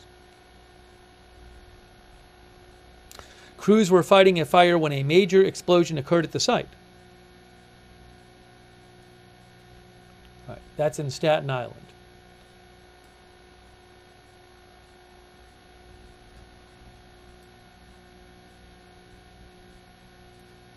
So according to the Chris Christie, the ABC helicopter reporter, he said the tank, this one is showing signs of significant deterioration.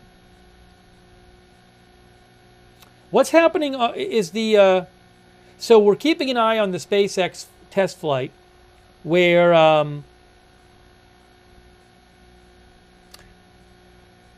that Starship spacecraft is going to be making a landing, so we'll keep an eye on that.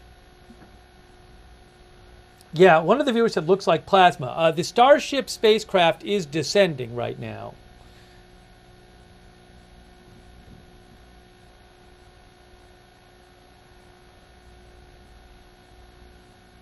Burn. So all that coming up in a few minutes. The light show should start beginning real soon. So we'll keep an eye on the SpaceX descent and re-entry. And keep you updated. Again, this is a Garden Grove. We're talking about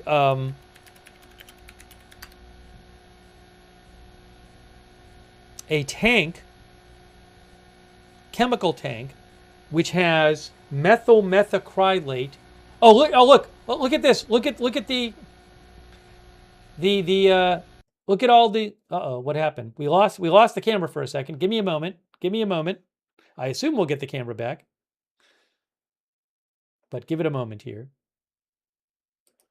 Hang on. Hang on a moment.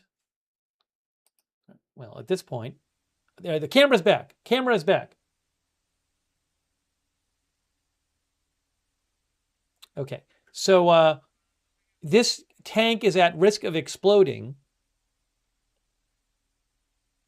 and 40,000 people are under evacuation.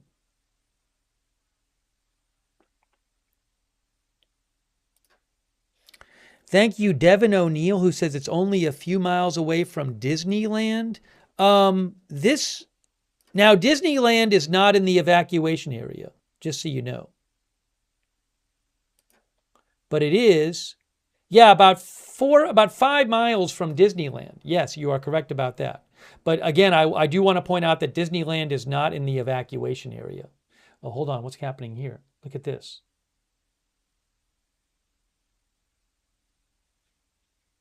If that changes, I'll let you know.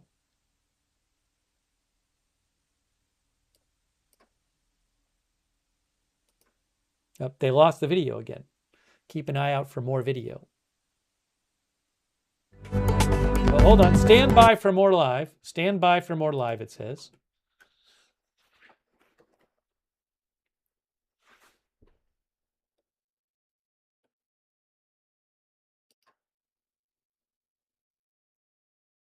Yeah, the chemical is methyl methacrylate.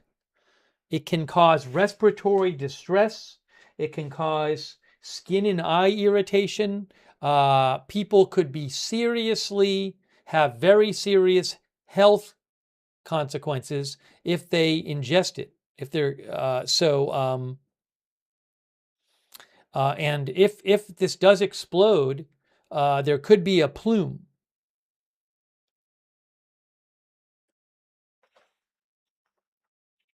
Oh, there it is. We're back with the video. Look at this.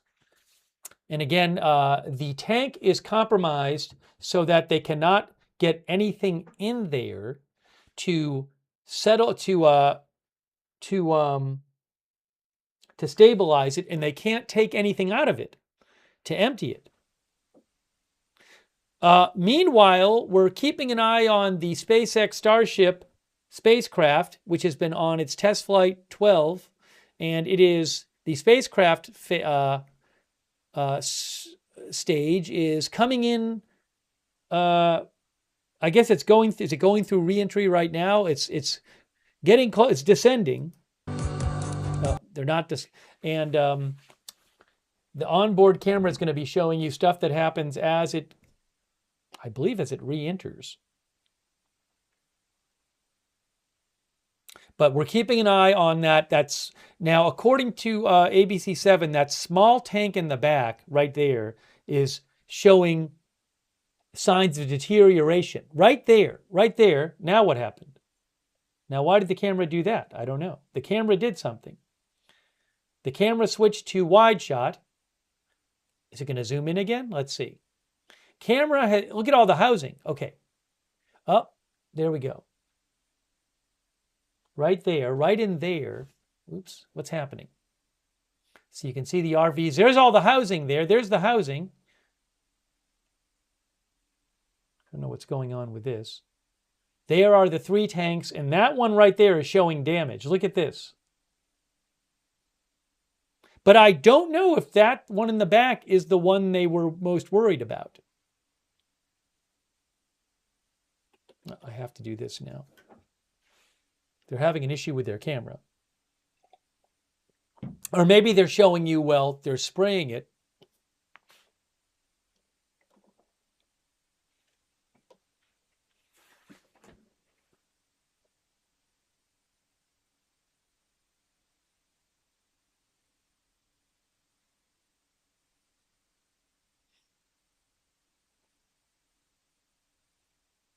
So again, there's a major concern that the tank could explode, and they think it would be a violent explosion, and could send a plume of this toxic chemical methyl methacrylate over the area.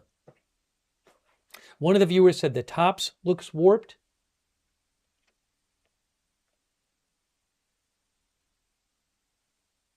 And as Chris Christie pointed out too, you don't see people out there. You don't see hazmat crews. They don't have people out there actively dealing with this thing on the ground because I assume it's too dangerous. They just have this, I don't know if they're spraying water on it, but it's just like an unmanned sprayer.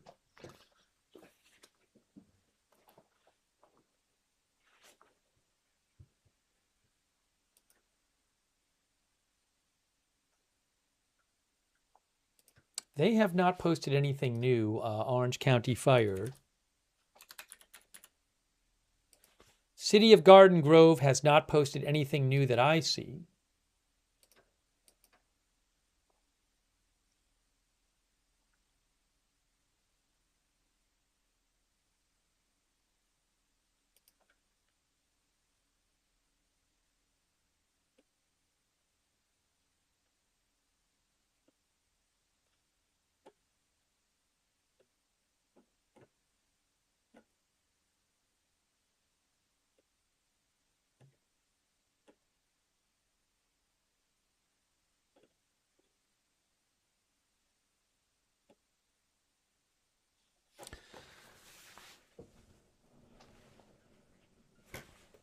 Am I hearing something? Alex Zawatsky says it's 15 miles from his house. Stay safe, Alex.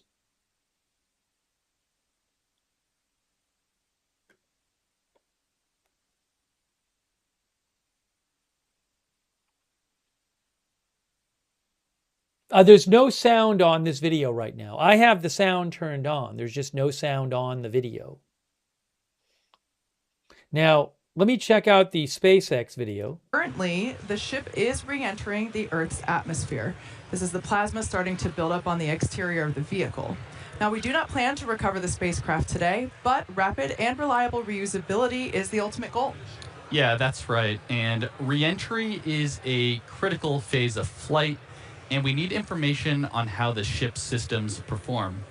Re-entry is an extremely demanding portion of flight where we essentially have to scrub all of the energy we use to launch the rocket back off in reverse. So the 18 million pounds of thrust that we had off 33 of those Raptor engines. Just a little. Just a little. We're now, and then another, several minute burn on the ship. We're now basically undoing all that energy here via aerodynamic braking, essentially. And of course, Starlink is a big part of it, as that's what allows us to actually gather this data and show these live views.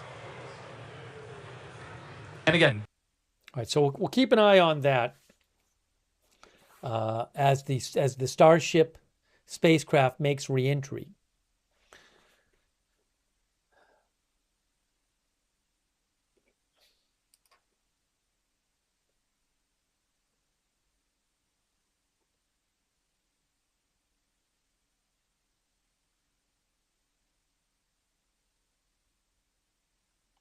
By the way, the Wall Street Journal is reporting that President Trump met with his national security team this morning about Iran. He did not make a decision. They say he left agreeing that the diplomatic process needed more time to play out. Sources said he didn't rule out a military attack if the talks break down. Who knows what's going to happen with that? We just don't know.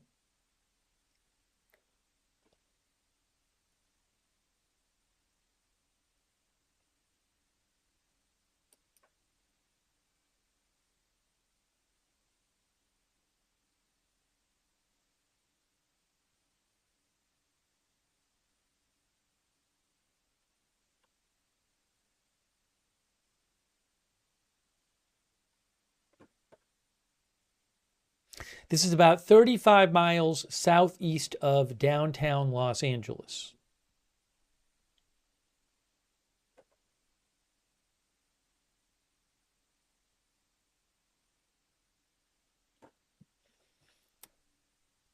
I think I want to maybe play that audio again from the press conference. Maybe I should do that. Maybe I should do that.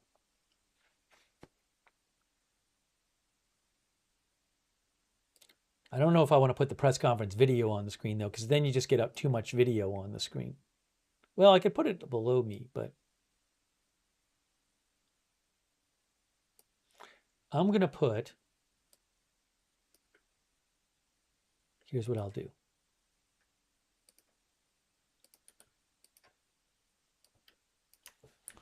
Audio replay of Garden Grove press conference. How's that?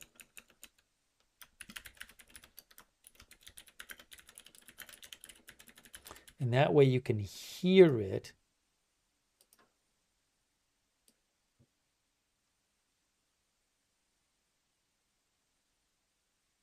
Put that up here, maybe.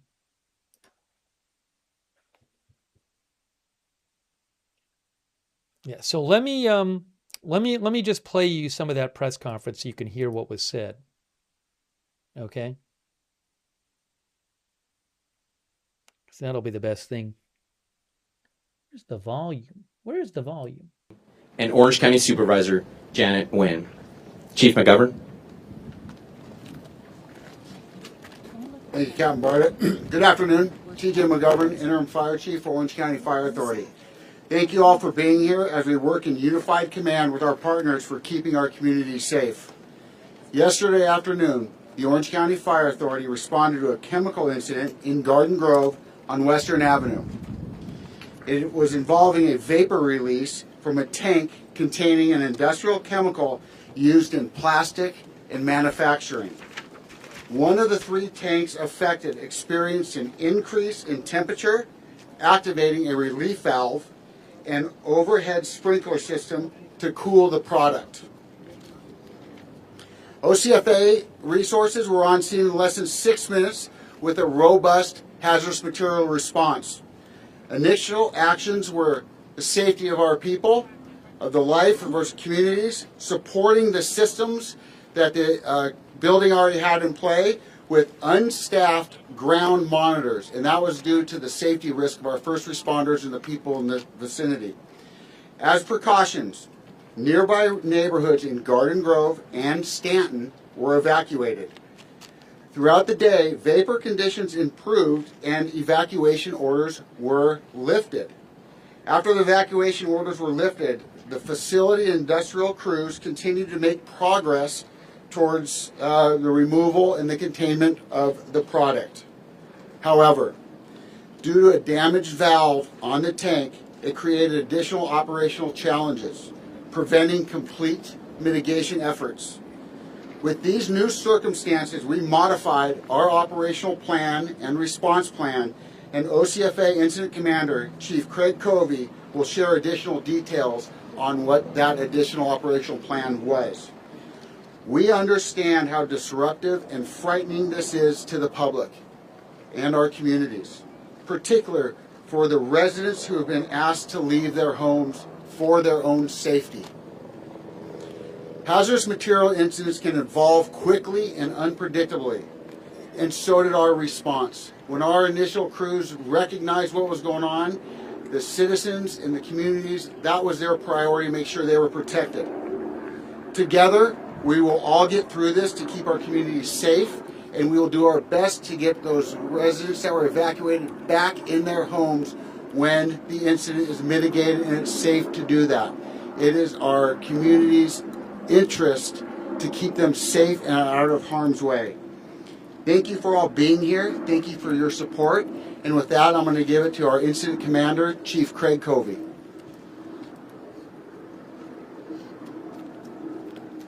Thank you, Chief McGovern. As you said, my name is Craig Covey. I'm the incident commander and a division chief with Orange County Fire. I'm also the incident commander of Orange County Fire's Incident Management Team 1. On behalf of the Unified Incident Command Team, which includes members from Anaheim Fire Department, Garden Grove Police Department, Cypress Police Department, Anaheim Police Department. I'm pausing that for a second so you can see we're getting a close-up there of those tanks, those 3 silver tanks there. And one of them, as you'll hear in the audio, is at risk of exploding. Maybe that one. Looks like some deterioration of the tank on the side there. Oh, and remember they said that sprinklers were triggered. Yesterday there was a vapor release. And that triggered what was it they said yesterday? What did they say? It was there was a vapor release. And they said sprinklers were activated and a vapor release and a temperature rise at the tanks. Although, did they say that it was a temperature rise which caused the vapor release? Anyways, there was a vapor release and a temperature rise, and that triggered sprinklers.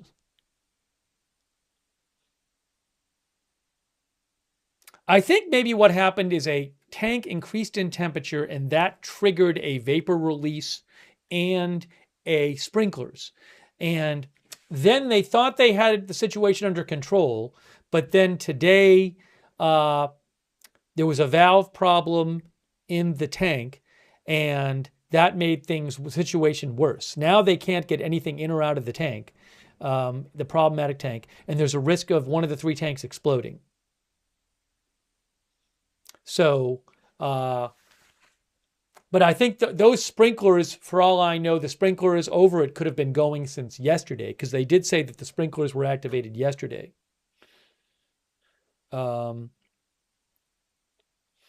But as you'll hear when I play it, there's a significant risk of one of the 3 tanks exploding. We're keeping an eye on the SpaceX Starship test flight, which is the SpaceX Starship spacecraft is going through re-entry right now.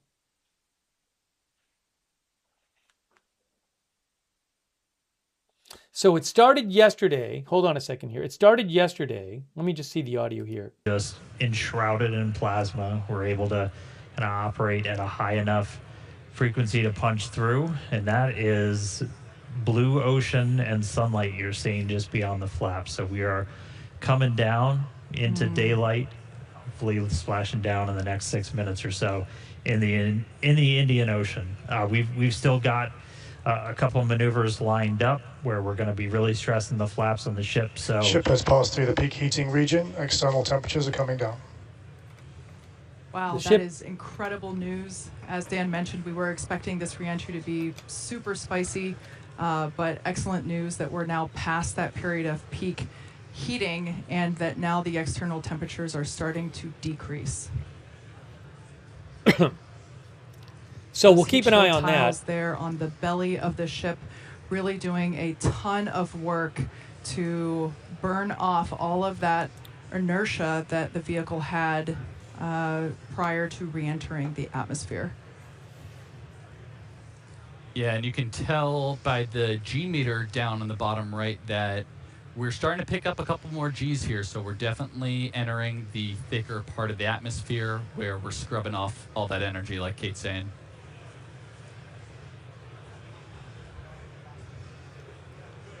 All right, just about 5 minutes or so to go. We're coming up shortly on the maneuver where we're going to, it's affectionately called the flap slap, where we're going to kind of pitch the nose up on the ship, and you're going to see those aft flaps, the ones in the very bottom, fully deploy.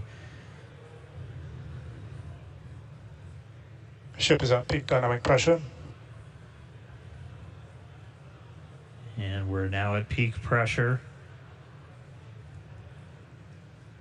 Ship flap load test has started.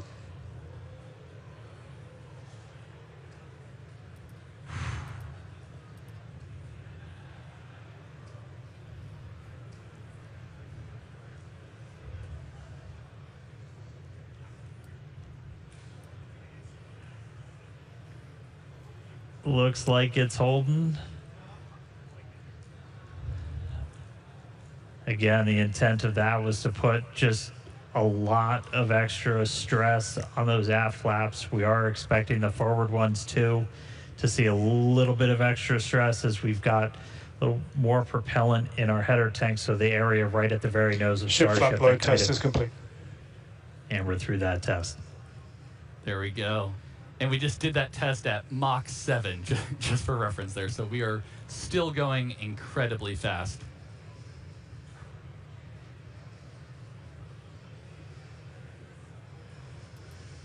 All right, we are just about 3.5 minutes or so away from our targeted landing burn. Again, we're expecting to try and see 2 of these Raptor engines light for the landing burn. Normally we plan for 3, but we're going to give it a try with 2.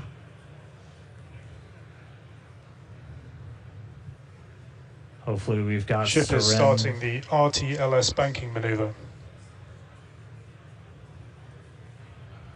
And that right there, so we're starting a banking maneuver, and essentially what that is when we come back to Starbase, or when we plan to come back to Starbase, the trajectory is designed so we'll essentially swing out over the Gulf and do a swoop maneuver to then come back to the towers for catch. And so we are doing that exact same maneuver as we head towards our targeted splashdown in the Indian Ocean. Yeah, and that call out there that we heard, RTLS, stands for Return to Launch Site. So definitely a pretty cool thing we're demoing here on the ship. You know, as in the future, we are going to be trying to bring the ship back to the launch site, which is going to be absolutely insane. Absolutely. But of course, we want to test out these maneuvers, these principles, prior to actually bringing the hardware back to the pad. This is the same reason why we were intentionally not trying to bring the booster back to the pad. So we're trying all these things out in this developmental phase of the vehicle, and really proving what a test flight is. Absolutely. Dynamic pressure is coming down. All right, we heard there dynamic pressure coming down, and I'd say we're in a pretty good bank right now. Yeah, executing the power slide. We're about 90 seconds away from our anticipated landing burn. Clouds coming up, pretty sunrise on the other side of the planet. Starship is subsonic and is on target.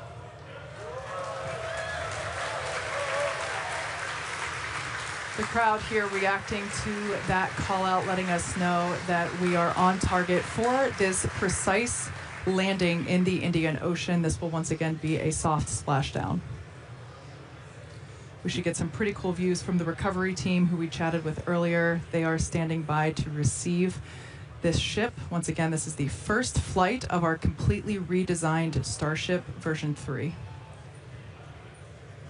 Yeah, and if you remember the suborbital flights from a few years ago, this is very much the same regime that we're in here. So we're sub 15 kilometers, executing what we call the belly flip maneuver. Yes, serial number 8, the first belly flop. I remember it well.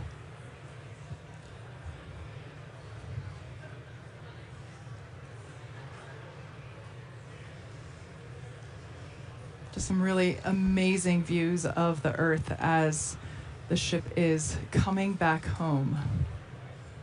Thanks, This is Starlink. this is an uncrewed test flight. Starship, all of its test flights have been uncrewed so far.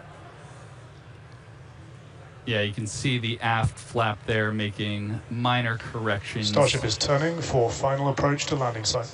Look at that turn. There we go. Minor corrections and a full turn. Yeah, Starship doesn't fly like an airplane. It's a lot more like a skydiver. Full belly flop on the way down, using those flaps similar to arms to help change the path of the air over you. Coming up real soon. Again, going for a landing burn, trying to light 2 of these Raptor sea level engines. Landing burn startup. Landing burn startup. 2 engines lit.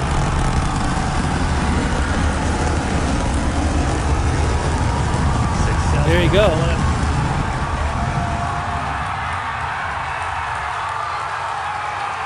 Buoy cam Starship is testament. landed.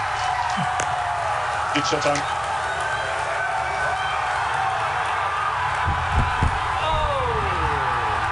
That's what it does. It wasn't landing on a flat surface, so it was landing on water and it tipped over. Amazing. But I think it was destined to explode eventually. That ball of fire is exactly what we wanted to see for the ship today. As Yeah. weird as it may sound to hear, but it is the truth. Absolutely That's- wild. We, you know, at the beginning of the show, We're pretty hyped. we guaranteed excitement at the beginning of the show, and I'd say Starship delivered. Absolutely. An incredible day for Starship. That was the first flight of that completely redesigned vehicle. As you can tell, the teams are incredibly proud of what we just saw. Yeah, V3 definitely showed up. That was amazing. Yeah. Yeah, we've pretty happy crowd in the control room behind me, I will say. It's probably the most excited I've seen a lot of people in a really long time. On target landing. Wow. Actually, let's jump over. Hey Tyler, how's everyone holding up in Hawthorne? We're having a great time, Dan. Thank you so much. That was another exciting Starship flight in the books, and we hope that you enjoyed those awesome Starlink views. So congratulations to the team at Starbase and everyone here and around the company. So many employees have contributed to the Starship program as we continue to iterate and make progress towards a multi-planetary future. So that wraps it up for us here in Hawthorne. Thank you guys for tuning in, and back to you, Dan. All right, thanks. So just to recap, we lifted off right at the top of our window, 5:30 p.m. Central Time. We were able to see the booster light 33 of those Raptor engines get off the pad and ascend over the Gulf. Successful hot stage separation. Initially lit 6 of those Raptor engines, lost one of the RVACs on the way uphill. And then the booster didn't complete its full boost back. Its mission ended a little bit early, but landed in the clear area that we had set in advance. Once we were on orbit with ship, we were able to get through our payload deployment, 22 satellites, the 20 simulators, the 2 Dodger dogs, which successfully turned on cameras. We'll see if we got any more views from those. So obviously stick around. Skipped the Raptor relight, but made it through re-entry on target landing in the Indian Ocean. You saw those views. Starship made it. It's been a long time coming. We're really excited to see this vehicle fly, and there are several more on the way. So that's going to do it for me up here. Send it back down to Kate and Jake and everybody who I hope is at least a little bit excited down in Star Factory. Oh yeah, it is absolutely insane down here. We would, of course, want to thank the fine people of Cameron County, including the residents here at Starbase, as well as the Coast Guard, the Federal Aviation Administration, the Government of Mexico, and of course, the Australian Space Agency. Yeah, so honestly, just huge congratulations to all our teammates here at SpaceX and everyone who's supported the Starship mission just in general here. It's been a massive effort, really incredible. Yeah, there's a lot of people that worked really hard to make things look easy, so shout out to those teams. Now be sure to follow SpaceX on X for updates and more exciting views that we didn't get to show you on today's live program. I have a feeling we'll see some pretty amazing stuff come from those demonstration satellites that we were able to show some initial footage of. Now, if you're interested in more launch coverage, head on over to our profile on X. We also have SpaceX.com/launches for you to check out for the most up-to-date information. So thanks to all of you for tuning in. We're going to close it out and celebrate with our colleagues. Thank you so much for tuning in, and have a great night. We'll see you next time. Okay, so now we got to see the end of the SpaceX flight. Normally I would replay that, but you can go to, I'm sure you can go to SpaceX social media and rewatch it full screen if you want. But let me, now we can focus on the situation in Garden Grove. So give me a second here. I'm just adjusting here as we are watching this situation. Hang on 1 second here.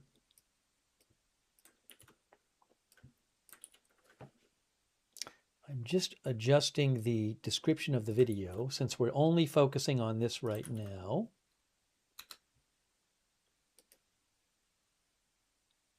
And I want to update the thumbnail.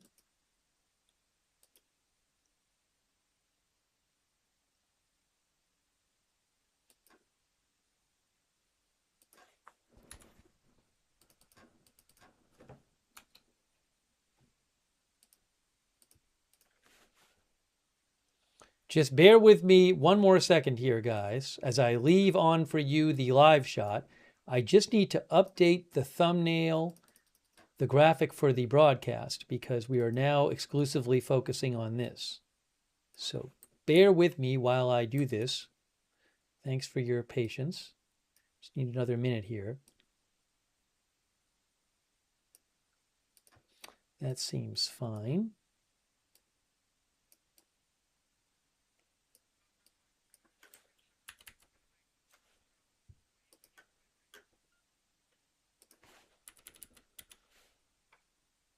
I'm not hearing anything.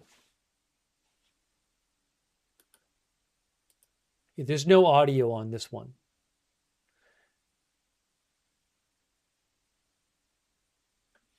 But hang on a moment here.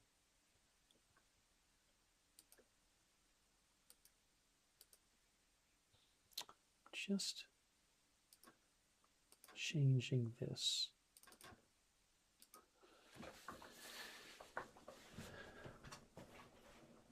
Okay, so we are looking at Garden Grove, California, where there's a risk of a major explosion of a chemical tank that has a highly toxic chemical in it, methyl methacrylate.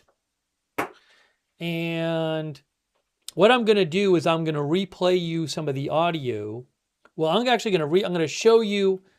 There have not been many updates about this, but I'm going to show you the last press conference,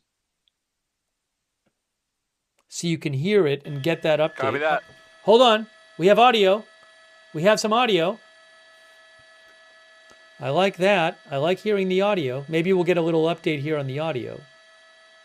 Copy that.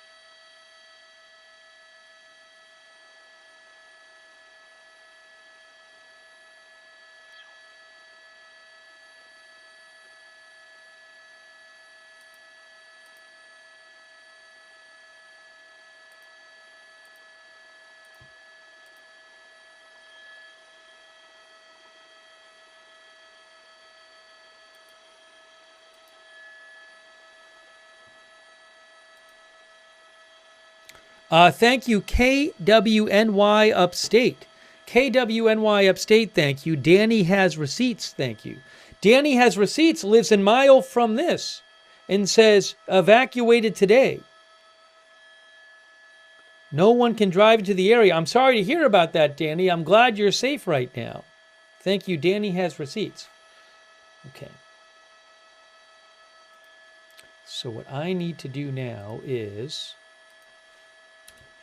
do this to get people caught up who aren't familiar with what's going on.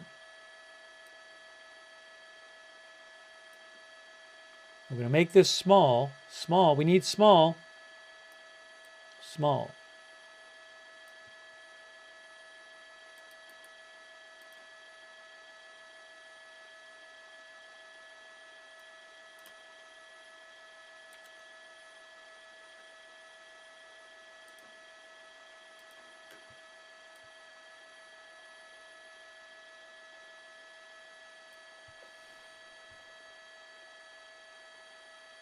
Here's what I'm going to do. I'm going to take 1 minute, and then I'm going to come back and we'll listen to the press conference. But I need to take 1 minute here. 40,000 people under evacuation.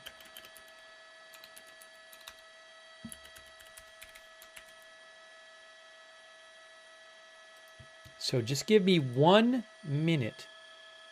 Okay, Steve will be back in 1 minute. Hang on, coming right back.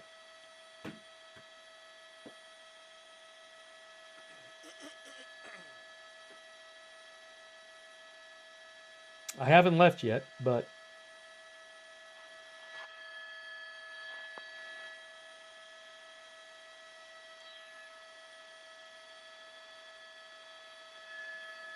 ah, 1 minute. Hold on. They lost their camera for a second. I'm not leaving yet. So sometimes the camera gets lost. And every time the camera's been lost, they come back with the camera. So let's see if it comes back. It's back. It's back now. Perfect. All right. Now I'm going to take a minute.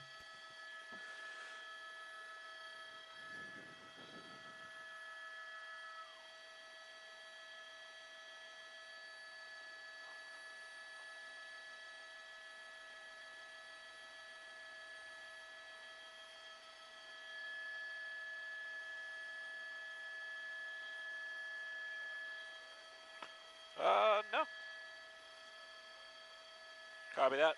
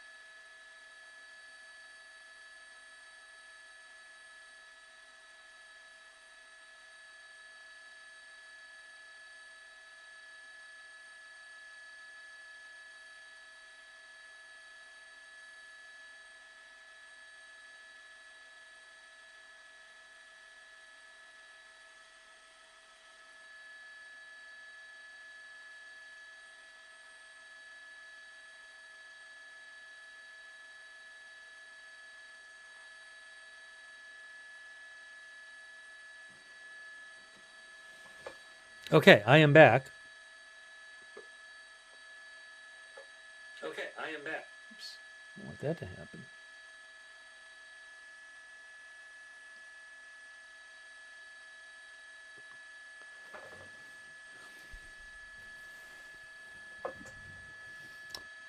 So we are bringing you live coverage of this hazmat risk situation in Garden Grove, where there's serious worry that one of those tanks on the right is going to explode. 40,000 people are under evacuation order.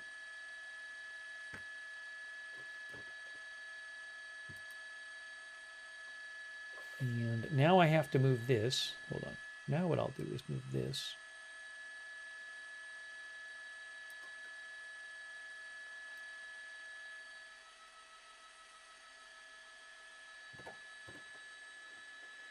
And what is this? Hold on. It's a new update? Oh, new update got posted. Hey guys, there's a new update. Thanks, Pond Waves. I have a new update for you from the Orange County Fire Department. They just posted 9 minutes ago. Thanks, Pond Waves, for mentioning this. All right, hang on. I'm going to play this for you right now. From 9 minutes ago. Hang on. So we take this off. Move this. Here we go. Let's listen to what they had to say.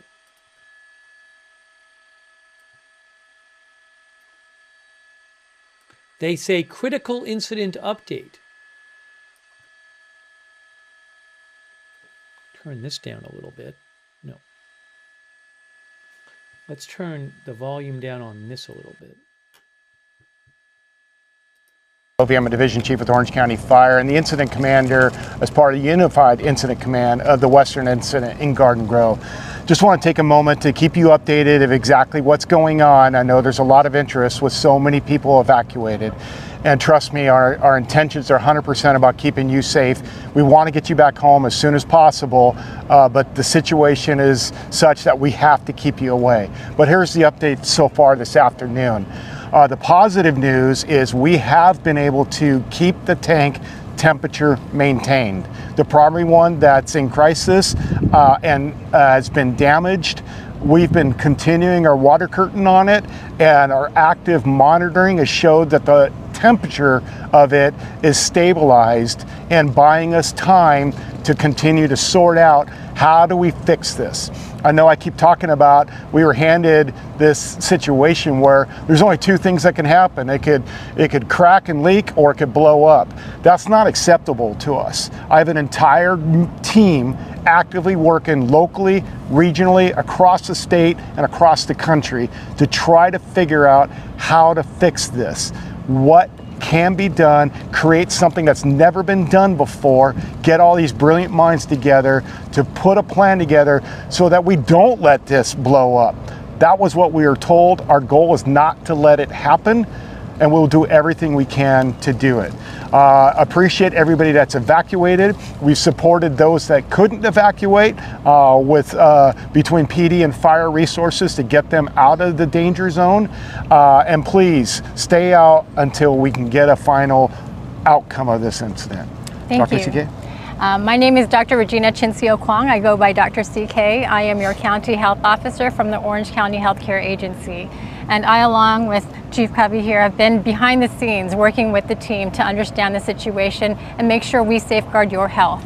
So in this situation, our biggest concern is when this chemical reacts and the temperatures rise, it can cause a vapor. And my biggest concern is that if that vapor goes into the air and people inhale that, it causes significant damage. And what do we call that? What do we think about with damage? Well, it can cause a lot of irritation to your eyes, your nose, your respiratory tract, or your lungs. So you can get a sore throat, you can get a runny nose, you can get itchy, burning eyes. In some cases, you can have nausea. With prolonged exposure of the vapor, you can feel a little dizzy, maybe a little drunk and headache, but it can cause severe respiratory issues. We want to prevent that, and that is why we have expanded the zone where people should be evacuated from. So no matter what happens with the situation, whether the polymer just leaks out and then just hardens, or if it does explode and there is a vapor, you are all safe as long as you are out of the zone that was determined to be an evacuation zone. Again, we really don't expect anyone in the community to be exposed to this, but in the event there is a vapor that arises from the situation, as long as you're outside of the evacuation zone, you should be okay. But if you are one of those people who has smelled the vapor, what we see in the literature is that it can be a fruity and heavy smell. Smelling it doesn't mean you've reached a level that causes symptoms, but we don't want you to smell that, so we need to know if you're smelling it. We do have South Coast HUMD looking to see if they can find it in the air, and so far we have been told that it has not been detected. And we will work behind the scenes to continue that effort to make sure you are all safe. Thank you.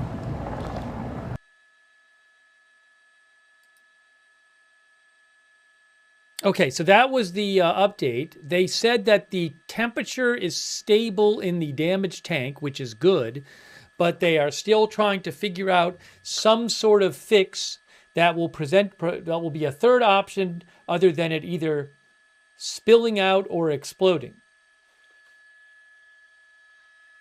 But they did say that it was positive that the tank temperature is stable.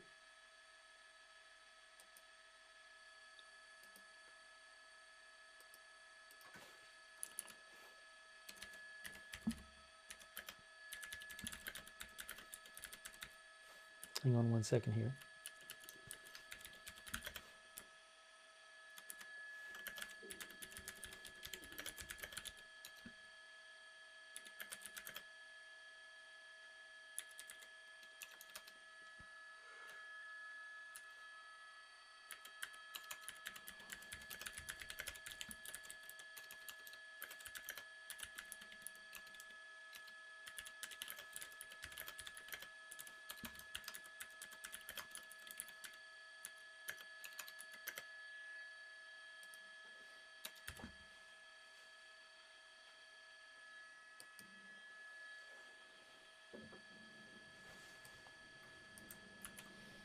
Give me one quick second here. I'll take some comments in a second.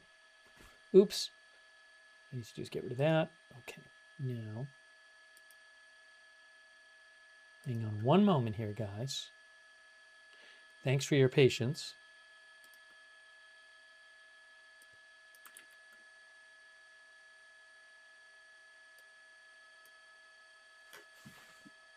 Copy that.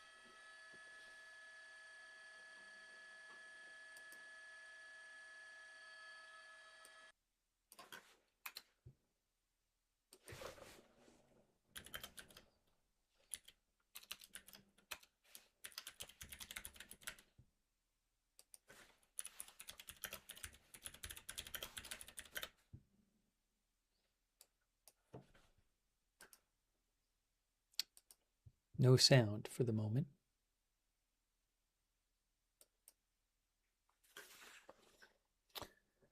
So they are pouring water on the tanks, and in a little bit I'll replay some of the press conference from earlier so you can hear some more specifics on this whole incident. But again, that's at least they say that the temperature in the tank at risk of exploding is stable. How will it be fixed? I have no idea.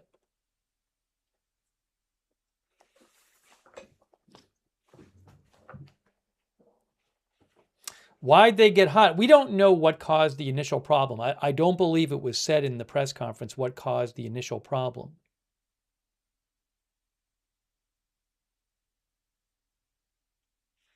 The chemical is methyl methacrylate, right? Methyl methacrylate. Wikipedia says it's used on a large scale for the production of polymethyl methacrylate, which is used as an engineering plastic.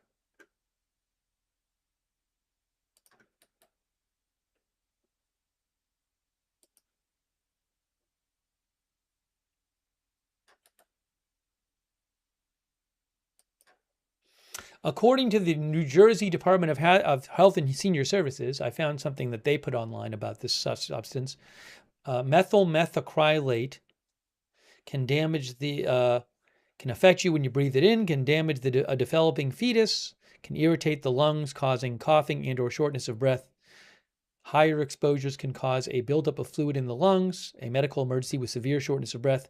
High exposure can cause dizziness, irritability, difficulty with concentration, and reduced memory. Can cause a skin allergy, can damage the nervous system. I'll post a link to this flyer I found from New Jersey in the chat here. It is flammable and reactive. There's a whole document about it that I just posted the link to.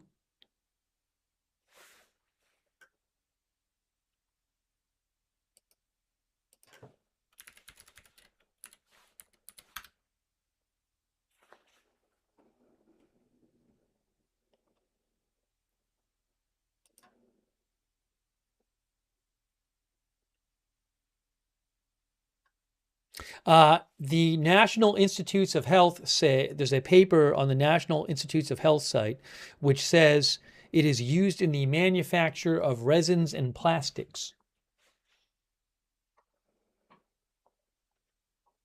Saudi said there was talk of a deteriorated valve earlier. So the valve issue was not the original problem. Originally, there was some issue with the tank. And then they thought they had it under control. But then there was a valve problem in the tank that made it so that they couldn't get anything out of the tank or put anything in to stabilize it. So the valve issue, from what I understand, is what caused the new problem today. And then the evacuation happened. This initially started yesterday. Oops, I took myself off the screen. Thank you, Saudi CB, by the way, and also Martin Ging. And Martin is surprised we don't see flooding around there. The water is running off somewhere.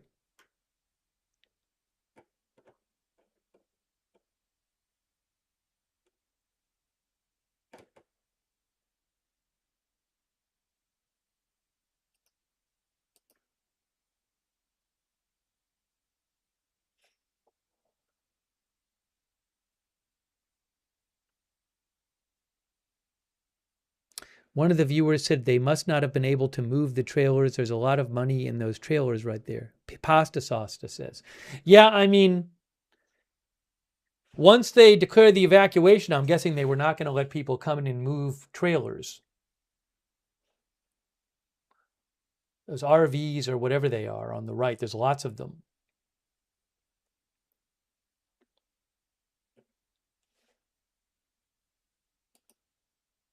But there's lots of housing in the area. Hang on a moment here.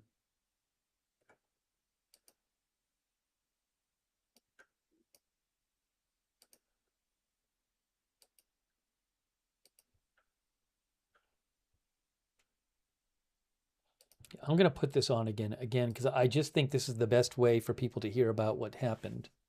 If I do it this way.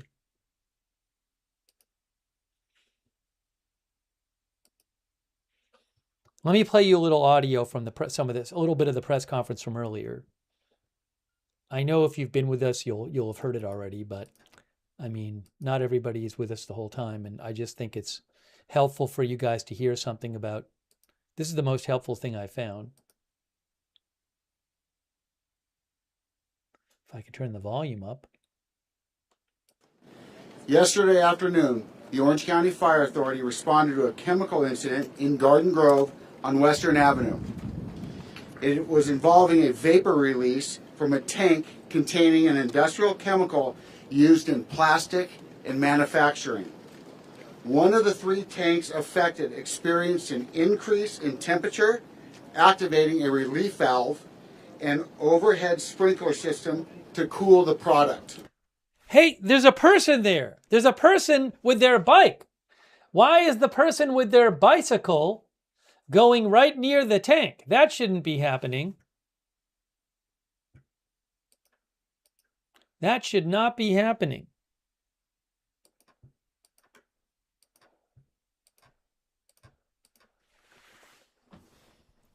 There's a guy with a bike. Where did he go?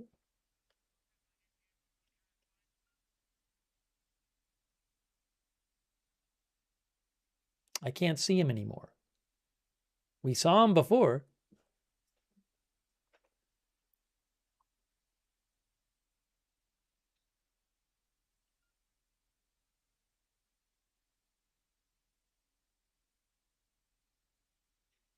We'll keep an eye on that.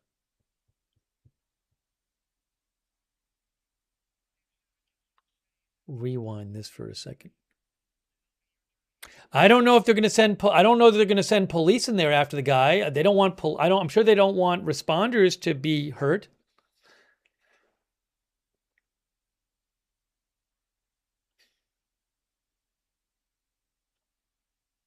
Yeah, you can't see him at the moment. I don't see the person. Oh, did it go off screen? I was looking at something and I didn't see. One of the viewers said he went off screen on the left.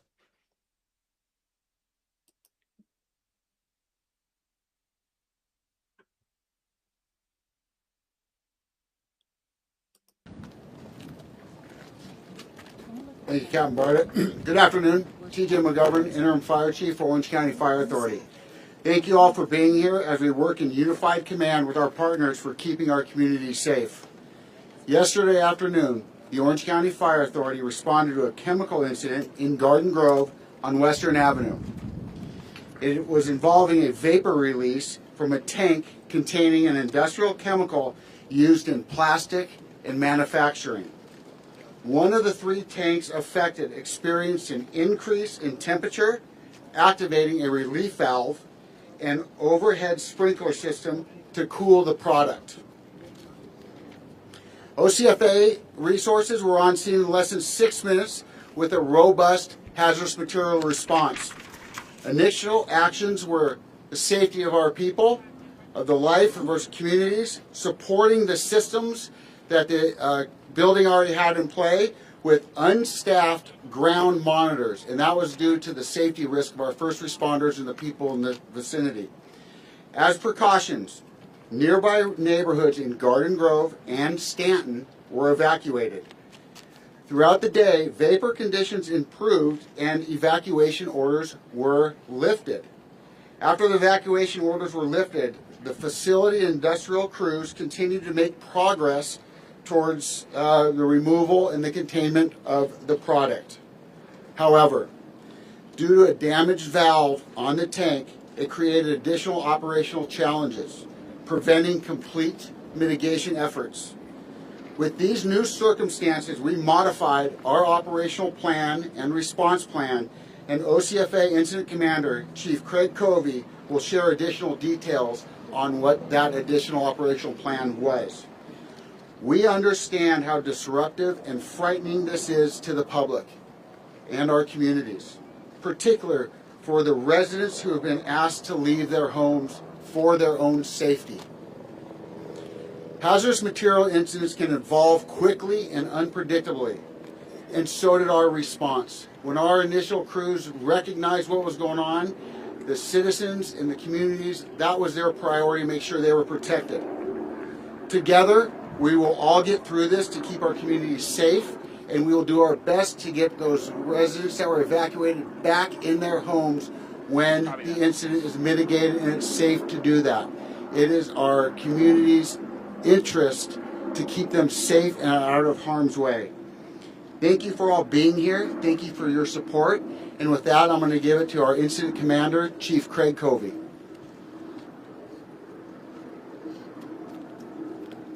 Thank you, Chief McGovern. As you said, my name is Craig Covey. I'm the Incident Commander and a Division Chief with Orange County Fire. I'm also the Incident Commander of Orange County Fire's Incident Management Team 1. On behalf of the Unified Incident Command Team, which includes members from Anaheim Fire Department, Garden Grove Police Department, Cypress Police Department, Anaheim Police Department, Orange County Sheriff's Department, and Orange County Healthcare Agency. Each of those agencies has... Hey, I just want to interrupt. So I believe, I'm looking at Google Maps right now. I should have done this before, but I believe all of those RVs are at this place called Central RV Storage. So, because I can see on the map at the end of that, it goes on for blocks, those RVs, this RV parking lot, and it says Central RV Storage Facility. So my best guess is that that's again, it goes on for blocks, several blocks north-south, that RV storage facility. It's very big. So I wanted to mention that. Oh, the camera just switched. Look at this. Interesting. Look at that.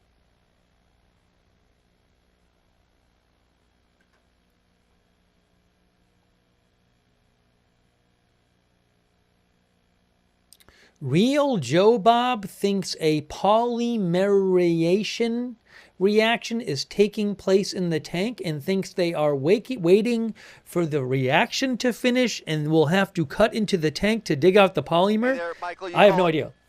I have no idea if that's true. Hey, but thank you for writing in. Hey, no ICOM, negative. No ICOM. I think we're hearing Chris Christie, the helicopter reporter. Let's see if we, from ABC7, let's see what he says. This video from ABC7 via Hey Associated there, Michael, Press. you up? You hear that?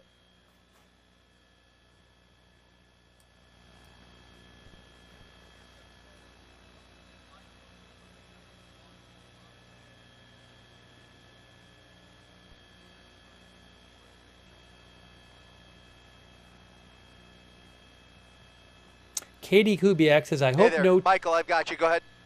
Hold on. Katie says, I hope no trains pass by on that train track. We've got nothing. I've got nothing. Thanks I've to got Miss... nothing on UHF 1 or 2. Uh-oh. Thanks to Mystical Buddha Cake Shop. I really appreciate it. The Mystical Buddha Cake Shop for your support, all your support for the channel. Thank you. Very nice of you. Elizabeth. Thank you, Elizabeth. So we're waiting to hear. We'll see if Chris Christie says anything. The reporter. If I raise it all the way up, I hear programming. But programming is low, and I can't hear Michael. Council Member Warren from Stanton is in the chat. Thanks, Council Member Warren, for being here. Oops. Air 7 booth, do another mic check. Okay.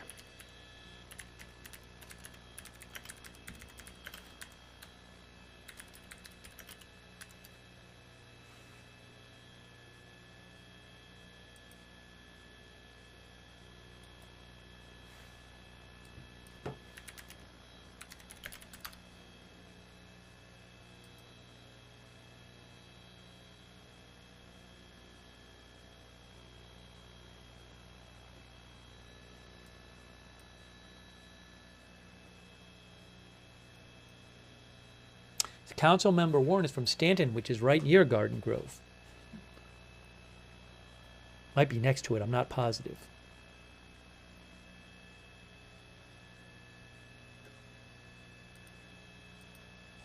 I'm gonna wait. I'm not gonna put on the press conference, the replay again until we hear, because I think we might be hearing something I hear Mark. Chris Christie soon.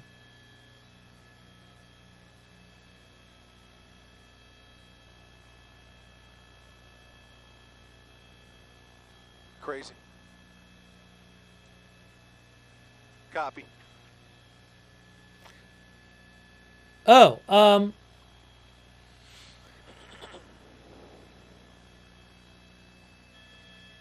Hey, Booth, can you do one more mic check to see if we can hear you clear? hey guys, I just saw something from Orange County Fire. Hold on. I want to mention this, what I just saw from Orange County Fire. There we go. Hey there, transmission, I've got you loud and clear. They say people are calling to offer their Michael, I hear you. opinions. All right, hold on. Let me do this. There we go. Say again. Hang on. I'll tell you in a second what I just saw. Copy that.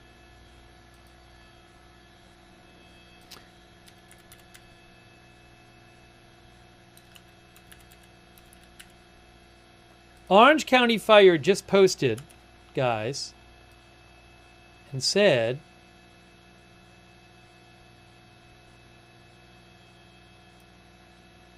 hang on, let's try this again. Here we go. Orange County Fire just posted and said, we understand this is a unique hazmat incident and appreciate the public's concern and willingness to help. Please know that subject matter experts are working around the clock to mitigate the emergency safely and effectively. At this time, we ask the public to refrain from calling to offer suggestions so emergency personnel can keep communication lines focused on incident operations and public safety needs. Thank you for your understanding and cooperation. Again, they literally just posted, please stop calling to offer suggestions so emergency personnel can keep communication lines focused on incident operations and public safety needs. Guy from KC says it turned into the chat. Another viewer, Red Toss, says it must be, Red Toss TV says, must be people from this chat.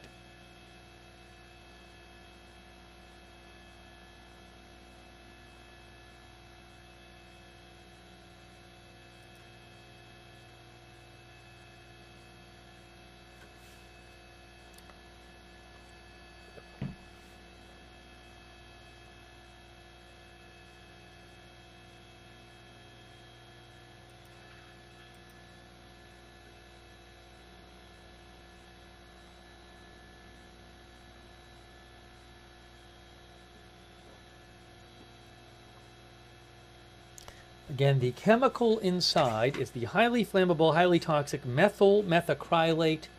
There is concern that we could have an explosion of one of those tanks there. And 40,000 people in the area are under evacuation. 40,000. Thank you, Alex Brand-Sawatsky, who says this is 15 miles from my house. Thank you, Inhalation Aerosol, as well. Joshua Doss. Joshua, I haven't heard anything that this was any kind of sabotage. I don't know. We don't know what caused the initial temperature rise yesterday. We don't know. Thank you, Soulfly8 and Snick Snackin' and AZ Intel's dad. Thank you. Yeah, so, I mean, this started yesterday when there was a temperature rise in one of the tanks, those 3 tanks, and that triggered, they said, sprinklers and also a release valve.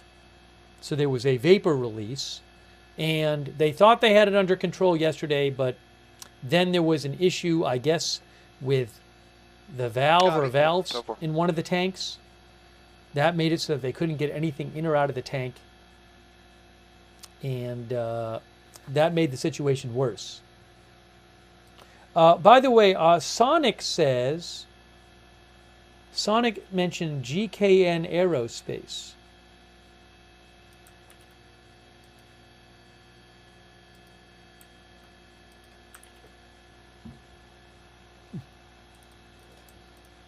Sonic writes in and says that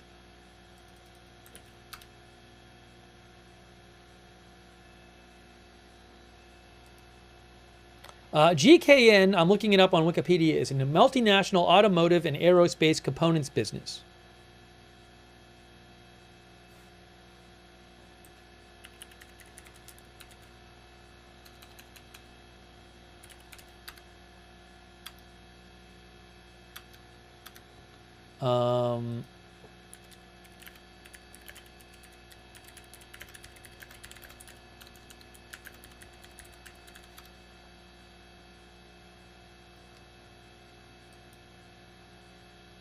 Oh, on their website, they do talk about how they have defense customers, GKN Aerospace. I'm looking at their website right now. So Sonic wrote in and he said, GKN Aerospace makes military hardware. He says, is it possible Trump altered plans for the weekend in case the Garden Grove issue was something nefarious? Hate to be tinfoil hat guy, but it's not a non-zero possibility. I mean, it seems like a long way to go.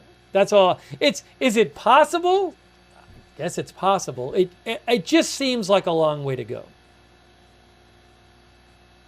Sonic acknowledged this.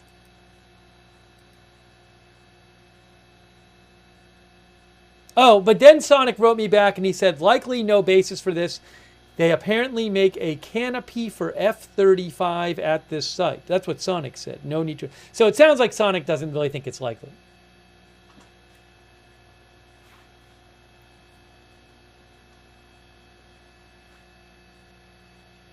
But I mean, I understand people's concern about what caused this. Was there something nefarious that happened in the plant to affect the tank to begin with? Perfectly reasonable question. We know nothing right now about what the source of the initial issue with the tank was, the temperature rising. Nothing. Nothing publicly. Thank you, Sonic, for writing in.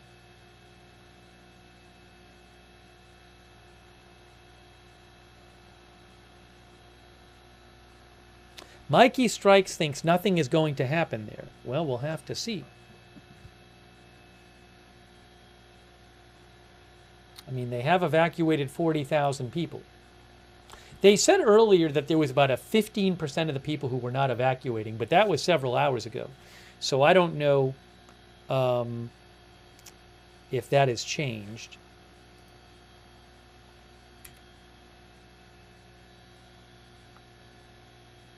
Oh, I think, well, I don't want to get into it. If you want the latest, if you want the current evacuation map, go to Garden Grove, City of Garden Grove website.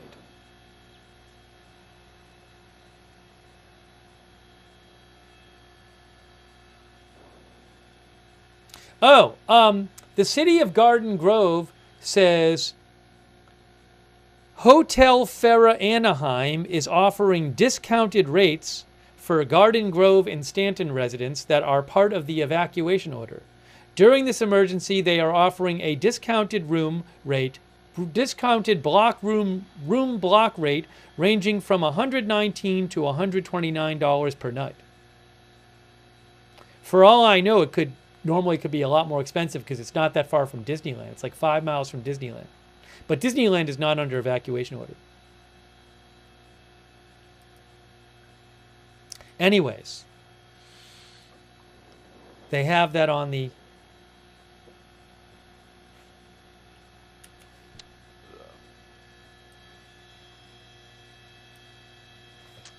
their website there. The city website.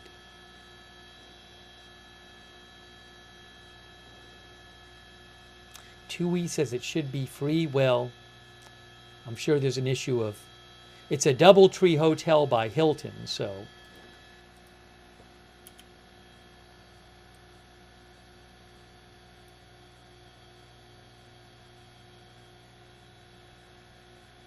That's not up to just the city.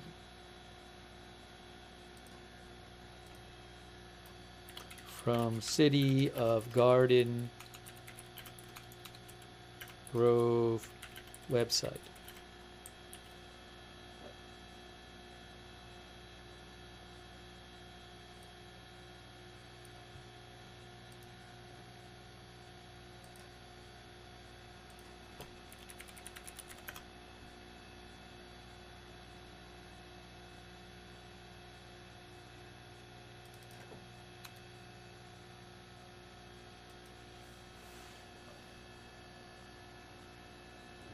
I keep thinking we're going to hear, once in a while, Chris Christie will give a report, but he'll speak. Oh, look at that. Wow, we can really see that. Is it peeling? Look at this, guys.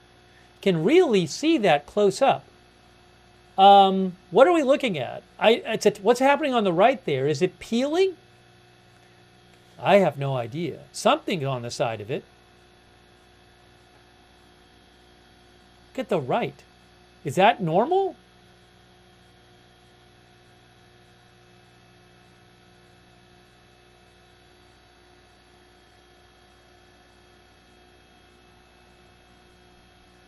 The right side of the tank closest to us. Was that like that before? I don't remember it looking like that before, but I don't know.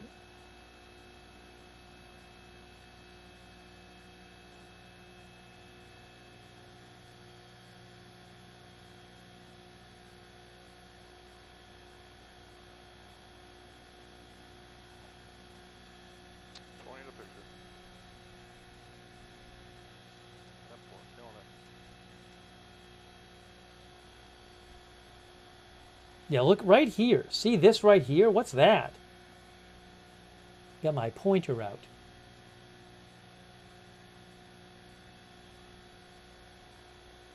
They're going to zoom in on it. Look at the right. What's this? What's that?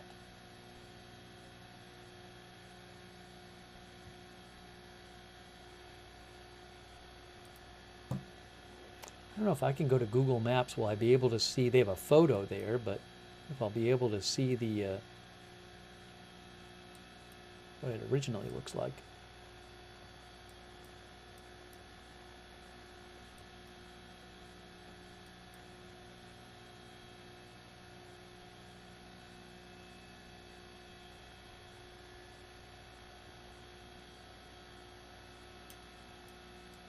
I can't, I'm looking at Google Maps right now.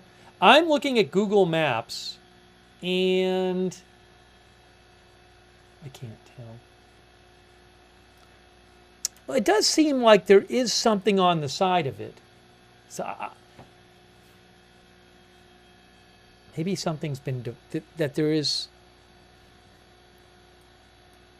Let's see if I can show you in a second. Hey guys, look, really quick. This is Google Maps. Copy. Hold on. This is Google Maps, right? And then look at the right. Look at the bottom of the three. Do you have that information? See that right Mike? there? That piece right there that's sticking off? I don't know.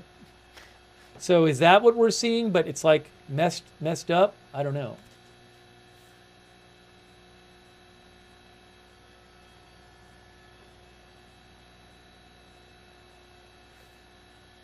So it's not just a round, smooth cylinder normally, but it's almost like you don't see that part anymore. I don't know. Hey, thanks Jeff TE88PFCR, who thinks there's more steam now than, he said, returned after an hour. Also thanks to Minxie. Minxie says the flap has been like that for a while. You know what? I'd have to go back and rewind. I could do that. I don't want to go away from the live. Thank you, Samuel DeMarco. Samuel said in the press conference, they said one of the two scenarios, the tank breaks and the chemical leaks out. He said they have blocked off by sandbags to capture most of the liquid. I don't see any of that there in the helicopter shot. That's a good point. I know they talked about having containment measures in. I can't see them right there, but I don't know where they are. But they did say that, Samuel, that they had taken containment measures. Thank you, Samuel DeMarco. I'm going to replay some of that press conference again soon, but I kind of want to wait and see if we hear anything from Chris Christie, the helicopter reporter. Thank you, B. Weehausen, for your support as well. Yes, I bought this from AP. This footage was purchased from AP. Otherwise, I could not use it.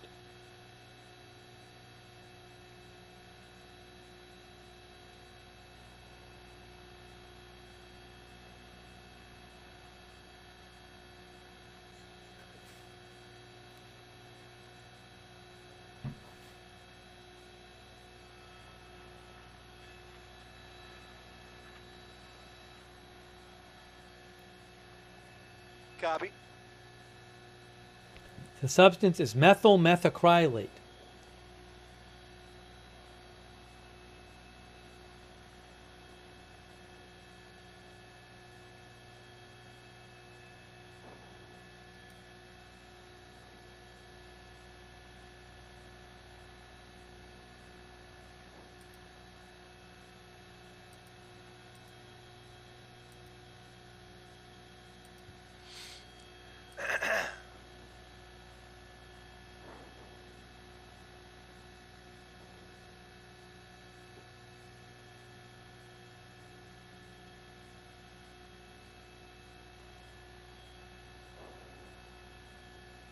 Yeah, that's right, Michelle. Once again, taking a live look at these tanks behind the facility along Western Avenue. This is the GKN Aerospace Company, and that tank right there, you can see the siding on the front of that tank is peeling off because of the hot temperatures inside there. We know they have been spraying these tanks with water for almost 24 hours now, and it's not helping. It's getting hotter, and that tank is now destined for failure. It's a matter of what plays out here because there is no mitigation left that they can take. There's one unmanned hose, there's a sprinkler system, and there are zero hazmat personnel around here. No firefighters, no hazmat personnel. It's really a wait and see to see how the chemicals react and how much longer that tank holds up here. That is the reason for the extensive evacuation warnings, or orders I should say, and that is why all eyes are on this facility here in Garden Grove. Reporting live from Air 7, I'm Chris Christie, ABC 7 Eyewitness News.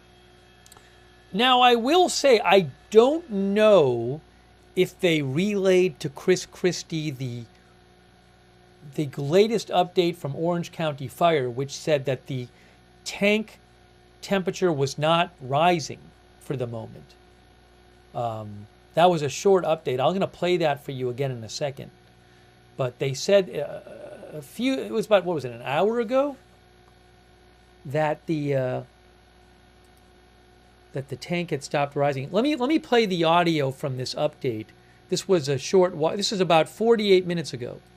Good afternoon, my name is Craig Covey. I'm a Division Chief with Orange County Fire and the Incident Commander as part of the Unified Incident Command of the Western Incident in Garden Grove. Just want to take a moment to keep you updated of exactly what's going on. I know there's a lot of interest with so many people evacuated. Hang on, there's a drone there. Some of you have spotted that drone. Look at, they're zooming in on the drone. They're zooming in on the drone.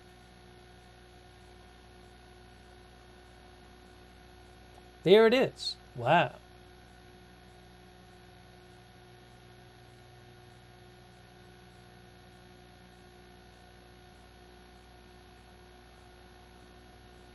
No, I do not have access to the drone footage.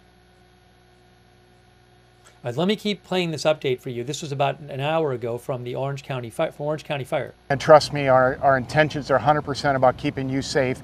We want to get you back home as soon as possible, but the situation is such that we have to keep you away. But here's the update so far this afternoon.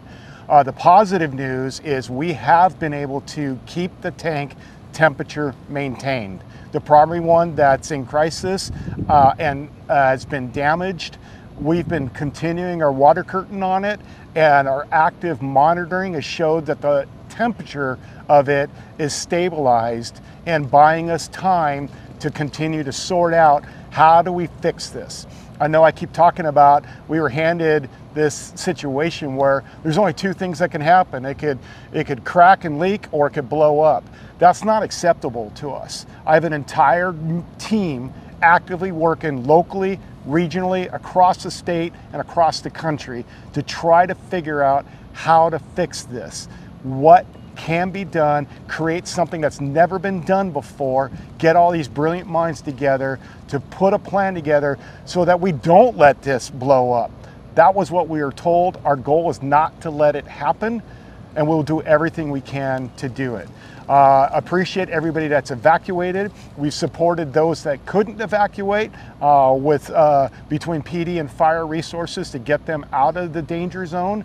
And please stay out until we can get a final outcome of this incident. Thank you. Dr. CK? My name is Dr. Regina Chincio Kwong. I go by Dr. CK. I am your County Health Officer from the Orange County Healthcare Agency. And I, along with Chief Covey here, have been behind the scenes working with the team to understand the situation and make sure we safeguard your health. So in this situation, our biggest concern is when this chemical reacts and the temperatures rise, it can cause a vapor. And my biggest concern is that if that vapor goes into the air and people inhale that, it causes significant damage. And what do we call that? What do we think about with damage? Well, it can cause a lot of irritation to your eyes, your nose, your respiratory tract, or your lungs. So you can get a sore throat, you can get a runny nose, you can get itchy, burning eyes. In some cases, you can have nausea. With prolonged exposure of the vapor, you can feel a little dizzy, maybe a little drunk and headache, but it can cause severe respiratory issues. We want to prevent that, and that is why we have expanded the zone where people should be evacuated from. So no matter what happens with the situation, whether the polymer just leaks out and then just hardens. Was that on the whole time? Hang on, I want to let you hear Chris Christie. Oh, I think I was pushed in. That's okay. Yeah, it wasn't on the air. It was just. There we go.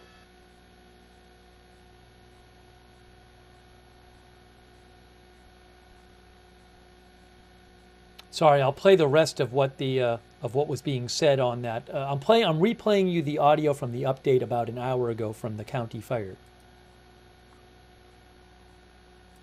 With prolonged exposure, that vapor. Let me rewind. Team to understand. Thank Dr. you. CK? My name is Dr. Regina Chincio Kwong. I go by Dr. CK. I am your County Health Officer from the Orange County Healthcare Agency. And I, along with Chief Covey here, have been behind the scenes working with the team to understand the situation and make sure we safeguard your health. So in this situation, our biggest concern is when this chemical reacts and the temperatures rise, it can cause a vapor. And my biggest concern is that if that vapor goes into the air and people inhale that, it causes significant damage. And what do we call that? What do we think about with damage? Well, it can cause a lot of irritation to your eyes, your nose, your respiratory tract, or your lungs. So you can get a sore throat, you can get a runny nose, you can get itchy, burning eyes. In some cases, you can have nausea. With prolonged exposure of the vapor, you can feel a little dizzy, maybe a little drunk and headache, but it can cause severe respiratory issues. We want to prevent that, and that is why we have expanded the zone where people should be evacuated from. So no matter what happens with the situation, whether the polymer just leaks out and then just hardens, or if it does explode and there is a vapor, you are all safe as long as you are out of the zone that was determined to be an evacuation zone. Again, we really don't expect anyone in the community to be exposed to this, but in the event there is a vapor that arises from the situation, as long as you're outside of the evacuation zone, you should be okay. But if you are one of those people who has smelled the vapor, what we see in the literature is that it can be a fruity and heavy smell. Smelling it doesn't mean you've reached a level that causes symptoms. But we don't want you to smell that, so we need to know if you're smelling it. We do have South Coast HUMD looking to see if they can find it in the air, and so far we have been told that it has not been detected. And we will work behind the scenes to continue that effort to make sure you are all safe. Thank you. All right, so that was the update from about an hour ago. That was the last update.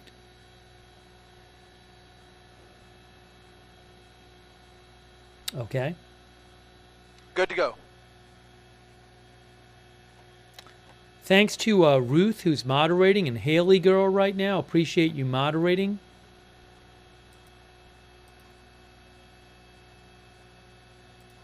Also, over on Twitch, Big Ball of Yarn, LB Prairie Dawn, Idaho Star, Matthew Kohai 3, McBritches, and Surly Dev. Thank you. Thanks to, hang on a moment here.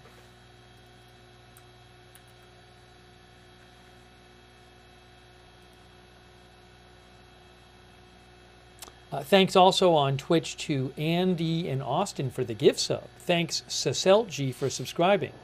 Thanks King Lebanon, and happy birthday King Lebanon. Which exit thanks is for this right off the subscribing. nose here? Can we show that one, the 22? Thanks for subscribing. Thanks Who Shot JR for the bits. Oh, hold on a second. Look at this. So it's interesting. The traffic is still open there, but the traffic in the evacuation area. I don't know. They haven't closed those roads, which is interesting.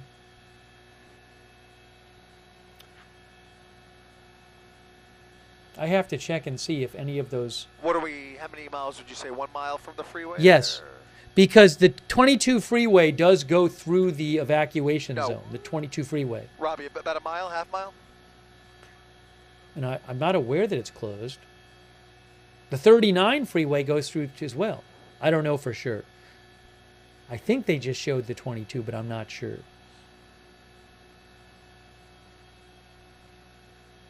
Anyways, I can see the map and see that the 22 does go through the 22 does go through there.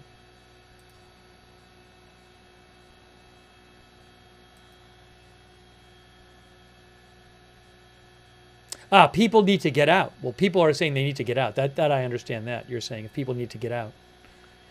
But, I mean, they could if they wanted to. That's right, the water continuing to flow to try and make any attempt to keep those tanks cool, but to no avail. That tank right there is in the process of failing, and this entire section of Garden Grove is under a mandatory evacuation order. We want to mention also that this GKN Aerospace facility is about 1 mile north of the 22 freeway, and for that reason, we've learned that 3 major exits along the 22 have been shut down in both directions. That includes Valley View, Beach Boulevard, and Knott Street. Reporting live from Air 7, I'm Chris Christie, ABC 7 Eyewitness News. So they did shut down 3 exits on the freeway. One of the viewers said 39 isn't a freeway. It's a major road. I mean, I can see it on Google Maps, the 39, and it's like a 4-lane road each way. I don't know if it counts as a freeway. No, it isn't, because the 39 does have traffic lights on it. I'll say that. That's true. That is true.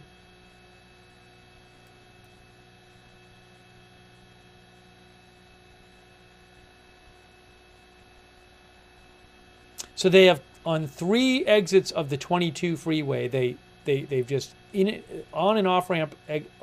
They've shut the exits.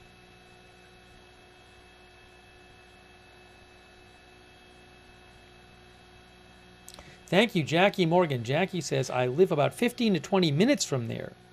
It's so scary. Stay safe, Jackie. Thank you also, Marks0115, for being a member. Thanks to our Linda Belk, Larry, and Misha who moderate on X, and our Facebook moderators as well.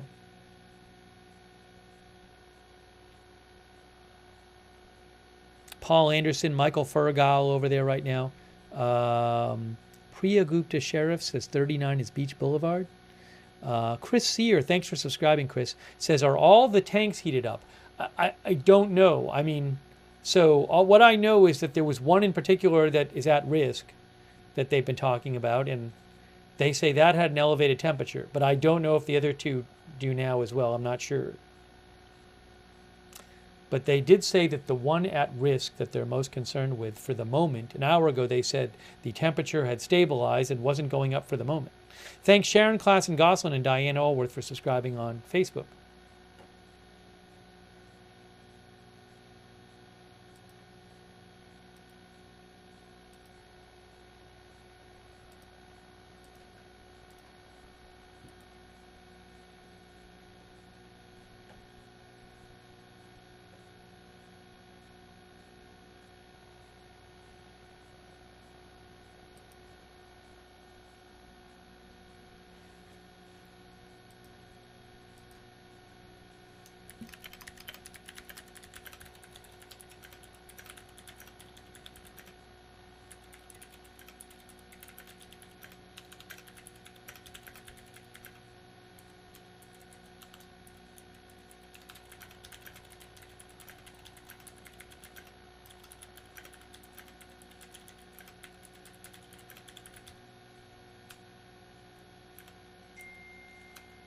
Give me a second here.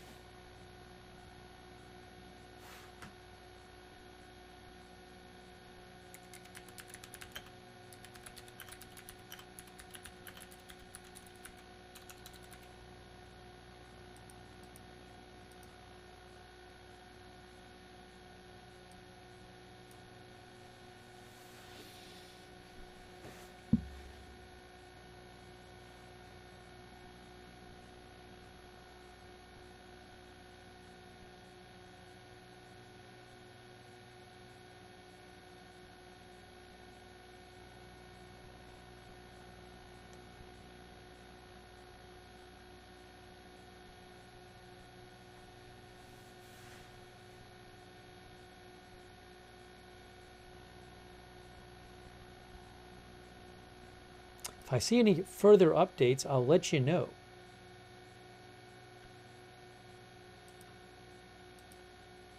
I'm looking.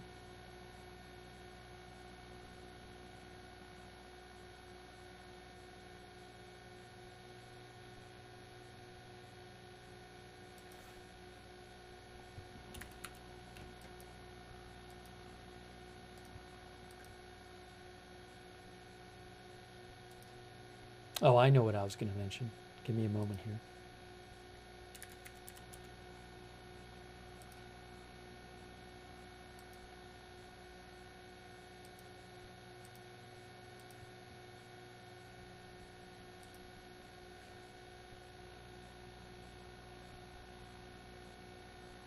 Oh, I can show you. Well, I have the post from Caltrans. Caltrans said east and westbound 22 freeway off-ramps to Beach Boulevard, Knott Ave, and Valley View Street will be closed until further notice due to the hazmat situation.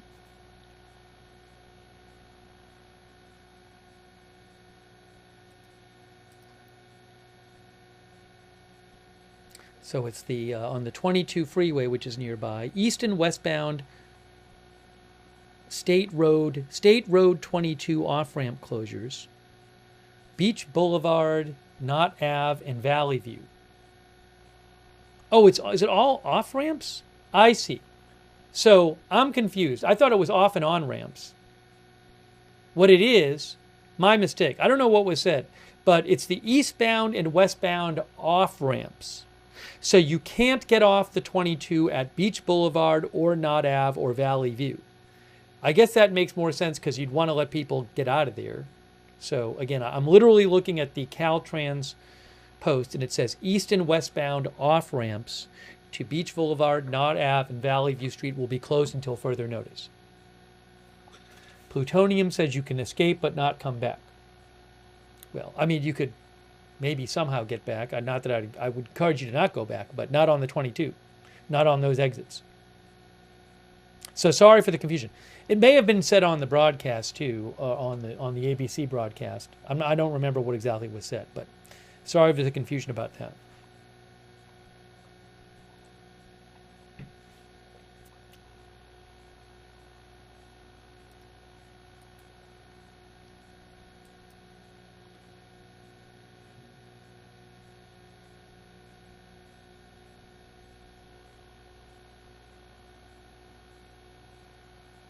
No reports of injuries at the facility.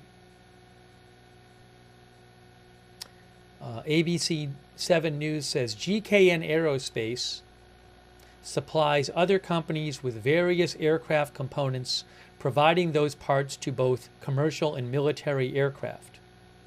Oh, the site in Garden Grove specifically designs military canopies, cockpit windows, and passenger windows, including the F-35 canopy.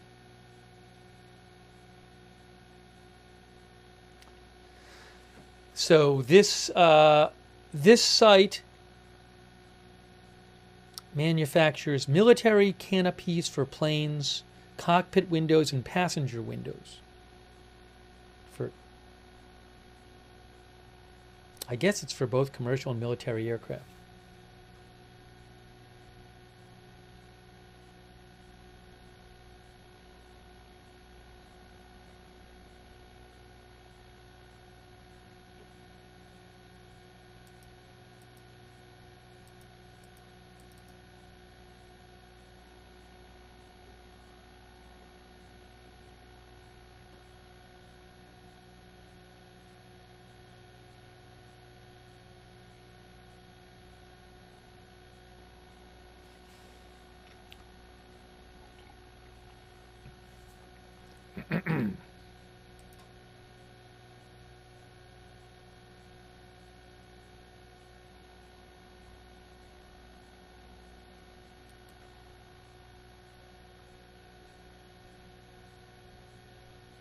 Avery Kate says, I live in Anaheim. Do I have to evacuate soon?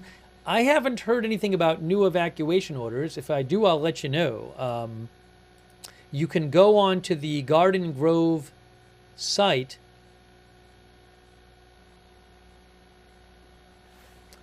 City site, and see the evacuation map there.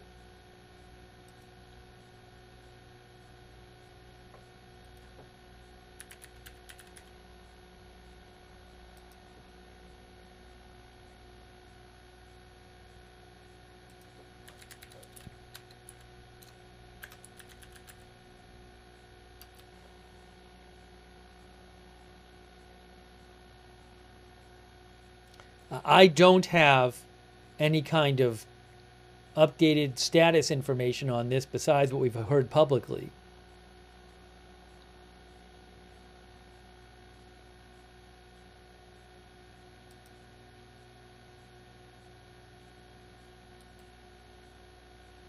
AZ Intel said at least 1 dead, over 30 injured in fire and explosion at Staten Island shipyard, according to Mayor Mamdani.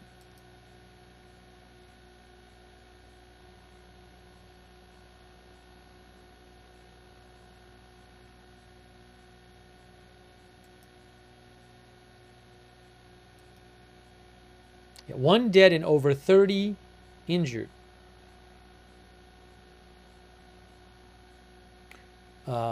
In this explosion in Staten Island at a dry dock.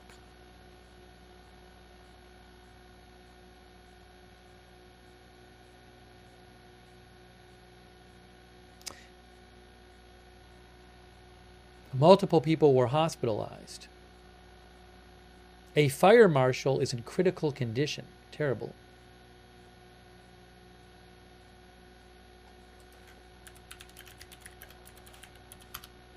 A dry dock is a specialized area where they can remove water from around a ship to access and be able to work on the ship.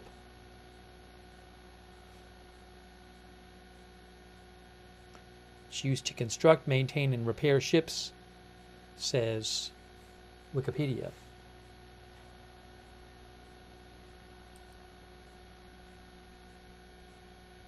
I'll actually play you here. Fire broke out in Richmond Terrace here on Staten Island. Hold on. An explosion was reported. Why is this not stopping? All right. What I'll do is I will show you some of what the mayor said.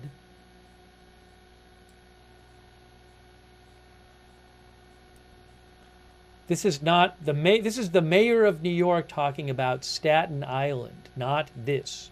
Not Garden Grove, California. So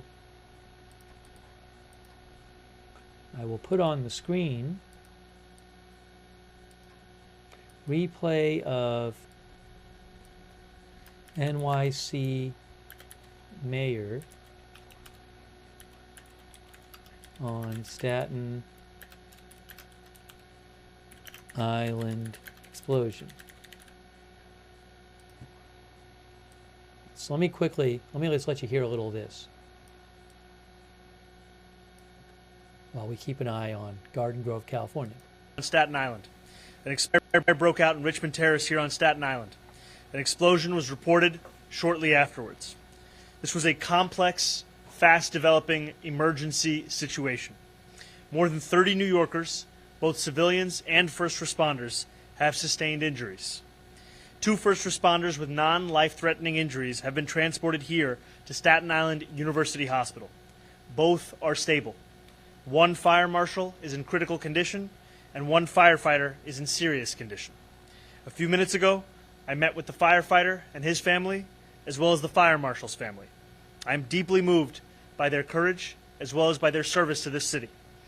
I am heartbroken to report that 1 civilian has passed away. I send my deepest condolences to their loved ones. I want to express my gratitude to every first responder who rushed to the scene. As the fire grew, first responders did what they always do. They ran towards danger so others could escape to safety. Firefighters responded from all across our city. This has been an all-hands-on-deck response from approximately 70 fire and EMS units. More than 200 first responders are on site in an active fire scene right now. To clarify, what you're watching in the corner is not about Garden Grove. The big video is Garden Grove, California. I am showing you Mayor Mamdani's update about the fire and explosion on Staten Island today, which killed 1 and injured, I think, over 30 people, he said. So, but again, he is not talking about this incident in California. I commend each of them for their quick response and for their courage. Firefighters have brought this fire under control. However, this does remain an active fire scene. Once the fire has been extinguished, FDNY marshals will hold a comprehensive investigation into its cause. The information that yields will then be shared with New Yorkers as soon as we have it. In the meantime, I want to ask New Yorkers to keep those who have been injured and the person we lost in our thoughts and to wish them a quick recovery. I also want to add that earlier today, I was with the fire commissioner alongside a firefighter and a woman that he saved after using his bare hands to save her from a car that was overflowing with water the other night during flash floods across Brooklyn and Queens. That is just one example. This evening is another of the incredible work that the men and women of the FDNY do every single day, so often without recognition, so often without the notice from across the city. Carolina. And I want to make very clear just how much we appreciate that work, how life-saving it is, how transformative it is for so many families who can... All right. Who's coming first? Hold on. I want to catch what is being said on the Garden Grove feed. Got it.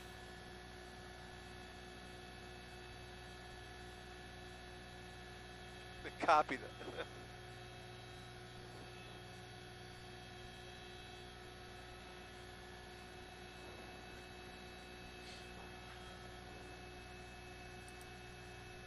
I will play a little more of the video of Mayor Mamdani of New York speaking about the fire in Staten Island today, which is not this.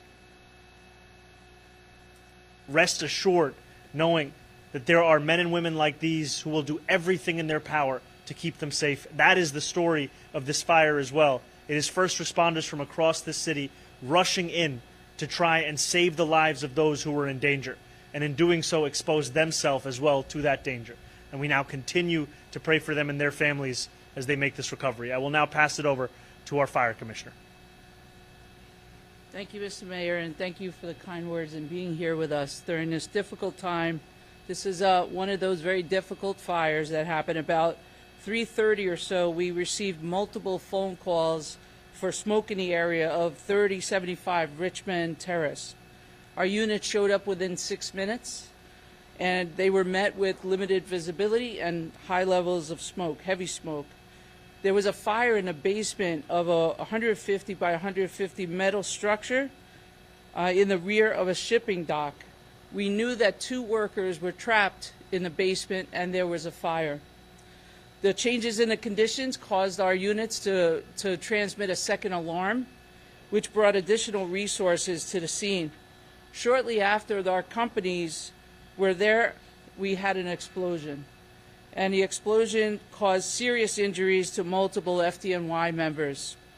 We had over 30, as the mayor said, over 30 patients that mostly were EMS and fire. We had a few civilians and unfortunately 1 fatality. This was a very complex situation that put us in a position to really show the skill and the bravery of the FDNY. This is stuff that they do over and over and over again. We got very lucky this day. We got lucky in the sense that none of our people were killed. It's unfortunate that we had 1 fatality, and they did everything they could to get to that person. I'll turn this over to Chief of Department John Esposito to talk about the operation. No, thank you, Commissioner, and thank you, Mr. Mayor. So when our units arrived on the scene, we were confronted with a fire in a confined space and a report of workers missing. Confined spaces are very dangerous operations for any rescuers. We initiated firefighting operations and search and rescue operations. While we were conducting these searches, a second explosion occurred. We had firefighters inside conducting searches and on top of the barge and adjacent to the barge. We had several that were injured. We did recover a deceased civilian. The fire is now under control.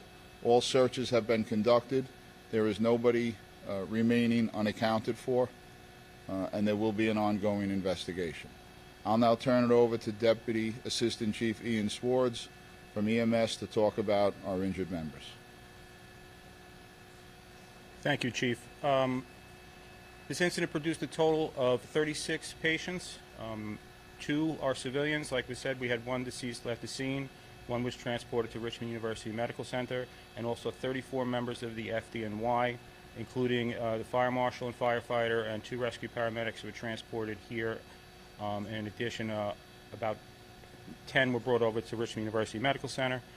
That's all we got. Turn it over to Dr. Brazan. Thank you, Mayor. Thank you, Fire Commissioner. Thank you, Chief of Department. I'm here to brief you on the 2 most seriously ill firefighters. One, a fire marshal who is currently intubated, and the other, a firefighter who is currently doing very, very well. I don't want to miss the audio from the helicopter. So 34 of the 36 patients from this incident were from the NYFD. They said from the Staten Island explosion. Terrible.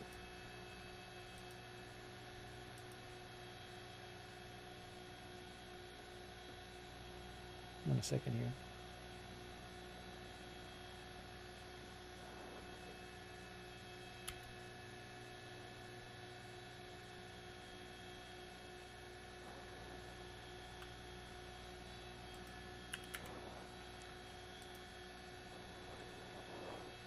And no matter how long and how hard they hit it with that cold water, it's continuing to heat up. They are constantly measuring the temperature of the outside and the contents of those tanks, and unfortunately it is rising, and that is why they're determining that it's destined for failure, either a spill or an explosion, and not just any explosion, but one of the most feared types of industrial safety explosions out there. It's a very volatile situation, and that is the reason for the massive evacuation, and that is the reason there is nobody around that tank. There are no firefighters, no hazmat crews, just one hand line that is unmanned and a sprinkler system that is doing its best to keep this thing cool. But again, it is only getting warmer, and the chemical in there is only getting hotter. In fact, if you take a real close look right here in this shot, in the center of that tank, you can see the lining on the outside of the tank peeling off as we speak. Reporting live from Air 7, I'm Chris Christie,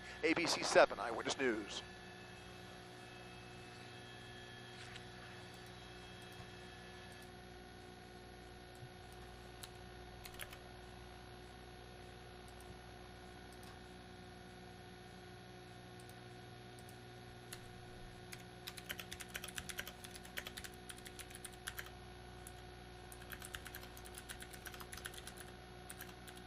Hang on one second. Oops, I froze. I froze. I got to unfreeze myself. I'm unfreezing myself now. All right, I'm unfrozen. Sorry about that.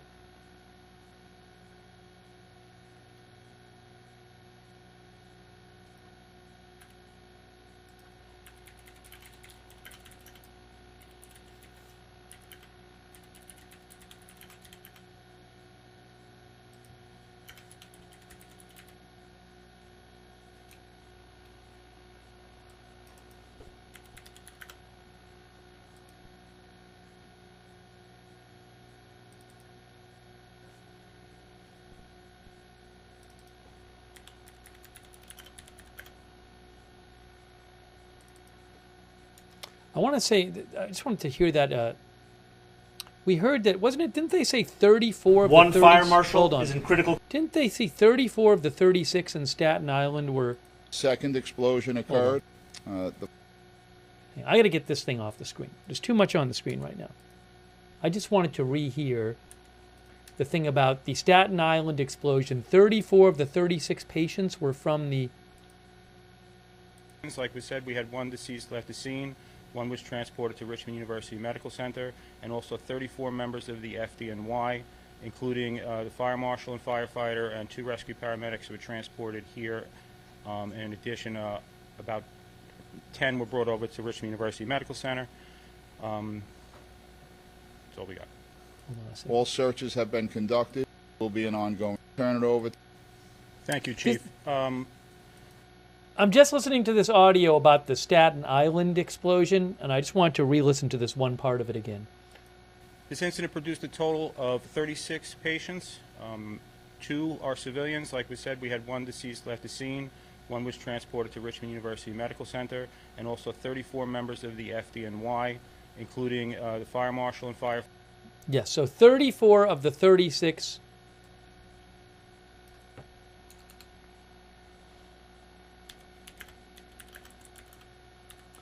Of the 35 injured in the Staten Island explosion and fire were from the FDNY. 1 civilian was also killed.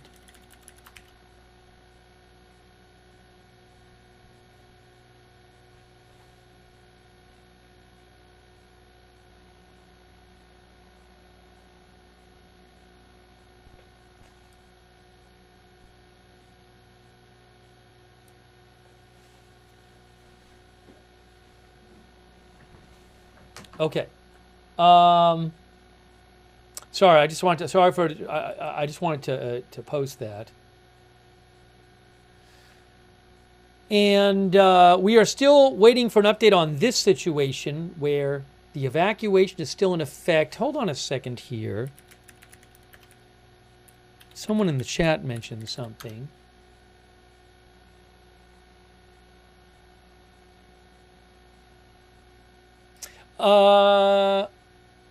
There is a new evacuation center that was opened. One of the viewers mentioned this. Orange County Fire said Anaheim has opened an evacuation center Copy that. Live picture coming up. at Savannah High School. That makes 3 evacuation centers: Garden Grove Sports and Recreation Center, Cypress Recreation and Community Center, and in Anaheim, Savannah High School Evacuation Center.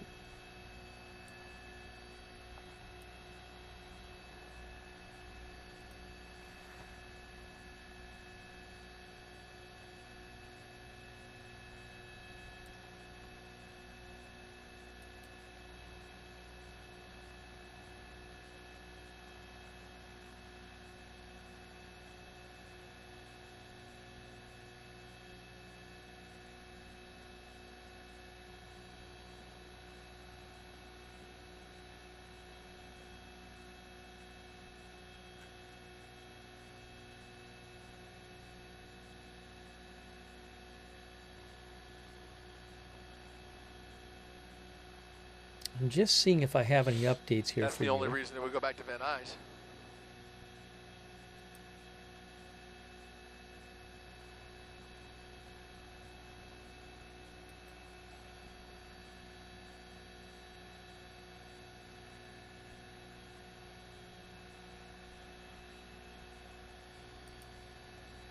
Oh, in terms of the evacuation area,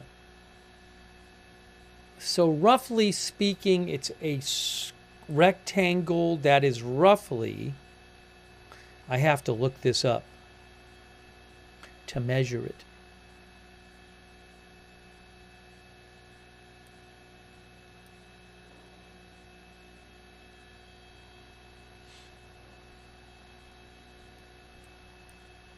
There's Trask.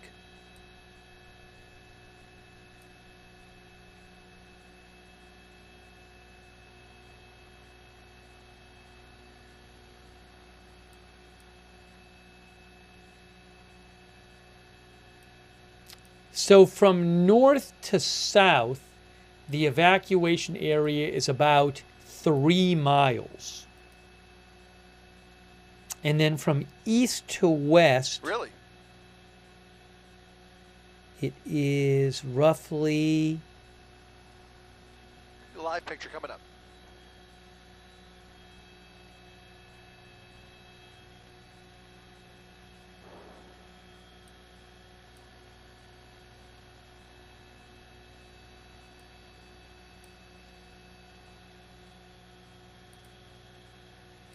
from east to west, it is roughly 2.5 miles.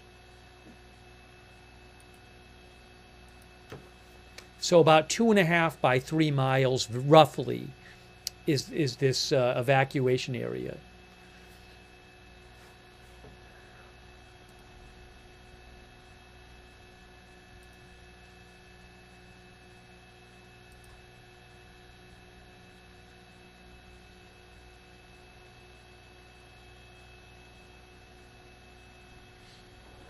It's a little bit bigger than that what I initially said. It's a little bit bigger than that, but that's rough estimate.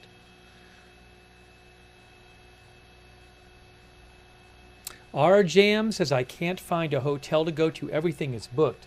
You know, there's 40,000 people who were ordered evacuated. So, also, it's only about 5 miles from Disneyland. So I'm wondering if it's generally a tough area to find a hotel anyway.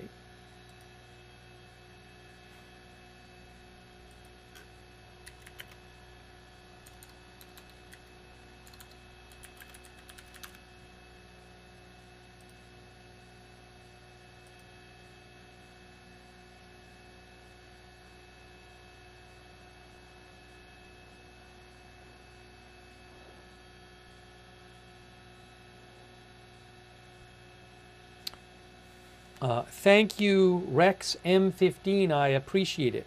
Thanks, Rex M15. Much appreciated.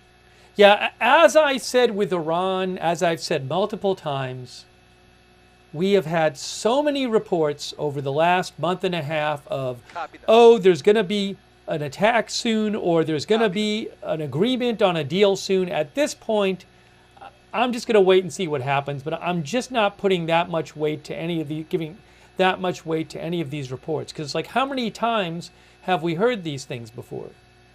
So, if something big happens, I'll let you know, but I'm just not hanging on every word of these various reports that we've seen again and again and again and again for weeks and weeks. Hang on a moment here.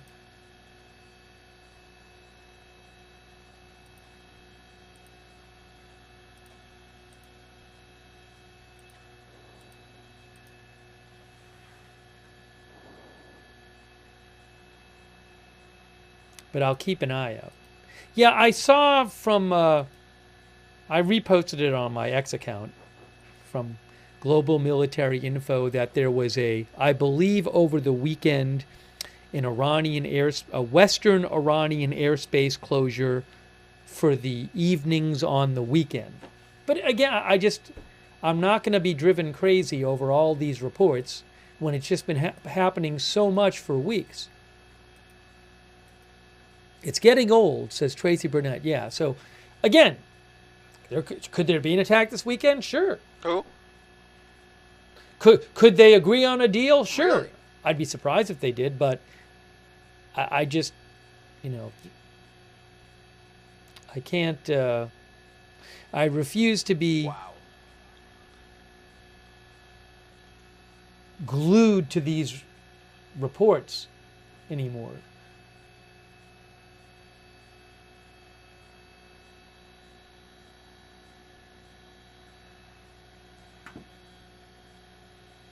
And then Wall Street Journal had a different report today.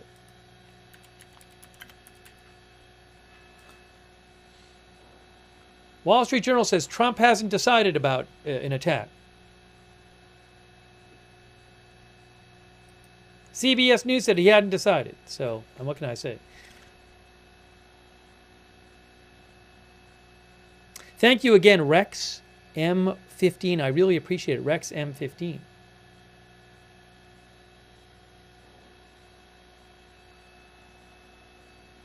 Thank you, RJam.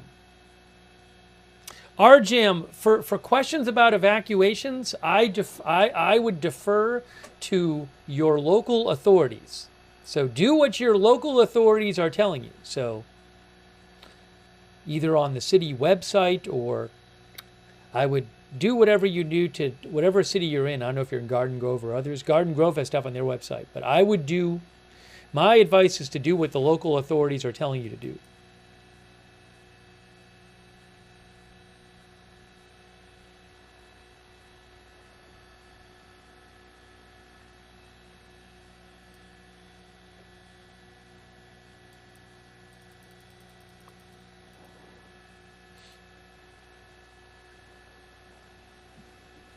That's what she said.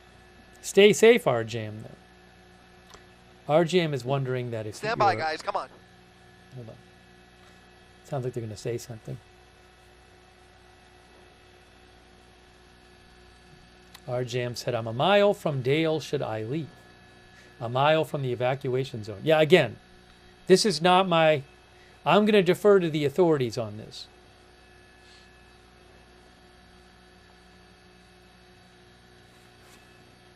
Here we go.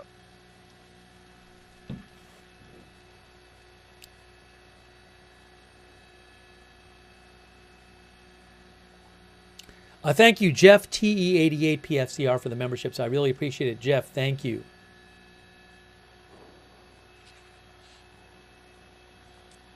Yeah, David, the situation here remains very volatile, but we do have some new information that has just come into our newsroom from the Orange County Fire Authority. And essentially, while the threat of a spill or an explosion remains, they are saying that they believe they've achieved some temporary stabilization in the temperature of those tanks. Okay. Perhaps the cooling of that water that's been blowing onto those That's the tanks report. for the That's an better older part of report. the last 24 hours is starting to have a little bit of an effect on keeping the temperature down, particularly with that rear tank right there in the center of your screen, which is the tank in question that is visibly damaged. If they could buy themselves a little more time, perhaps they can come up with some more solutions. But really, it's a bit far-fetched, because how are you going to get in there with the personnel to take any kind of a risk or a chance? But still, they're going to try and really try and keep the temperature down. That really is the name of the game. And right now, they are saying that that temperature is maintaining. Reporting live from Air 7, I'm Chris Christie, ABC 7 Eyewitness News. So what I said before is that is not, by the way, that's not a new report. But what I said before is, because Chris Christie, who's great, who's the helicopter reporter, he was saying previously that the temperature was rising. And what I said to you is, I said, I don't know if they've told Chris Christie what Orange County Fire said at about now it's about 90 minutes ago. Came out at 7:42 p.m. Eastern Time. And we played this for you, and what the fire department said, Orange County, about 90 minutes ago is just what Chris Christie said now, that for now the temperature in that tank of concern has stabilized. So what I said is that I'm not sure Chris Christie has that information. So it sounds like Chris Christie, the helicopter reporter, who's great, he just got that information. But as far as I'm aware, it's the same report that came out 90 minutes ago. So I'm not aware of any new report. It sounded like he just got the report, which, and he's in a helicopter, so I don't know what they're telling him. But I'm not aware that that's a new report. It sounded like the same report that they came out with 90 minutes ago. I'll play you that from 90 minutes ago. Here, listen. This is from 90 minutes ago. Greg Covey. I'm a division chief with Orange County Fire and the incident commander as part of the Unified Incident Command of the Western Incident in Garden Grove. Just want to take a moment to keep you updated of exactly what's going on. I know there's a lot of interest with so many people evacuated. And trust me, our intentions are 100% about keeping you safe. We want to get you back home as soon as possible, but the situation is such that we have to keep you away. But here's the update so far this afternoon. The positive news is we have been able to keep the tank temperature maintained. The primary one that's in crisis and has been damaged, we've been continuing our water curtain on it, and our active monitoring has showed that the temperature of it is stabilized and buying us time to continue to sort out how do we fix this. I know I keep talking about we were handed this situation where there's only two things that can happen. It could crack and leak, or it could blow up. That's not acceptable to us. I have an entire team actively working locally, regionally, across the state and across the country to try to figure out how to fix this. What can be done, create something that's never been done before, get all these brilliant minds together to put a plan together so that we don't let this blow up. That was what we were told. Our goal is not to let it happen, and we'll do everything we can to do it. Appreciate everybody that's evacuated. We've supported those that couldn't evacuate with between PD and fire resources to get them out of the danger zone. And please stay out until we can get a final outcome of this incident. So that was from about an hour and a half ago. That's the last update I saw from Orange County Fire.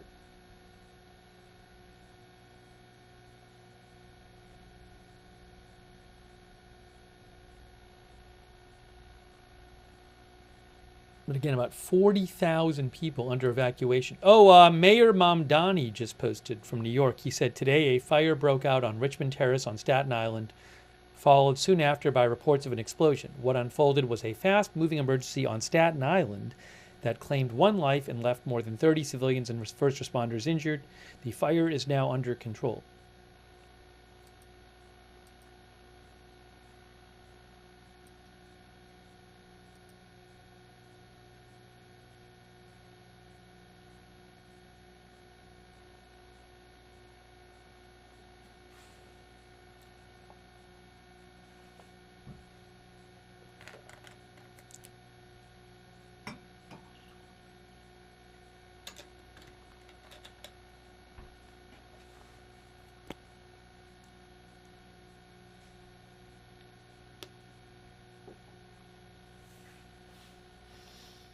We are bringing you live coverage.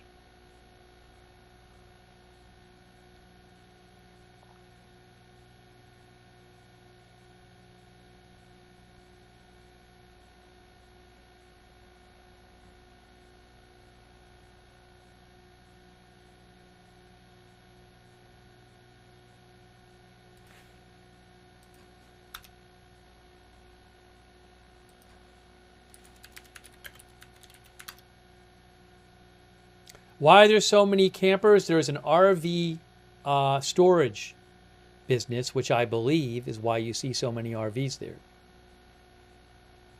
Large RV storage business.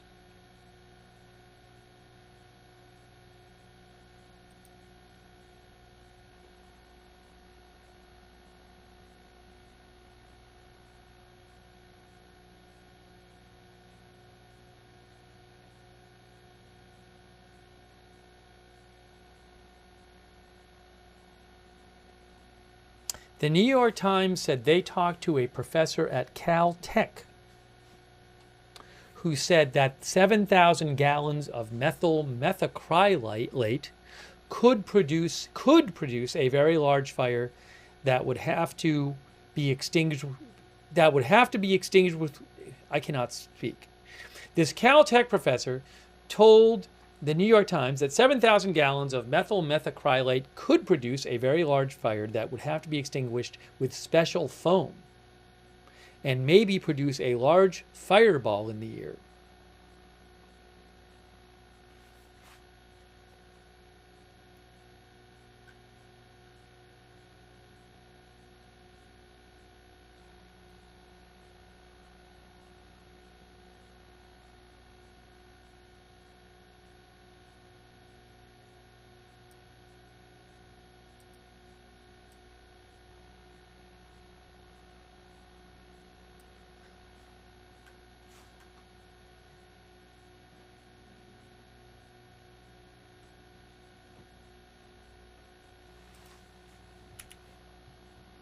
Actually going to post that. Give me a moment here.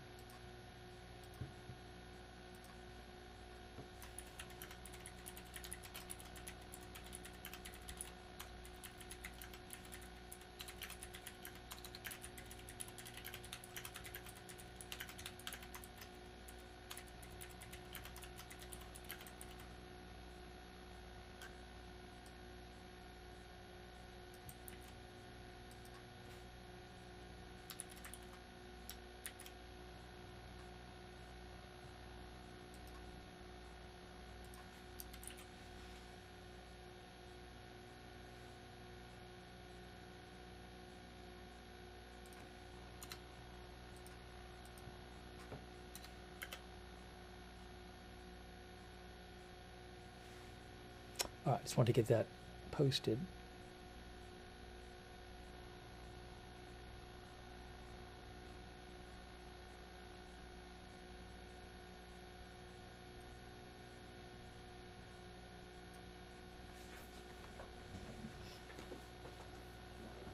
It is 6:25 p.m. Pacific time, by the way.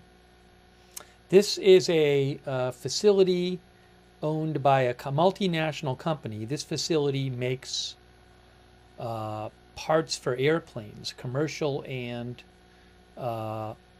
military. Specifically, Hey there, hey there. Hold on. It's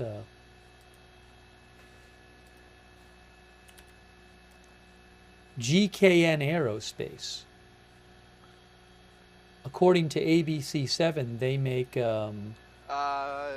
hold on. I'm trying to come up with a minute. Yeah.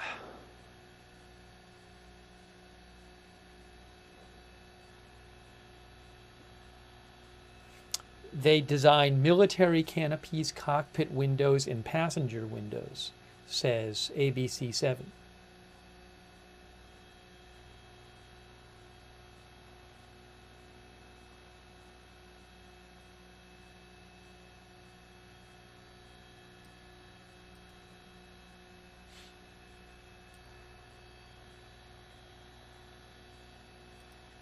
Thanks to Bondzilla. Let's get ready to show the 22, Rob.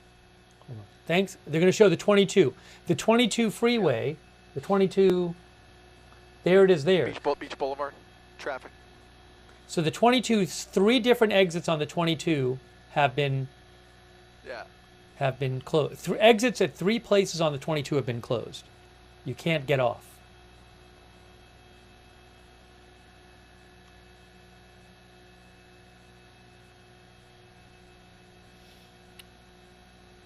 Thanks Haunted Wind for subscribing. Thanks Bondzilla for subscribing on Twitch.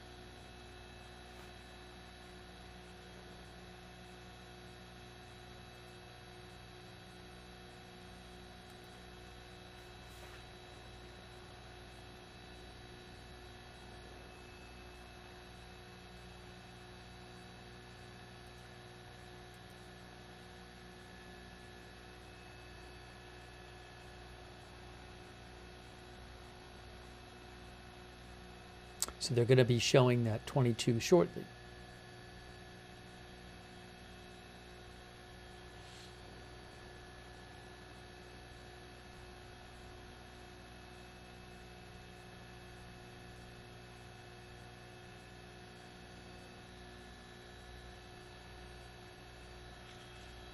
Yes, the chemical is methyl methacrylate. Highly toxic and highly flammable.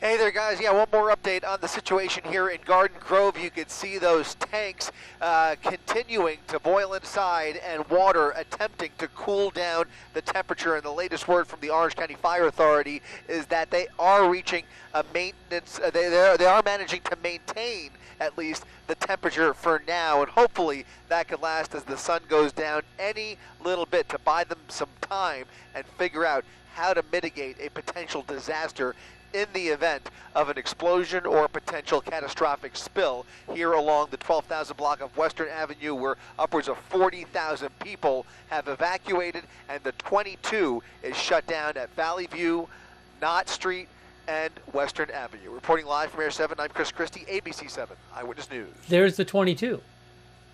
There's the 22 right there. You can't get off of it at several locations. See all the, look at all of the RVs. See all the RVs? There's a giant, I believe it's a giant RV storage facility.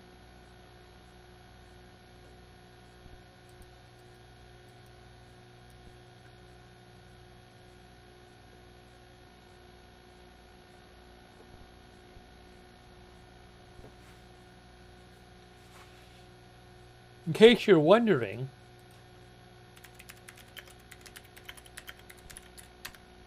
it is 67 degrees Fahrenheit in Garden Grove.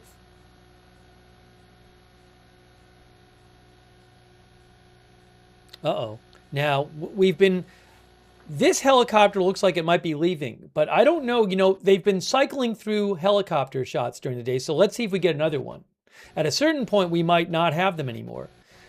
Previously today, this has happened several times, and we've gotten another one. So we'll see. I mean, they can't stay up there forever. But at a certain point, they might stop sending the helicopters there. Oh, it's still daylight, though. Stand by for more live. It says, stand by for more live. Stand by for more live, says AP, who I bought the video from. So let's see. We'll wait and see.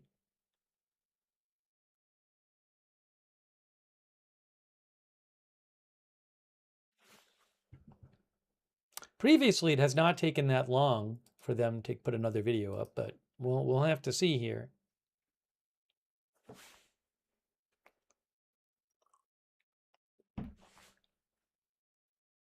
It seems like they've had multiple helicopters because today when we lost one, we would get another one right away. So we were not having to wait for it to go back and refuel because that would take a while. But they say stand by before for more live. Somebody said, could it explode like on the air? It could if it exploded while we had the shot. Yeah, scary.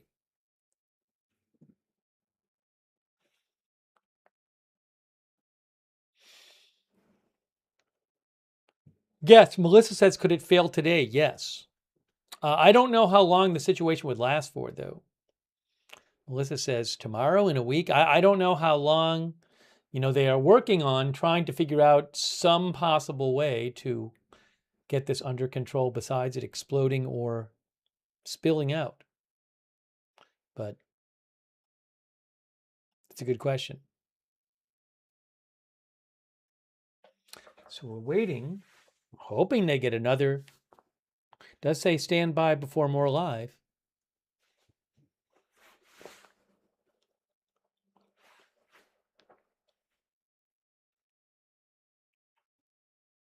I'll show you where this is. While we have a second, let me show you where this is located here.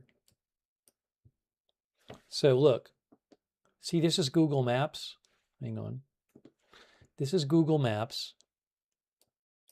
So there's downtown Los Angeles, right there, downtown Los Angeles, and there's Long Beach, and there's Huntington Beach, and there's Anaheim, where Disneyland is. And if we zoom in, there's Anaheim. There's Anaheim, Huntington Beach, Long Beach, and then this is Garden Grove Chemical Incident, which is right there. Hey, right there. See, there's the tank right there. There are those 3 tanks. And then you see this RV, all these RVs, which I think belong to this RV storage. I think it's an RV storage business that goes all the way up here and up and down here. And then Disneyland is right here, about 5 miles away.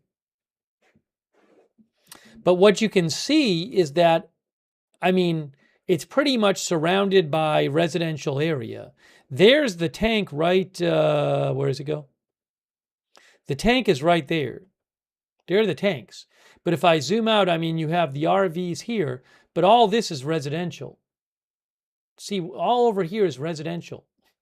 Residential, residential, residential. So it's this area is surrounded by residential. That's where the tank is right there.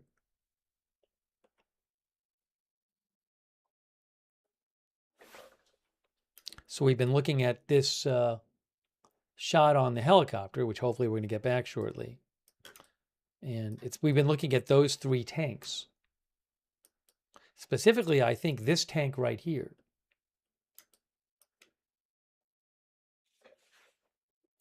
One Missouri says, I am only 4 blocks from the evacuation location. Oh, let me show you on the city site while we're waiting to get our. Ooh. Hang on over here. Now it's the live might be over. I don't know. It's possible the live is over, guys. I don't know if we're going to get another helicopter shot. I'm going to look. The helicopter shots might be over. I'll have to see if AP puts up another one. Let me show you while I'm waiting to find out about that. Here is the site from the city. This is the evacuation map right here.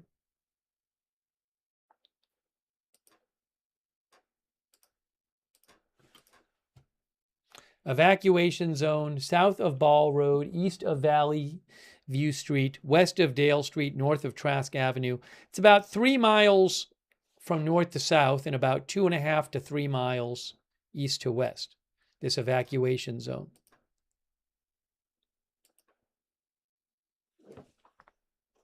And then the red marker is where they have the, where is it? I think the red marker there is roughly where is that what it is? The red marker, roughly where the tank is?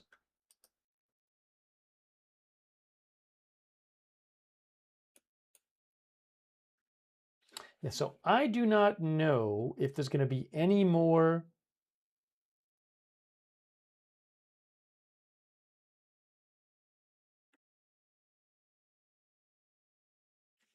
I'm going to ask AP.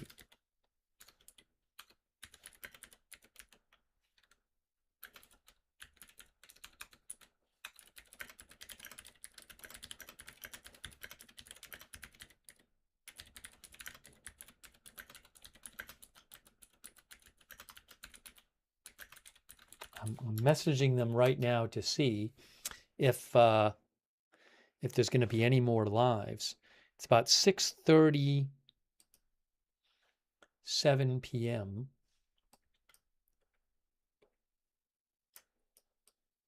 California time. Oops, I'm upside down here. Again, here is the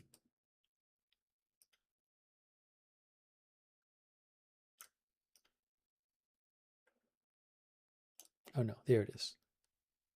That's north. Here is what we've been looking at, right here. These tanks, this back tank here.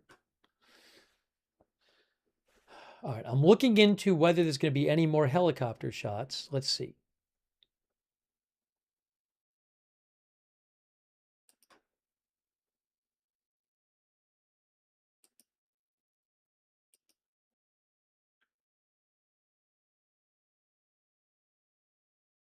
Now, Reuters, hold on a second here.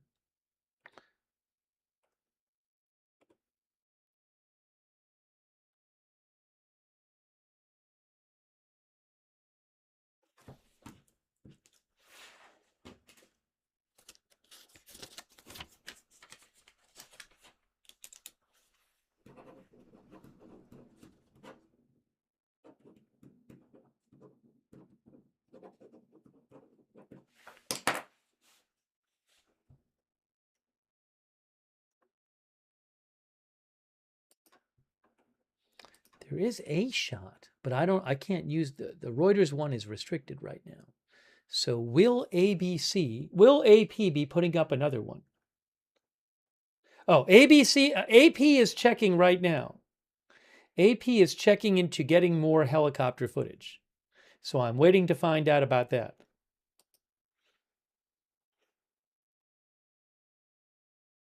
Yeah, I can't steal all the helicopter footage I want from the internet. So I have to purchase it. And I'm waiting to see, and some of it you're not allowed to purchase at all. But I'm waiting to see if I can get more. I'm waiting to hear back from AP.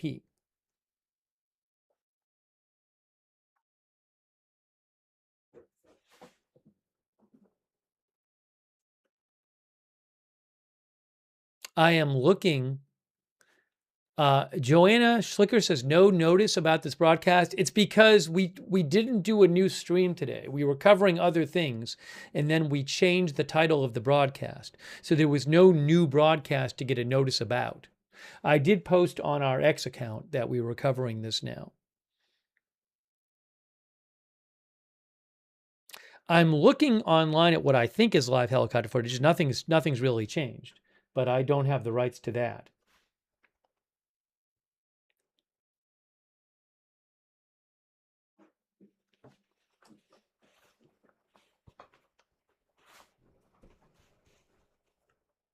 So as soon as I find out about the helicopter footage, I will let you know. I'm looking right now, but I don't see anything new yet.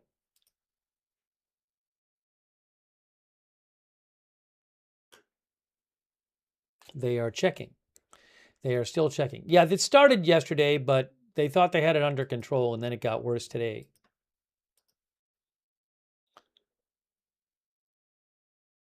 Oh, ABC7 says small portions of West Anaheim and Cypress are included in the evacuation zone.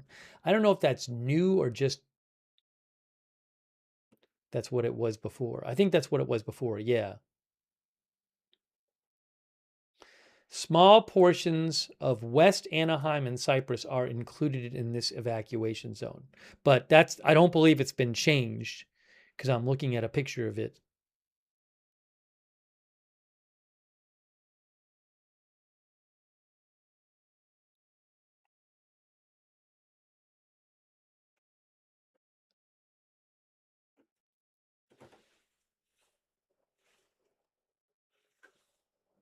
And still waiting to find out if I can get you more helicopter footage.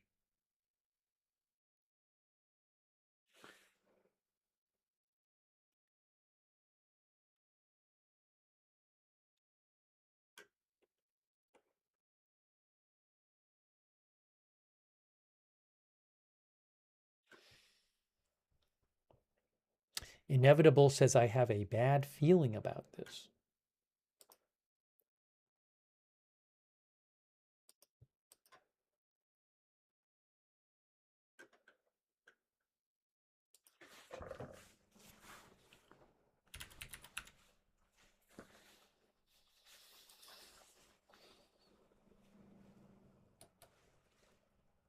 Hey, thanks to Debbie Nielsen. Debbie, that's very nice of you. Thanks so much. And I appreciate that. Also, the Knights Palace just gave 20 people memberships. That's really nice of you, Knights Palace. Thank you, the Knights Palace. Much appreciated. Please thank the Knights Palace if you got a membership from them. Big thanks to our moderators who are here moderating. Ruth is moderating right now. Thank you, Ruth. Haley Girl as well. Beth Mythical. Thank you.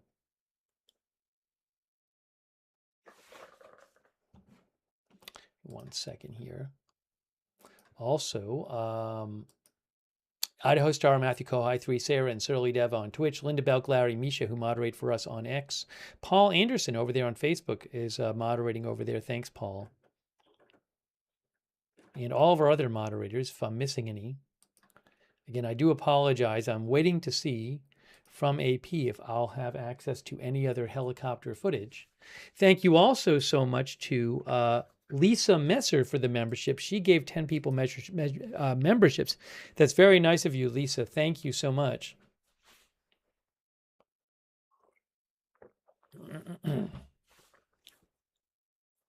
Nothing, yes. No update on helicopter footage. I'm still waiting.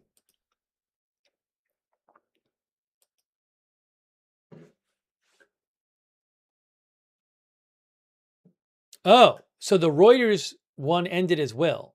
That's what happened. So Reuters had a stream. I think it was the same camera on Reuters as AP, but I wasn't allowed to use the Reuters one because it had a restriction on it. But they ended theirs. So currently there's no Reuters live feed and there's no AP live feed of helicopters. I don't know if there's any up there. You know what I should do? I should check the Flight Radar 24 and ADSB exchange and see if you see any helicopters up there. All right, here's Flight Radar 24, flight tracker.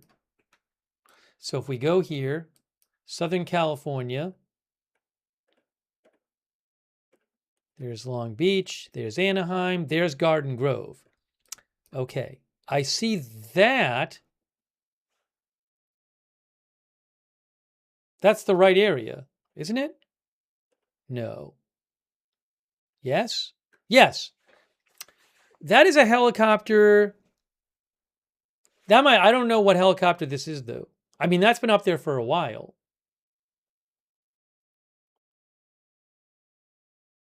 Now, but it doesn't. That's not necessarily a TV helicopter.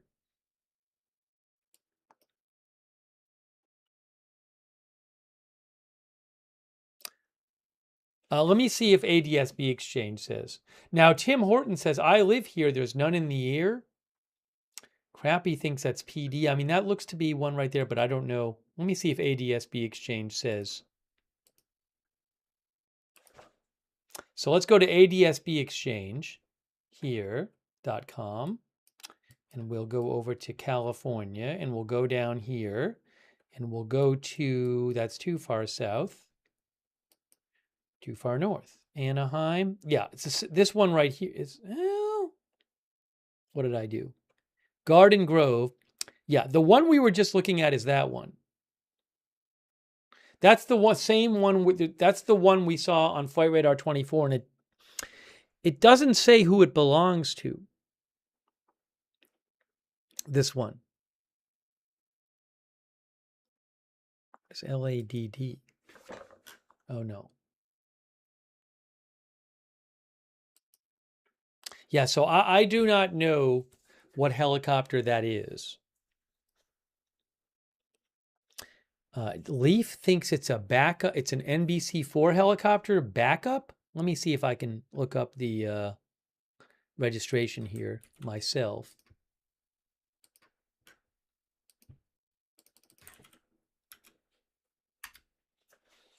I am looking online. I looked up that helicopter and I am seeing, it says, I think NBC4, there's one site that says NBC4LA.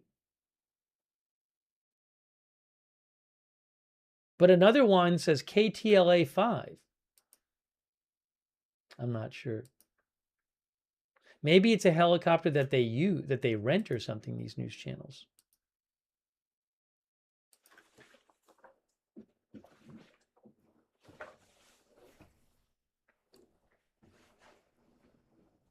Yeah, now I would not be surprised if so we saw the ABC-7 helicopter left. My guess is that that went to refuel.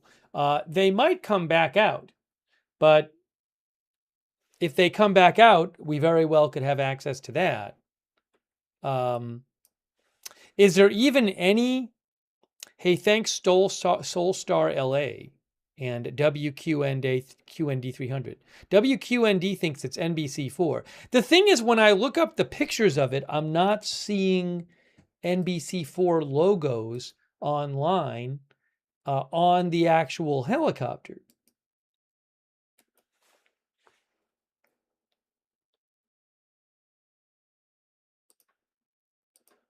Now, I can't steal it, but is there any camera live on this right now that people see? We saw one helicopter on ADSB Exchange.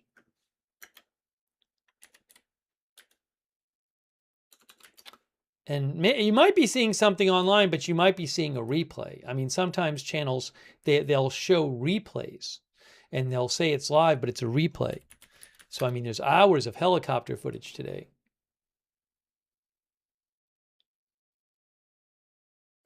NBC is live because I am at the NBC4 website. So I think people are right in that this is a helicopter that's working for NBC4. Well, is it leaving now, though? Or is it just because I am looking at the NBC4 Los Angeles website, and they do have a helicopter shot, which I do not have access to. But this helicopter seems to be, well, maybe there's another one there that's maybe it's not on the.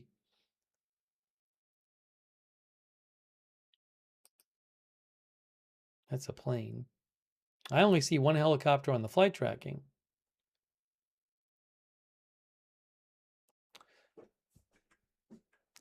But now it's not showing on NBC. Yeah, I don't know that they'd fly around in the dark. I mean, it's about, but they still got some light left. Actually, they don't have that much. Sunset is at 7:53 p.m. It's about an hour. Sunset's in about an hour in LA.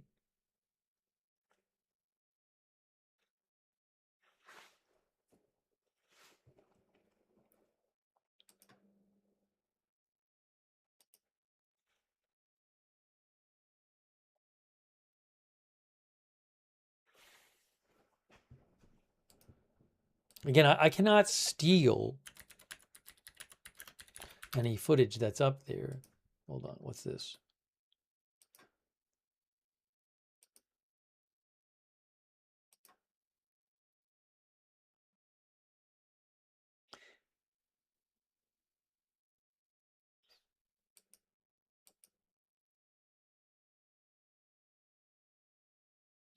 Yeah, someone mentioned that the channel First Post on YouTube is showing a feed. I don't know what First Post is. And maybe they're just using the NBC feed or something. I don't know, but doesn't say if it's live. But I don't have access to that feed.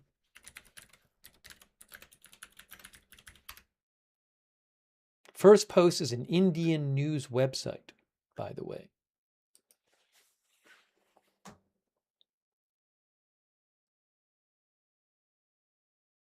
But I cannot guarantee that that's live right now.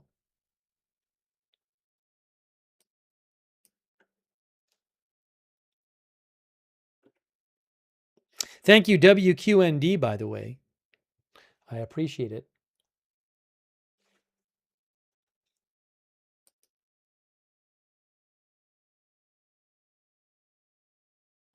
Rocker says, I don't think First Post is live. I just don't know if that helicopter shot they're showing right now is live. Again, nothing on AP at the moment, nothing on Reuters at the moment, nothing on AFP at the moment.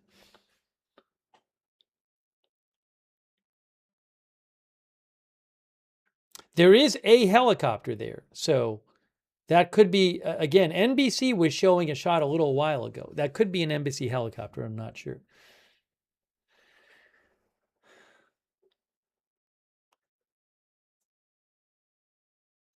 That's ADSB exchange here. Let me go back to Flight Radar 24.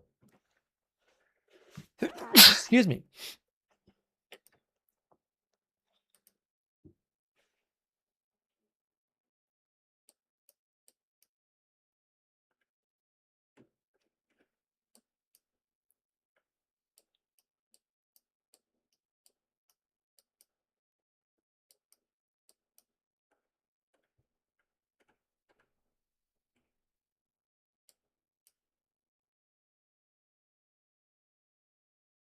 Thank you so much, John Deeney, the paragraph guy, who mentions Caltrans has live freeway cameras. I'll have to look. Thanks for the tip, John Deeney, the paragraph guy. And thanks for your support, John Deeney, the paragraph guy. I really appreciate that. Thank you. Here is that one helicopter. Hold on. That's this one helicopter that's flying around the area.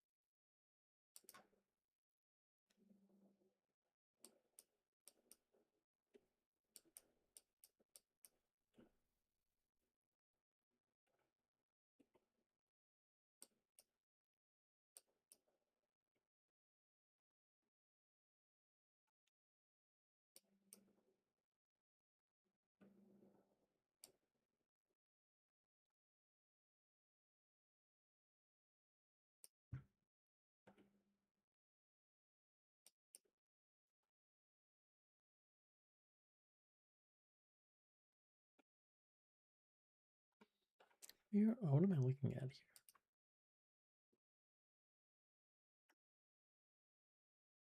I'm looking at the cameras on the Caltrans site near the area, and I haven't seen anything yet that shows anything going on.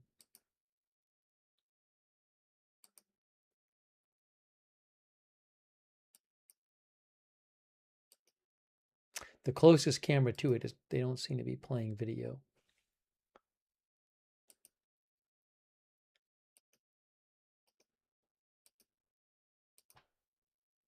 I don't see anything where I can see the tanks or anything from those street cams.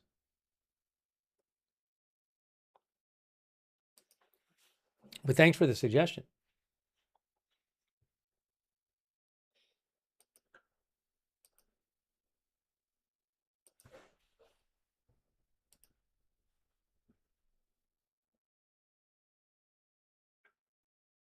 Now it's like there's no way to even see what's going on.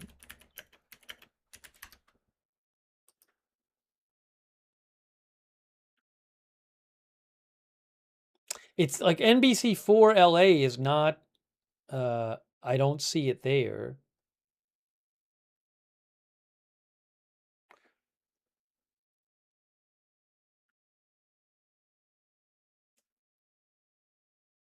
We'll see. I still haven't heard back from AP yet on whether we'll get their camera back.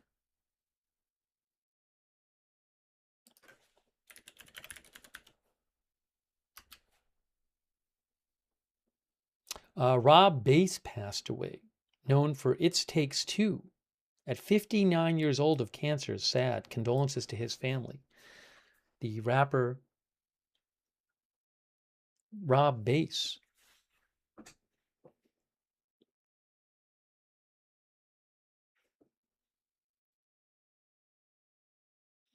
They're showing the hazmat fire people? Where? There weren't people at the scene, I don't believe, unless that would be a new thing if there are people at the scene.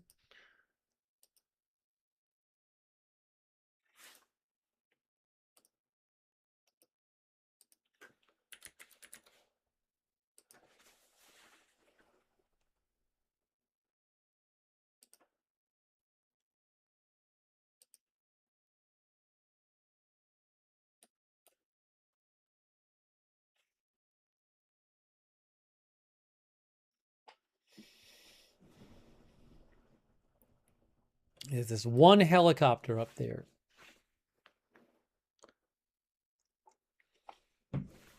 Oh, Soulstar mentioned Watch Duty. I hadn't even thought about checking Watch Duty.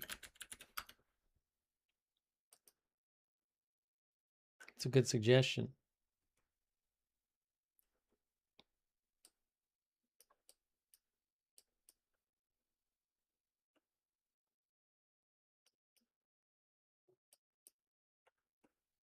Ah, that's nice. Here's Watch Duty. It's a very good app for and website for fire coverage. Watch Duty, app.watchduty.org. Watch Duty. The latest update was an hour ago here, and then 3 hours ago. But this does give you a nice picture of the on Watch Duty there. That gives you a nice picture of the evacuation zone. Where that flame is roughly where the tank is.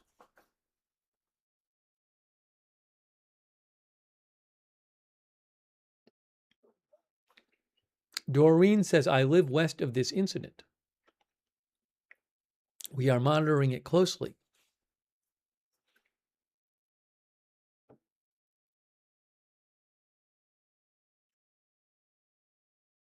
And again, I do apologize. There's no, we don't no longer, for the moment, have access to a helicopter shot. And I don't know if there will be another one that we have access to. It's 7 p.m. there now in LA, 7 p.m.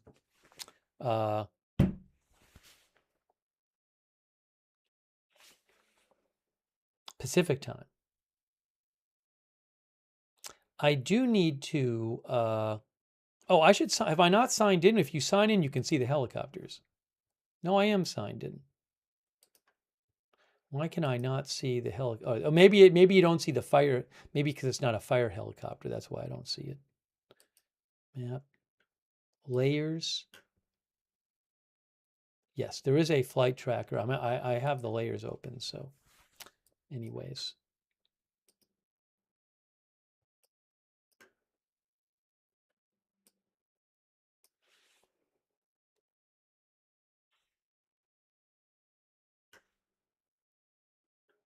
And there's Flight Radar 24. I don't see any other helicopters approaching at the moment. Oh, there's this. What's this? No, that's up there. That's Lakewood Public Safety. So I was thinking maybe we'd see the ABC helicopter come back, but I don't see any helicopter flying over there. Approaching. We just have that one. What I'm going to do is take 1 minute here.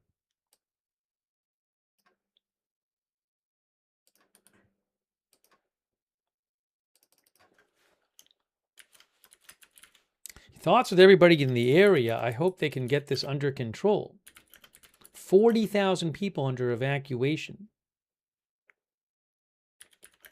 I need about 1 minute, guys, and I'll come back. Steve will be back in 1 minute. Give me 1 minute.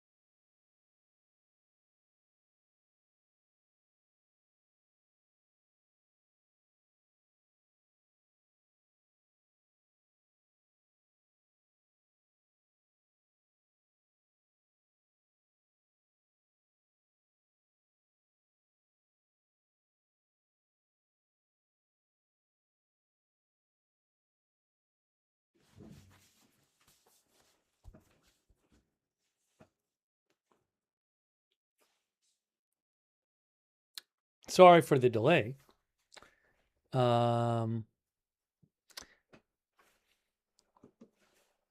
I still have no helicopter footage, no word on anything, no update from AP.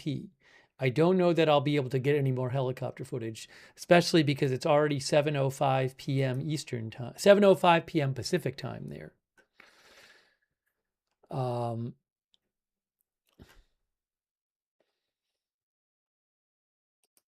There have not been many updates today about the situation.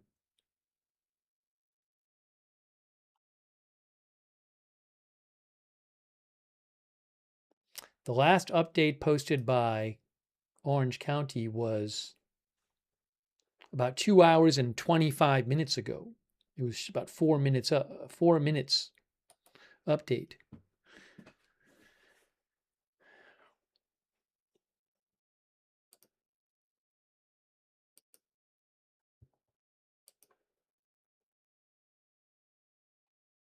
Yeah, sunset is, I think, 7:53.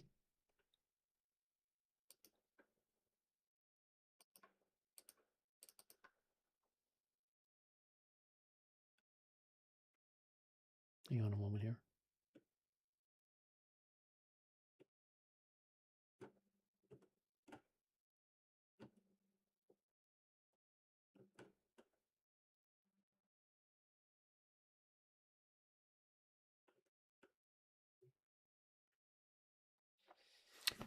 Just to show you,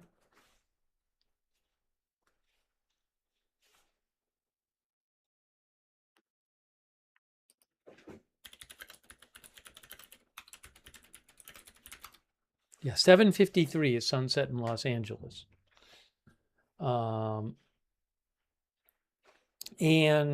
Just to, oh, this helicopter is leaving.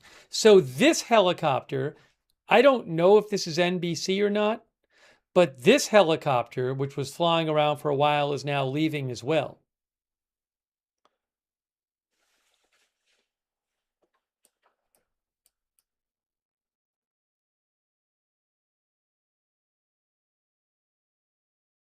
I don't know if there's going to be any more up there. Got some planes there.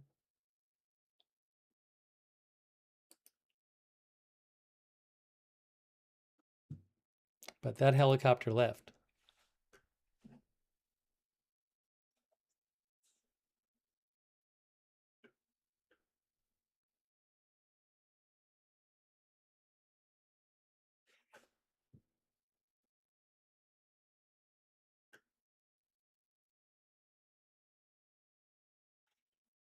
The chemical they said that is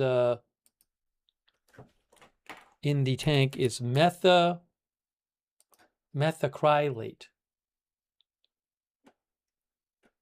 Methyl methacrylate, right?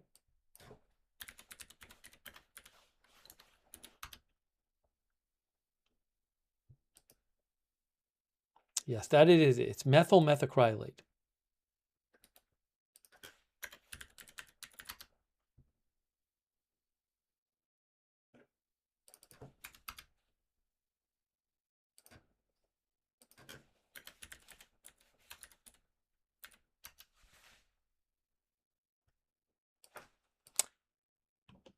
There's something from the EPA about methyl methacrylate. It's used in the manufacture of resins and plastics. It's irritating to the skin, eyes, and mucous membranes in humans. Respiratory effects have been reported in humans following acute short-term and chronic long-term inhalation exposures. Respiratory symptoms observed following acute exposures include chest tightness, dyspnea, coughing, wheezing, and reduced peak flow. Neurological symptoms have also been reported in humans following acute exposure to methyl methacrylate.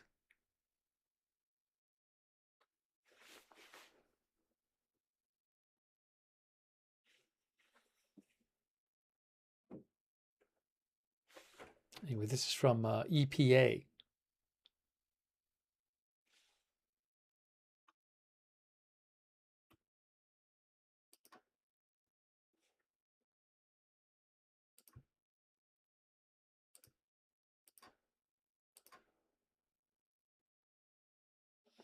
Joe LaReed says it's going to be an anxious night without updates. Again, there have not been many updates on this from, you know, the last one I think from Orange County was about 2.5 hours ago.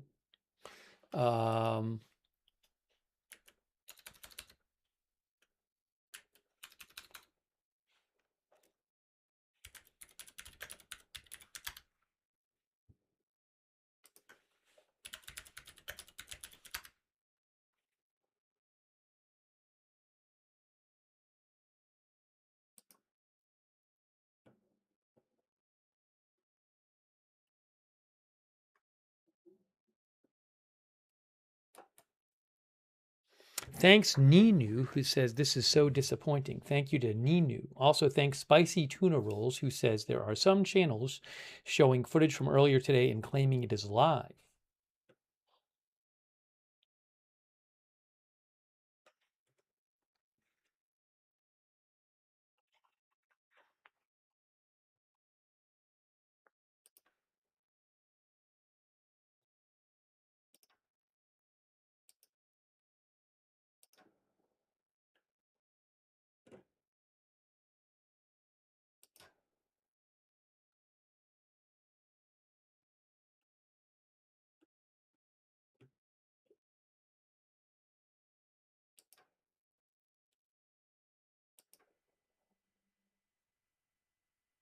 There's an Orange County all-hazard tactical scanner that not many people are listening to right now. That about 100 people are listening to, and I don't hear anything on it. The thing is, there's not people at this scene. We've seen this. There are not responders sitting there at the scene because it could be dangerous from them. We were watching the live shot for hours and we didn't see any people in the area. Richie MC says, where are you going to house 40,000 people and their animals?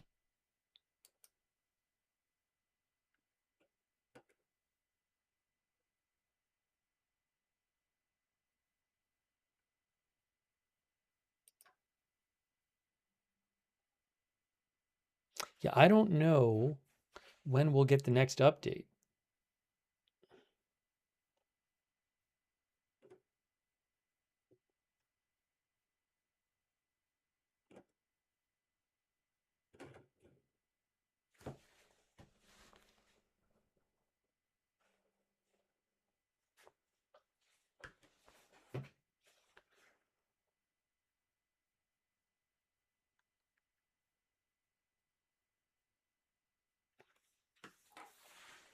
Yeah, I think I'm getting close to the point where, I mean, it doesn't look like I'm going to get any more helicopter shot right now.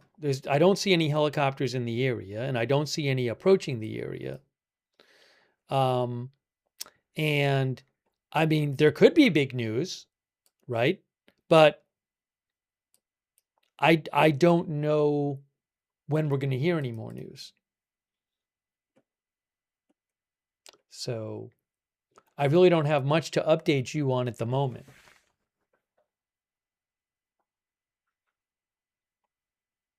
Ramen in my tum-tum says, still waiting to hear from my grandparents who live in the Garden Grove. Hope everyone stays safe there. Thanks, Ramen in my tum-tum.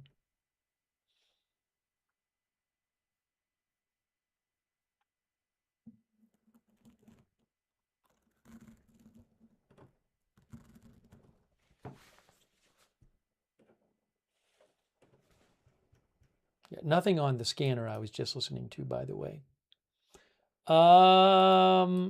Yeah, so I think it's getting close to that point where I just have to like say, you know what, I don't have any more information for you. And I can come back on the air if something huge happens, but there's just like, I have nothing to report right now. Just nothing.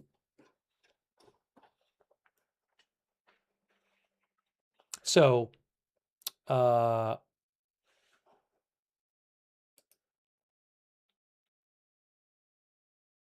of our viewers claimed Anaheim police. Oh, there is an Anaheim police helicopter up. I don't know if it's for this, but It looks like it's different though, because this is about 5 miles away. That's Anaheim police.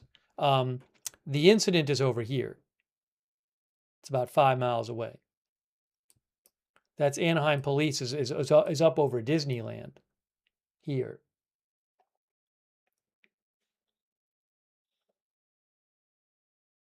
Yeah, so what I think I'm going to do right now is, just because I just don't have anything to tell you, is I got to eat anyway, because we've been on the air for like all day. So I'm going to start wrapping up the stream now. And if something huge happens, I'll just come on the air and do another stream. That's the best I can tell you. I'm sorry I don't have more I can tell you. I'll post a link to this evacuation map. Somebody just asked about the evacuation radius. Well, I'll post a link to the exact map on the Garden Grove website.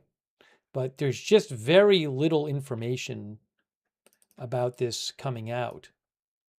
Basically none, until we get the next update from the county. So I just posted a link to the website there. Oh, also, you can go to Watch Duty as well. Watch Duty, the app, has a map of it as well, the evacuation site. So again, I wish I had, if I had a camera and I could show you, I'd stay on the air and show you, but I don't. And I don't have any more information.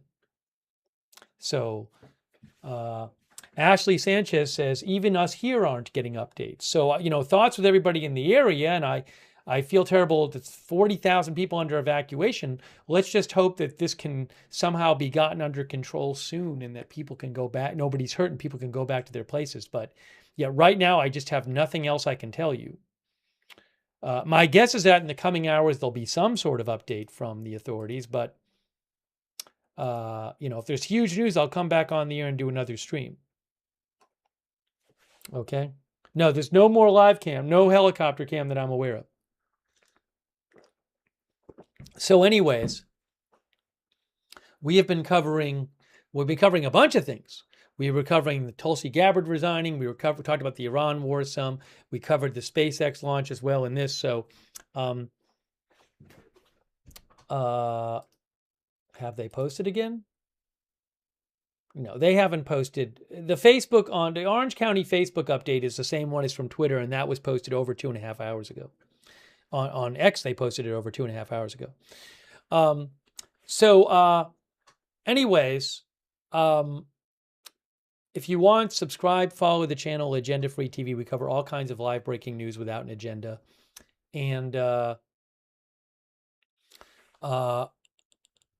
I would suggest turn on our notifications, because you never know when big news is going to happen, and we'll come on the air live. So if you want to get sent a notification whenever we go live, I would not rely on the platform notifications. The YouTube notifications have been having some issues lately, by the way.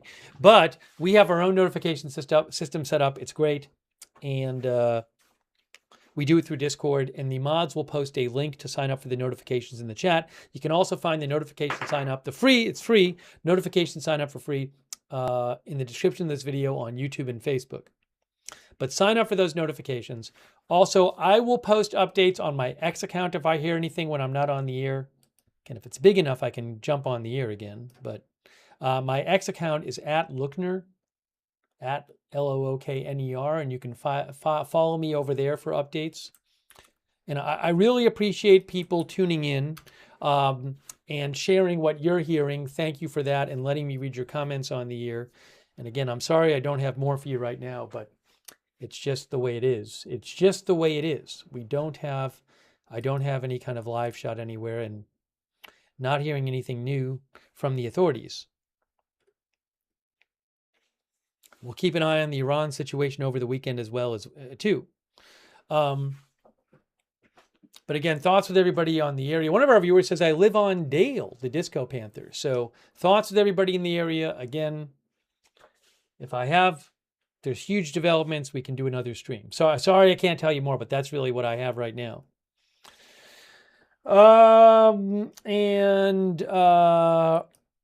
I really appreciate our moderators who have been here.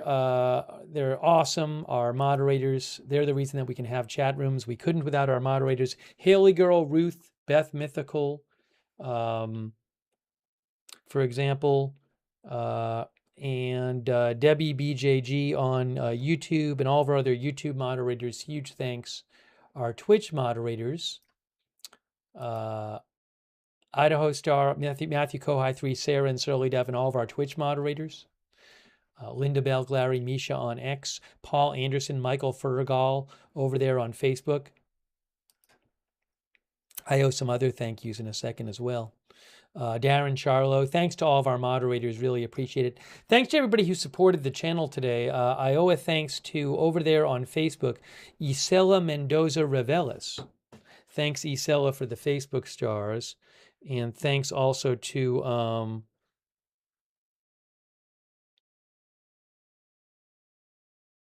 hold on a second here.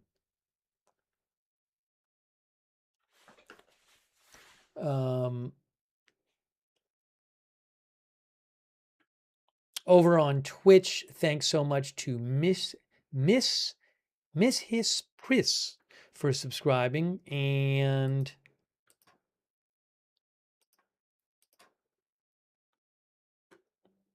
Irreverent B, thanks for being a member, and all of our other supporters. Thanks so much for supporting the channel. That's what allows the channel to exist, is your support. And also, I do want to mention as well, another good way to find out when we're going live, if you are on X, follow us on X. I always give you a heads up there when we're going live at Agenda Free TV. I post updates about the channel there as well at Agenda Free TV. Yeah, again, I wish I could give you updates. I want to know what's going on, so I wish I had a way to know what was going on, but I really have no way of knowing at this point. So I wish I did. And I don't even live there, so.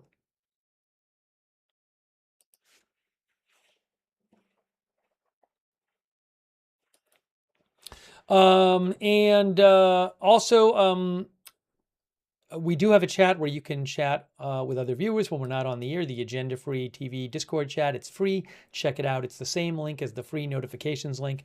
And big thanks to our Discord mods as well who moderate the Discord chat. Thank you so much. Also, if you're on YouTube, I would suggest turn on the YouTube notifications. Another good way to find out when we're live over on YouTube there. And to do that, to turn on the YouTube notifications, you need to subscribe to the channel.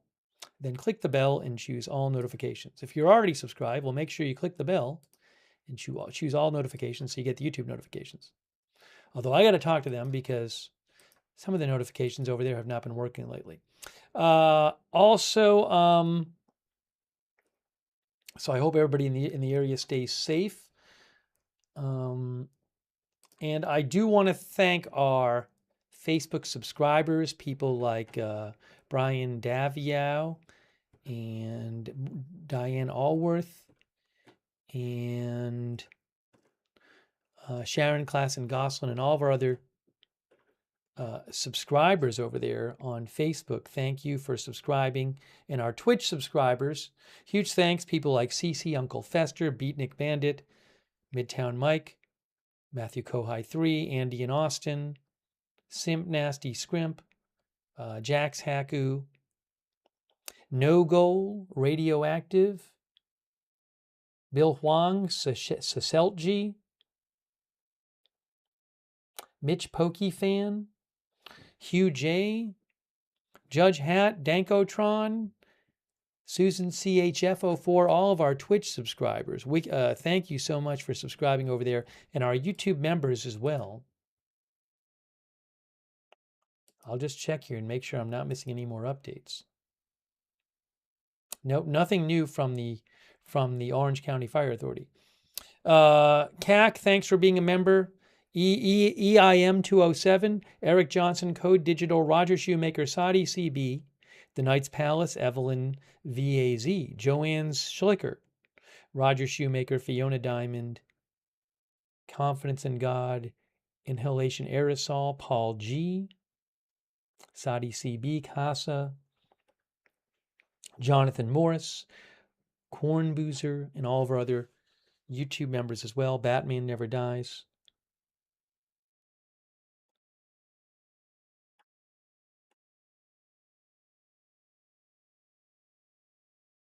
Soulfly, thanks for being a member.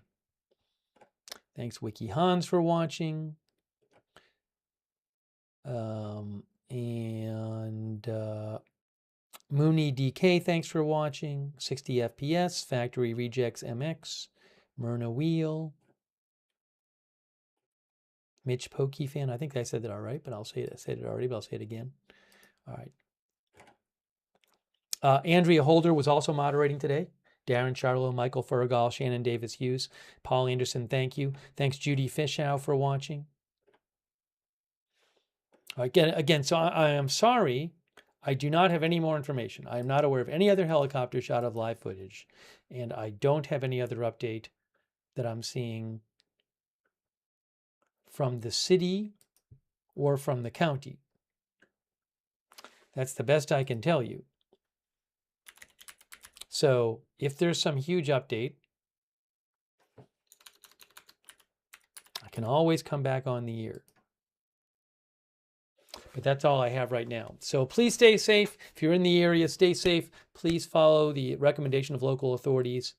That is it right now. So I'm going to wrap up this live stream, and we'll be keeping an eye out for other news tonight and this weekend. But we will see you. We will. Some people claim that some people are hearing a boom. Is that true, or is that people trolling in the chat? I haven't seen anybody. Haven't seen any reports online.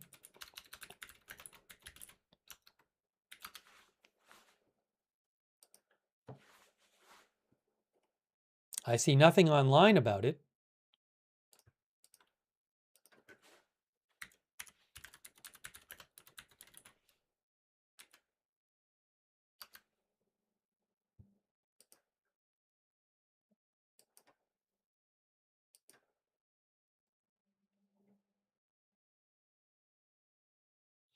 Oh, you're saying in Iran? Well, Iran's a different story. If we're going to do Iran stream, that's going to be a different stream. That's not going to be this stream.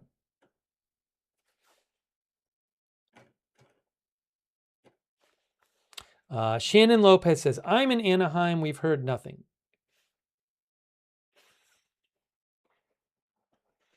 Lisa Mercier says, no boom in Garden Grove. SoCal Grower says, I'm Western and Ball Road. It was a boom, but it could have been nothing.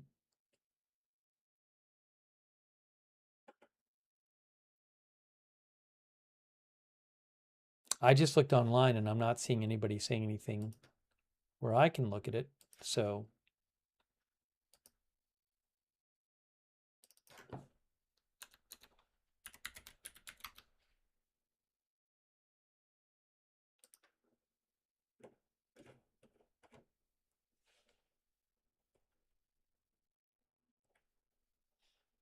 anything else? All right. Well, we can always come back online if something happens. The Disco Panther says, I live right on the border of the evacuation on Dale, and there is no boom. All right. That is it for now. Thank you for watching, and we will... Oh, you know what? I never updated this graphic, but that's fine. We will see you soon with more live breaking news coverage right here at Agenda Free TV.